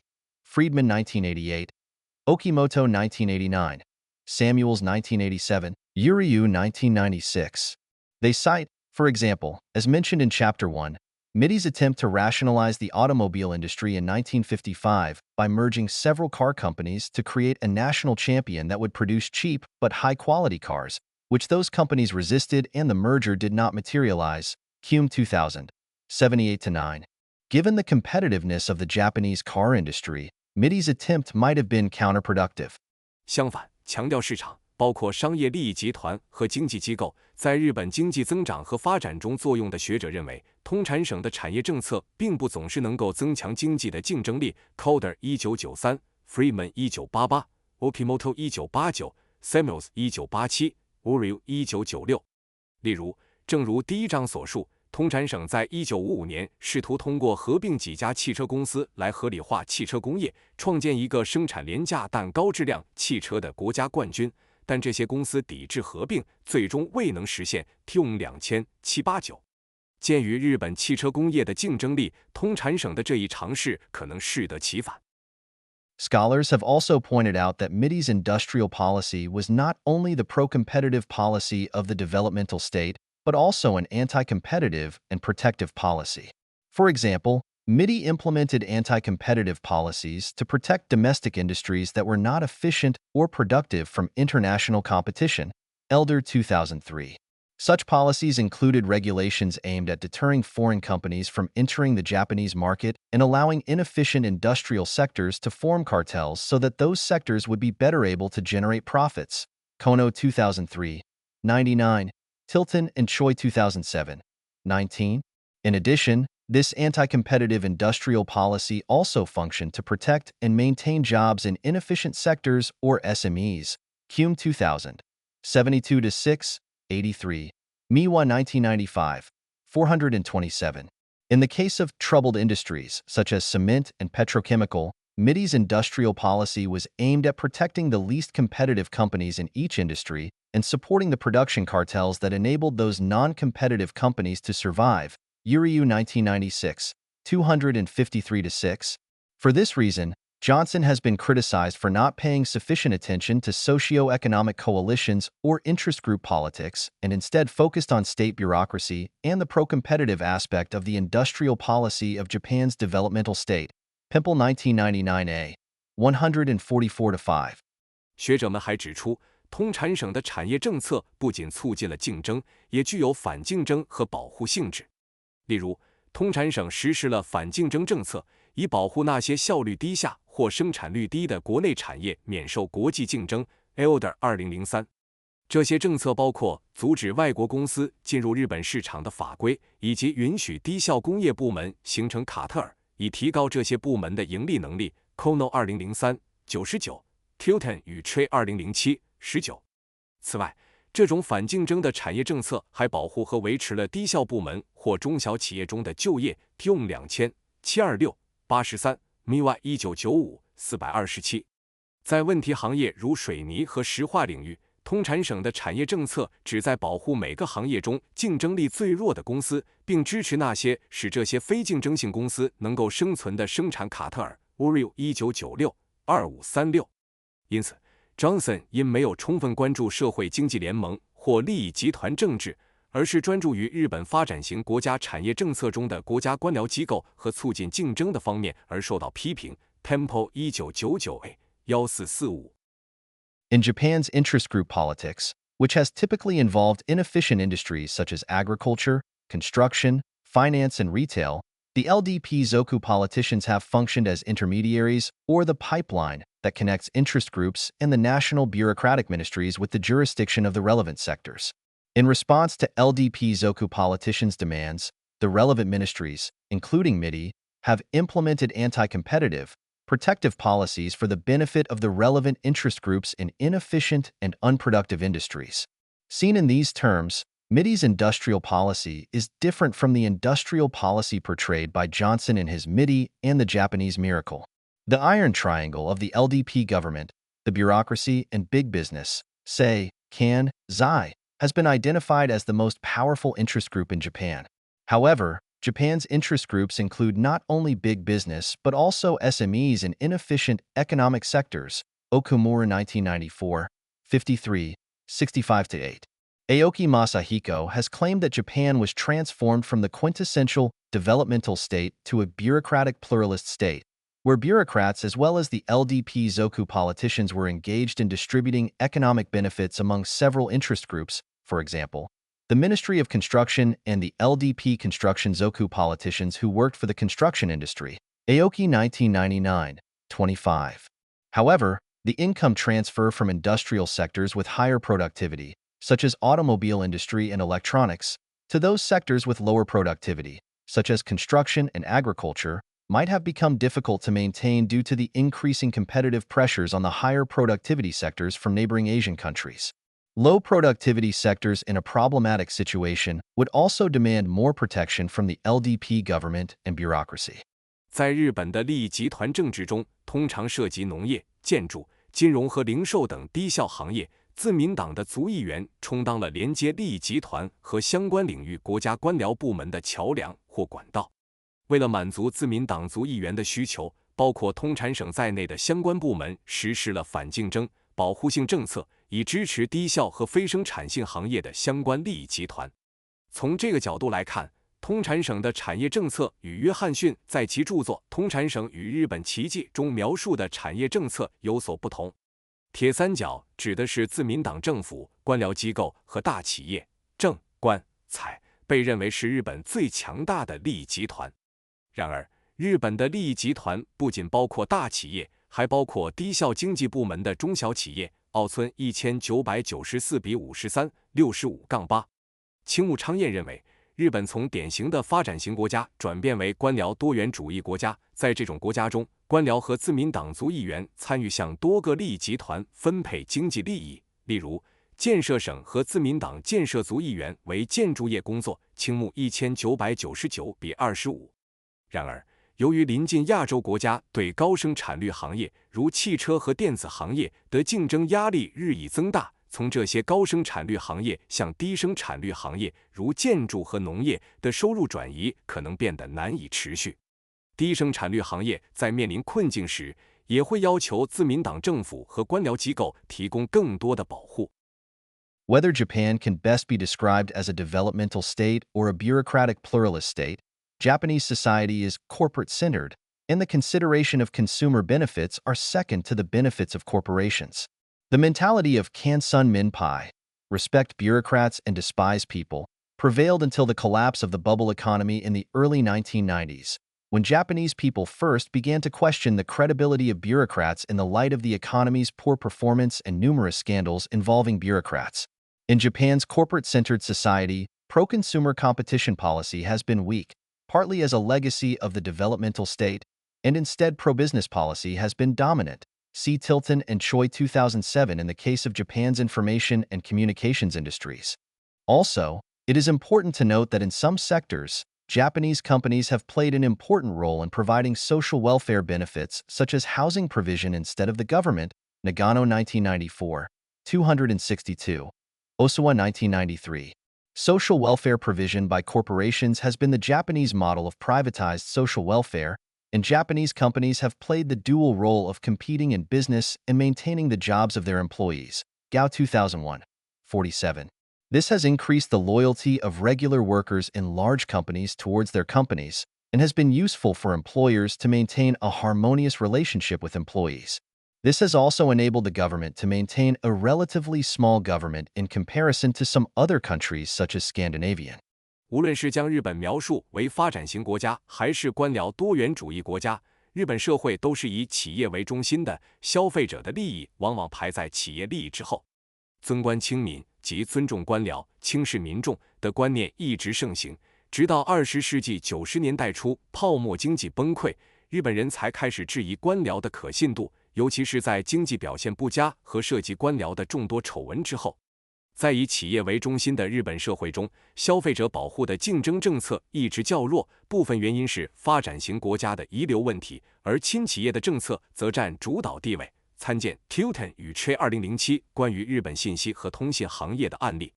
此外，值得注意的是，在某些领域，日本公司一直在提供社会福利，如住房供应，而不是由政府提供。Nagano 1994 262 Osway 1993。企业提供的社会福利是日本私有化社会福利的模式，日本公司承担了在商业竞争中保持员工就业的双重角色。Gay 2001 47。这提高了大公司普通员工对公司忠诚度，并有助于雇主与员工保持和谐关系。同时，这也使得政府能够维持相对较小的规模，与北欧等国家相比。Although MIDI/MEDI has remained one of the main actors of the Japanese developmental state, its characteristics have not remained unchanged. For example, Kono argues that MIDI/MEDI has been transformed from a regulatory agency into a deregulatory agency and promoted deregulation of the economy, although he admits MIDI/MEDI has also been engaged in the protection of SMEs. Kono 2003, 99-103. It is true, as he argues, that MEDI has become a deregulatory agency in some tightly regulated business sectors such as energy, electricity, and gas, as seen in the recent liberalization measures introduced by MEDI, such as the separation of electricity generation and its retail and the liberalization of entry to the energy sector. However, it is also true that MEDI has demonstrated its continuing developmental state characteristic based on economic nationalism. See Hall 2004 about this point in the case of the liberalization and deregulation of the Japanese economy. For example, MEDI led the attempt to rescue Elpida Memory, a semiconductor company producing DRAM, dynamic random access memory, in 2009. Its aim of injecting taxpayers' money in order to prevent the acquisition of Elpida by a foreign company and the transfer of Japanese technology overseas ultimately failed and Elpida went bankrupt in 2012. It was acquired by Micron Technology, a U.S. semiconductor company in 2013. 尽管通产省、经济产业省一直是日本发展型国家的主要行动者之一，但其特征并非一成不变。例如，小野认为，通产省、经济产业省已经从一个监管机构转变为一个去监管的机构，并推动了经济的去监管化。尽管他也承认通产省、经济产业省还参与了中小企业的保护。小野2003-99-103。正如他所指出的，经济产业省确实在一些高度监管的行业，如能源、电力和天然气中，成为了一个去监管机构。这从经济产业省最近推出的自由化措施中可以看出，比如电力生产和零售的分离，以及能源行业的准入自由化。然而 ，METI 也展示了其基于经济民族主义的持续发展特征。参见后2004年关于日本经济自由化和放松管制的案例。例如，2009年 ，METI 领导了一次救助 LP 的 Memory 的行动，这是一家生产 DRAM 动态随机存取存储器的半导体公司。其目的是通过注入纳税人资金，防止 LP 的被外国公司收购以及日本技术外流，但最终未能成功。LP 的于2012年破产。2013年 ，LP 的被美国半导体公司美光科技收购。In a similar manner, METI led the rescue measures of Renesas Electronics, a semiconductor company created through the integration of NEC Electronics and Renesas Technology, a joint venture by Hitachi and Mitsubishi Electric. When Renesas Electronics was in trouble financially in 2012 and KKR, a U.S. equity investment company, planned to acquire Renesas Electronics, Japanese carmakers such as Toyota and Nissan opposed the deal. Those Japanese carmakers, which were engaged in business transactions with Renesas Electronics, feared a decrease in their power to negotiate the prices of Renesas products. In response to their request, METI blocked the acquisition by KKR and instead made the Innovation Network Corporation of Japan, INCJ, Sanjo Kakushin Kiko, a public-private partnership between the Japanese government and several major Japanese corporations under the supervision of METI, become the largest shareholder of Renesas Electronics. Although the INCJ was founded as a corporation to invest in companies of innovation, it has functioned to some extent as METI's tool to rescue Japanese companies in trouble. METI's objective was again the rescue of Japanese industries such as electronics that it sees as vital to Japan's international competitiveness, and the prevention of the transfer of Japanese high technology overseas by preventing foreign acquisition, Nihon Keizai Shimbun 2013a. METI's implementation of industrial policy in these cases was based on economic nationalism of the Japanese developmental state. 以类似的方式 ，METI 领导了对瑞萨电子的救援措施。瑞萨电子是由 NEC 电子和瑞萨科技、日立和三菱电机的合资企业合并而成的半导体公司。2012年，当瑞萨电子陷入财务困境，美国股权投资公司 KKR 计划收购瑞萨电子时，丰田和日产等日本汽车制造商反对这笔交易。这些与瑞萨电子有业务往来的日本汽车制造商担心自己在瑞萨产品价格谈判中的地位会下降。作为对他们请求的回应 ，METI 阻止了 KKR 的收购，转而让日本政府和几家主要日本公司之间的公司合作机构日本产业革新机构 INCJ 成为瑞萨电子的最大股东。尽管 INCJ 的初衷是投资创新企业，但它在一定程度上也成为了 METI 救助陷入困境的日本公司的工具。METI 的目标是保护其认为对日本国际竞争力至关重要的日本产业，如电子产业，并通过阻止外国收购来防止日本高科技的外流。日本经济新闻2013。在这些案例中 ，METI 的产业政策实施基于日本发展型国家的经济民族主义。METI's attempts to rescue electronics and other manufacturing companies did not end with Renesas, however. More recently, there have been the cases of Sharp and Toshiba. In the case of Sharp, METI planned the INCJ's investment in Sharp to rescue the company. METI then attempted to reorganize the Japanese electronics sector by instigating a merger between the liquid crystal display, LCD, sections of Sharp and Japan Display Incorporated, an electronics company financially in trouble and owned by the INCJ, as well as another merger of the white goods sections between Sharp and Toshiba, which was also financially in trouble. However, Sharp was eventually acquired by Taiwan's Han High Precision Industry, Foxconn, a gigantic company of original equipment manufacturing, and METI's reorganization plan failed. Nihon Keizai Shimbun 2016. METI 在救助瑞萨之后，继续努力拯救电子和其他制造公司。最近的例子包括夏普和东芝。对于夏普 ，METI 策划了 INCJ 的投资以救助该公司。随后 ，METI 试图通过促成夏普与由 INCJ 拥有的财务状况不佳的日本显示器公司之间的液晶显示器 LCD 部门合并，以及夏普与同样财务状况不佳的东芝之间的白色家电部门合并，来重组日本电子行业。然而，夏普最终被台湾的鸿海精密工业富士康收购，这是一家大型的原始设备制造商，导致经济产业省的重组计划未能成功。日本经济新闻2016。The case of Toshiba was similar. Toshiba had suffered from a huge loss due to the bankruptcy of its U.S. subsidiary Westinghouse, which was engaged in the business of nuclear power plants. To make up for this loss, Toshiba planned to sell Toshiba Memory, its most profitable subsidiary. However, METI, afraid of the transfer of Toshiba Memory's high technology to foreign companies, especially Chinese, intervened in the sale. Eventually, METI was successful in facilitating the purchase of a majority of the shares by Japanese companies, including Toshiba, and the rest by U.S. and South Korean companies including Bain Capital, SK Hynix, Apple and Dell. Nihon Keizai Shimbun 2017. However, it is doubtful whether this acquisition was made from an economically rational perspective. 东芝的情况类似，由于其美国子公司西屋电器从事核电站业务的破产，东芝遭受了巨大损失。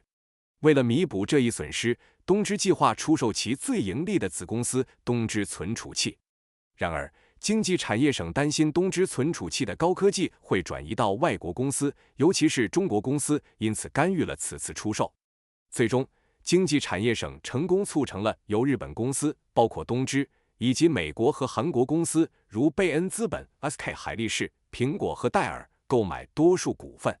然而，这次收购是否从经济理性的角度出发，值得怀疑。More recently, the export projects of nuclear power plants, led by METI, have ended in failure. The current Abe administration has aimed to export nuclear power plants overseas to maintain Japan's nuclear power plant industry and its know-how in Japan after the triple disasters of March 2011. However, with Hitachi's abandonment of the nuclear power plant project in the UK, all these projects had failed by early 2019. Asahi Shimbun 2019a. Nihon Keizai Shimbun 2019b. These projects led by METI have demonstrated its quintessential industrial policy based on economic nationalism of the Japanese developmental state, but all of them have ended in failure. 最近，由经济产业省主导的核电站出口项目均以失败告终。安倍政府旨在通过将核电站出口海外，来维持日本的核电站产业及其在2011年3重灾难后的技术知识。然而，随着日立放弃英国的核电站项目，所有这些项目到2019年初都已失败。朝日新闻2019A， 日本经济新闻2019B。这些由经济产业省主导的项目体现了日本发展型国家基于经济民族主义的产业政策，但最终都以失败告终。Keiretsu and institutional complementarities in the Japanese economy. 日本经济中的企业集团与制度互补性。A keiretsu, for example Mitsui or Mitsubishi, is a group of companies with interlocking business relationships. Keiretsu were the zaibatsu, economic conglomerates, before the Second World War that controlled the Japanese economy by monopolizing many sectors such as banking, heavy chemical industry, retail, and real estate. The zaibatsu were dissolved by the U.S. occupation authority after the war as they were considered to have cooperated with the military to pursue the war. However, with the advent of the Cold War, U.S. occupation policy changed from the demilitarization and democratization of Japan, which also aimed at keeping its economy weak, to the remilitarization and strengthening of the economy as Japan became an important capitalist ally and the location for U.S. military bases, the so-called reverse course. As a result, the former zaibatsu business people who were first purged by the U.S. occupation authority were able to return to important positions in the Japanese economy during the reverse in U.S. policy. At the same time, The implementation of the anti-monopoly law was relaxed and again after Japan regained independence with the signing of the San Francisco Peace Treaty in 1952 and the creation of the business-friendly LDP government in 1955. However, the name Zaibatsu had a tainted connotation as a military collaborator, so the name Keiretsu became more commonly used. In addition, there were differences between the older Zaibatsu conglomerates and the Keiretsu. One of the most significant was, while the business families such as Mitsui, Mitsubishi, and Sumitomo that owned holding companies controlled the companies in their Zaibatsu, holding companies were banned in the Keiretsu as a result of the implementation of the anti-monopoly law by the U.S. occupation force after the Second World War. 企业集团，例如三井或三菱，是一组具有相互业务关系的公司。这些企业集团实际上是二战前控制日本经济的财阀经济集团，他们通过垄断银行、重化工业、零售和房地产等多个领域来控制经济。战后，由于被认为与军方合作推动战争，财阀被美国占领当局解散。然而，随着冷战的爆发，美国对日本的占领政策从非军事化和民主化，以及削弱其经济，转变为重新军事化和经济强化。因为日本成为了重要的资本主义盟友和美国军事基地的所在地及所谓的政策逆转。因此，最初被美国占领当局清除的前财阀商人得以在政策逆转后重返日本经济的重要岗位。同时，反垄断法的执行力度也逐渐放宽，特别是在1952年旧金山和平条约签署后，日本恢复独立，以及1955年亲商的自民党政府成立后，这一趋势更加明显。然而，财阀一词因其与军方合作的负面形象而不受欢迎，因此企业集团这一名称变得更加普遍。此外，就财阀集团与企业集团之间存在差异，其中一个显著的差异是，虽然三井、三菱和住友等拥有控股公司的商业家族控制着其财阀中的公司，但在企业集团中，由于二战后美国占领当局实施的反垄断法，控股公司被禁止。In the post-war Japanese economy, we can identify both vertical and horizontal keiretsu. Vertical keiretsu are a group formed of a leading large company with SMEs under its control, most typically seen in the manufacturing sectors. Those SMEs either supply parts that Cooper aid upstream with the leading company, or they distribute the products made by the leading company and so cooperate downstream. Hatch 2010, 54-6, Hatch and Yamamura 1996, 70-72. For example, Toyota Motor Corporation has many SMEs under its control that are specialized in the production of car components such as chassis, lights, windshields, brakes, airbags, tires, semiconductors such as microcontrollers, and so on. Some of these SMEs are subsidiaries of the leading companies, but even where there is no shareholding relationship, the leading companies can exercise strong control over the production activities of other affiliated companies in the same vertical keiretsu. When the business of the leading companies is not going well, for example, or when they need to increase price competitiveness, these subsidiaries and other SMEs in the same vertical keiretsu can be pressured to reduce the prices of their products used by the leading companies, as was the case in Renesas Electronics and the car companies Toyota and Nissan already mentioned, Nihon Keizai Shimbun 2013a. While the leading companies can transfer price risk to their subsidiaries or affiliated companies and maintain price competitiveness in this way, their subsidiaries and other affiliated SMEs are often put into difficulties as a result of the leading company's exploitation of their weaker position. The leading companies can also focus on core activities and maintain human resource management strategies, such as lifetime employment, by using subsidiaries and affiliated companies to save on labor costs. Westney 1999. 168-9. 在战后日本经济中，我们可以识别出垂直和水平财团。垂直财团通常由一家大型企业及其控制的中小企业组成，最常见于制造业。这些中小企业要么向上游提供零部件，与主要企业合作，要么向下游分销主要企业生产的产品。Hatch 2010 546 Hatch 与 Yamamura 1996 7072。例如，丰田汽车公司控制着许多专门生产汽车零部件的中小企业，如底盘、灯、挡风玻璃、刹车、安全气囊、轮胎、半导体，如微控制器等。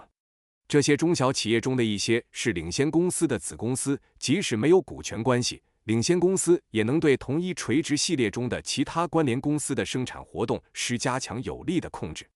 例如，当领先公司的业务表现不佳或需要提高价格竞争力时，这些子公司和其他同一垂直系列中的中小企业可能会被要求降低其供应给领先公司的产品价格，正如瑞萨电子和汽车公司丰田及日产所经历的情况。日本经济新闻2013A。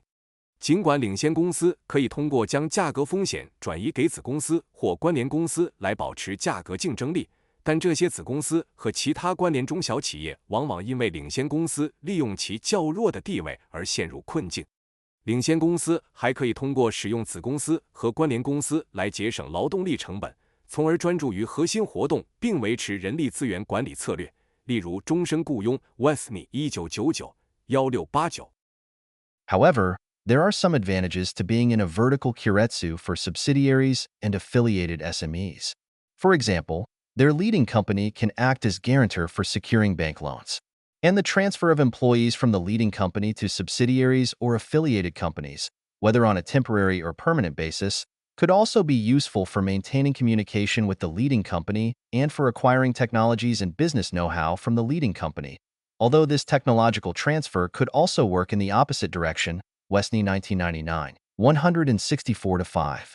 The transfer of employees among companies within a vertical keiretsu and the prevalence of firm-specific or keiretsu-specific skills may explain why inter-firm labor mobility has been low between Japanese companies that belong to different keiretsu. Vertical keiretsu have also functioned as a non-tariff barrier for the entry into the Japanese market by foreign companies due to the existence of long-term business relationships between leading companies and their subsidiaries and affiliates. Wesney 1999. 169-70。然而，对于子公司和附属中小企业而言，加入垂直系列有一些优势。例如，其母公司可以作为担保，帮助他们获得银行贷款。此外，母公司向子公司或附属公司派遣员工，无论是临时还是长期，都有助于与母公司保持沟通，并从母公司获取技术和业务知识。尽管这种技术转移也可能反向进行。Wesney 1999-1645。垂直系列内的公司之间的员工调动以及公司特定或系列特定技能的普遍存在，可能解释了为什么属于不同系列的日本公司之间的劳动力流动性较低。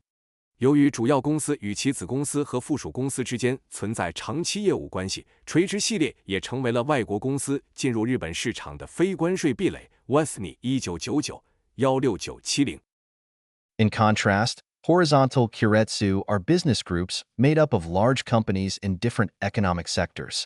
For example, the horizontal keiretsu of Mitsubishi includes the former Mitsubishi Bank, currently Mitsubishi UFJ Bank, Mitsubishi Corporation, Trading Company, Shosha, Mitsubishi Heavy Industry, Mitsubishi Automobile, Mitsubishi Real Estate, Mitsubishi Chemical, and so on. Before Japanese banks suffered from the problem of non-performing loans, a horizontal keiretsu included a main bank. In the case of the Mitsubishi keiretsu, the former Mitsubishi Bank. The origin of the main bank goes back to the wartime economy when the military government needed to ensure the financing of the munitions industry by indirect financing of bank loans rather than by direct financing of stock issue to reduce investment risks. Gao 2001. 59-61. The main bank monitored business activities and performance of the companies in the same keiretsu by sending its employees as directors to those companies. In return, the main bank provided long-term loans with low interest rates to those companies in the same keiretsu. As a result, companies in a keiretsu were able to put the expansion of market share ahead of long-term business profits. This was also facilitated due to cross-shareholding among keiretsu companies, i.e. keiretsu companies owning shares in other companies in the same keiretsu. Okumura 1994, 57-60. With cross-shareholding, companies were able to avoid the strong pressure from individual and organizational shareholders who sought short-term profits, as the majority of shareholders of each keiretsu company were companies in the same keiretsu. Cross-shareholding also deterred inward FDI in Japanese companies by foreign companies through merger and acquisition, as did the closed business relationships based on vertical keiretsu. Blomstrom et al., 2001. 258. Okumura 1994. 61-4. 相反，横向企业集团由来自不同经济领域的大公司组成，例如，30的横向企业集团包括前30银行，现为30 UFJ 银行、30公司、贸易公司及商社、30重工、30汽车、30地产、30化学等。在日本银行出现不良贷款问题之前，每个横向企业集团都包含一个主银行，在30企业集团中即为前30银行。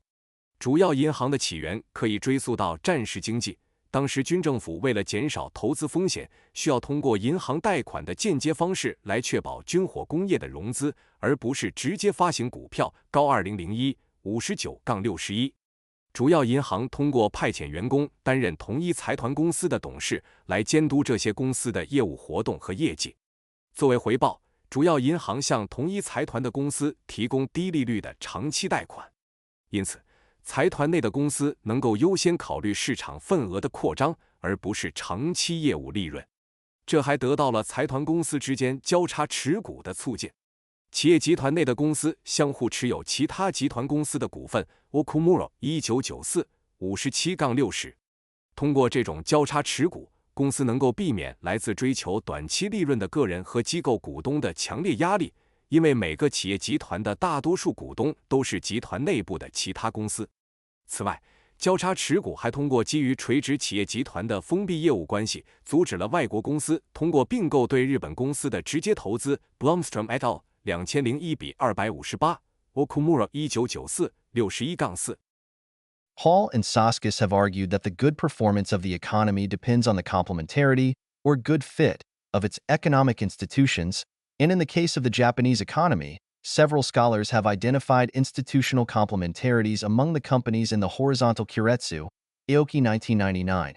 16-19. Gao 2001, for example. The provision of cheap long-term loans by the main bank to group companies which facilitated a long-term business perspective, rather than the pressure to achieve quick profits, and the cross-shareholding among keiretsu companies that protected them from foreign company involvement and investment companies seeking profits from capital gains, are all examples of institutional complementarity. Furthermore, as a result of the long-term orientation of keiretsu companies, they were able to provide lifetime employment to their workers, and in return those employees showed their commitment by working for many hours, often without fully receiving overtime pay. This contributed to amicable industrial relations and the strong performance of Japanese companies. Enterprise unions, which mostly represented the interests of regular workers in large companies, cooperated with employers to maintain the competitiveness and profitability of their companies, and employers protected their jobs in return. Hall 和 Soskis 认为，经济的良好表现取决于其经济制度的互补性或良好的契合度。在日本经济的情况下，多位学者已经确定了横向企业集团 keiretsu 公司之间的制度互补性。Aoki 1999-16-19。该2001。例如，主银行向集团企业提供廉价长期贷款，促进了长期的业务视角，而不是追求快速利润的压力，以及 keiretsu 公司之间的交叉持股，保护他们免受外国公司和寻求资本收益的投资公司的干预，这些都是制度互补性的例子。此外，由于财团公司的长期导向，他们能够为员工提供终身就业。作为回报，员工们通过长时间工作，即使没有完全获得加班费，也表现出极大的忠诚。这促进了和谐的劳资关系，推动了日本公司的强劲表现。企业工会主要代表大型公司中正式员工的利益，与雇主合作以保持公司的竞争力和盈利能力，而雇主则通过保护员工的工作来回报这种合作。However, the importance of institutional complementarities for the functioning of the economy depends on the economic conditions under which each institution can function properly. It is possible to argue that the favorable domestic and international economic situations were necessary conditions for proper functioning of those economic institutions and the institutional complementarities among different economic sectors before the collapse of the bubble economy in the early 1990s. Since then, the failure of one or two institutions to perform properly has led to the malfunction of other institutions and ultimately the whole system. For example, as a result of the collapse of the bubble economy and the emergence of non-performing loans, it became difficult for the largest bank in each keiretsu to continue to function as the main bank and to provide cheap, long-term loans, which in turn has made it more difficult for companies in the same keiretsu to maintain a long-term perspective for their business and continue to offer lifetime employment. The erosion of lifetime employment has prompted some employees to leave their company, affecting companies' ability to maintain the high skills necessary to compete in a more globalized economy. The change in corporate governance resulting from the failure of the main bank system and the decrease in cross-shareholding as a result of the weakened financial capacity of Japanese companies to maintain stocks of other keiretsu companies also increased the importance of shareholders outside the keiretsu, which led to an increased demand for short-term profits by those shareholders. Institutional complementarities may have functioned well in the Japanese economy, but only at a time of high economic growth and in an international economic context with low pressure from globalization. 然而，制度之间的互补性对经济运行的重要性取决于每个制度能够正常运作的经济条件。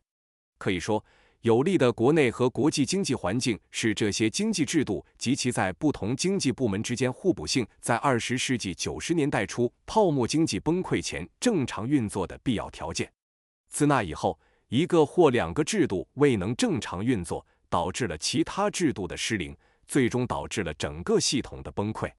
例如，由于泡沫经济的崩溃和不良贷款的增加，每个企业集团中最大的银行难以继续作为主银行提供廉价的长期贷款，这反过来使得同一企业集团中的公司难以保持长期的业务视角，并继续提供终身雇佣。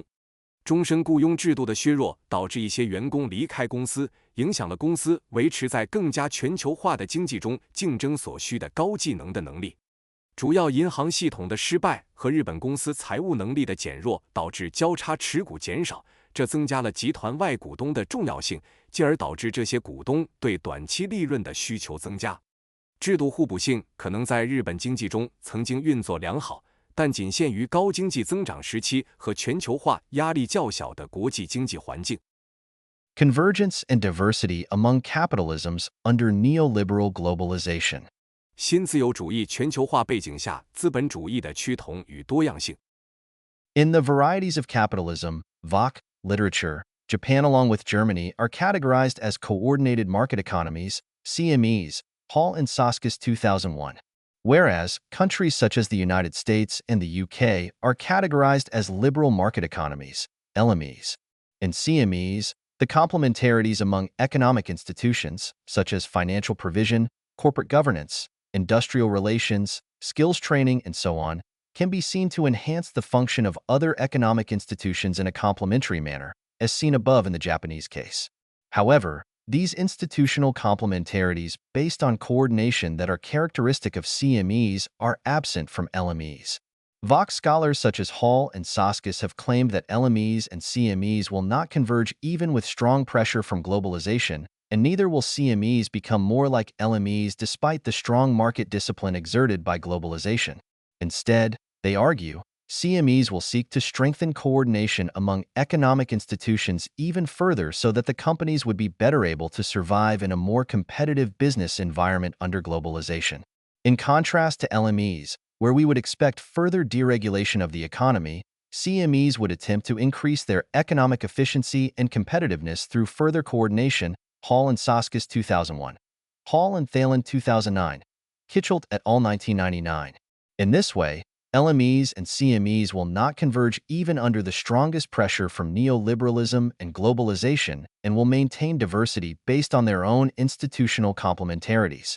在资本主义的多样性 VOC 文献中，日本和德国被归类为协调市场经济 CMEs Hall 与 Soskis 2001。而像美国和英国这样的国家则被归类为自由市场经济 LMEs。在 CMEs 中，经济机构之间的互补性，例如金融提供、公司治理、劳资关系和技能培训等，能够以互补的方式增强其他经济机构的功能，如上所述的日本案例。然而，这些基于协调的制度互补性在 LMEs 中并不存在。VOC 学者如霍尔和索斯克杰认为，即使面临全球化的强大压力 ，LMEs 自由市场经济和 CMEs 协调市场经济也不会趋同 ，CMEs 也不会变得更加像 LMEs， 尽管全球化带来了强烈的市场纪律。相反，他们认为 CMEs 将寻求进一步加强经济机构之间的协调，使公司能够更好地在更加竞争的商业环境中生存。与 LMEs 不同 ，LMEs 可能会进一步放松经济管制，而 CMEs 将通过进一步协调来提高其经济效率和竞争力。霍尔和索斯克杰2001，霍尔和特伦2009，基特舍尔等人1999。通过这种方式，即使面临新自由主义和全球化的强大压力 ，LMEs 和 CMEs 也不会趋同，而是会根据自身的制度互补性保持多样性。Although the influence of neoliberalism may have declined somewhat recently from the spread of economic inequality and the rise of right-wing populism, it remains a powerful economic ideology.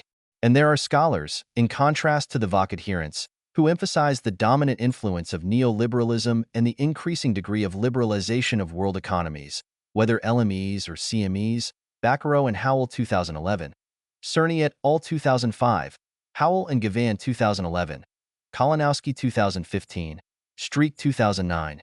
Indeed, some scholars, for example, Cerny et al., have not only emphasized the strong converging force of globalization and the neoliberal transformation of world economies, but have also stressed differences in the neoliberal transformation of capitalisms due to differences in domestic political and economic institutions. Thus, these scholars argue that we see the emergence of varieties of neoliberalism, not the continuation of varieties of capitalism, Cerny et al. 2005. 尽管新自由主义的影响可能因经济不平等的加剧和右翼民粹主义的兴起而有所减弱，但它仍然是一个强大的经济意识形态。与 VOC 支持者不同，有些学者强调新自由主义的主导影响以及世界经济，无论是自由市场经济还是协调市场经济，自由化程度的增加。Baccaro 与 Howell 2011 Cerny et al. 2005 Howell 与 Gavan 2011 Kalinowski 2015 Streeck 2009。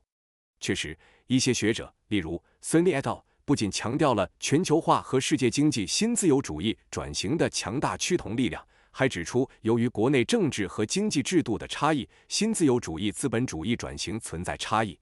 因此，这些学者认为，我们看到的是新自由主义的多样性，而不是资本主义多样性的延续。Kearney 等2005。In the Japanese case, we can identify some market-oriented changes in financial and labor markets, such as Big Bang financial deregulation in the 1990s and the deregulation of the labor market since the late 1990s. Watanabe 2012, 2014, 2015a, 2015c.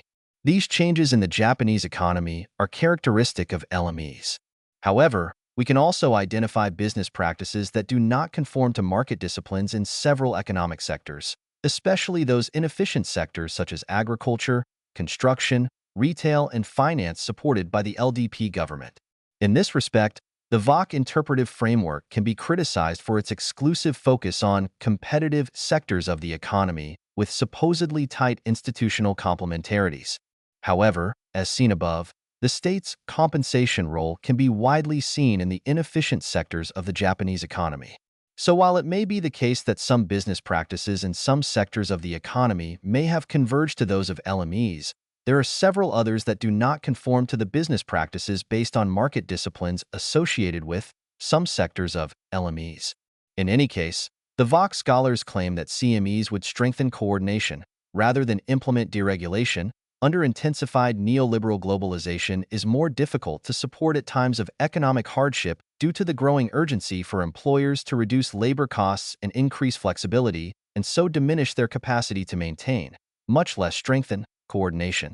在日本的案例中，我们可以观察到金融和劳动力市场的一些市场化改革，例如20世纪90年代的大爆炸金融自由化，以及自90年代末以来的劳动力市场自由化。Watanabe 2012、2014、2015a、2015c。这些变化使日本经济呈现出 LMEs 自由市场经济的特征。然而，我们也能发现一些不符合市场规则的商业实践，尤其是在那些效率较低的行业，如农业、建筑业、零售业和金融业。这些行业得到了自民党政府的支持。因此 ，VOC 解释框架因其仅关注经济中所谓的竞争部门，而忽略了这些部门之间的制度互补性，受到了批评。然而，正如上文所述，国家的补偿作用在日本经济的低效部门中普遍存在。尽管某些经济部门的某些商业实践可能已经趋同于 LMS， 但还有许多其他部门并不符合基于某些部门的 LMS 的市场纪律的商业实践。无论如何 ，VOC 学者认为，在新自由主义全球化加剧的情况下 ，CMS 将加强协调，而不是实施放松管制。然而，在经济困难时期，由于雇主迫切需要降低劳动力成本和增加灵活性，维持甚至加强协调的能力变得更为困难。这一观点更难得到支持。Japan's dual economy. 日本的二元经济。Japan can be said to have a dual economy in two respects. Firstly, there are differences between large companies and SMEs in terms of profitability, labor productivity, employees' wages, and so on. Secondly, there are efficient and inefficient sectors within the Japanese economy, efficient sectors such as manufacturing, especially cars, and inefficient sectors such as finance, retail, and construction, and the differences between these sectors are stark. There are also dual labor markets composed of regular and non-regular employment, but this will be discussed in the next chapter. 日本的经济在两个方面表现出双重性。首先，大公司与中小企业在盈利能力、劳动生产率和员工工资等方面存在显著差异。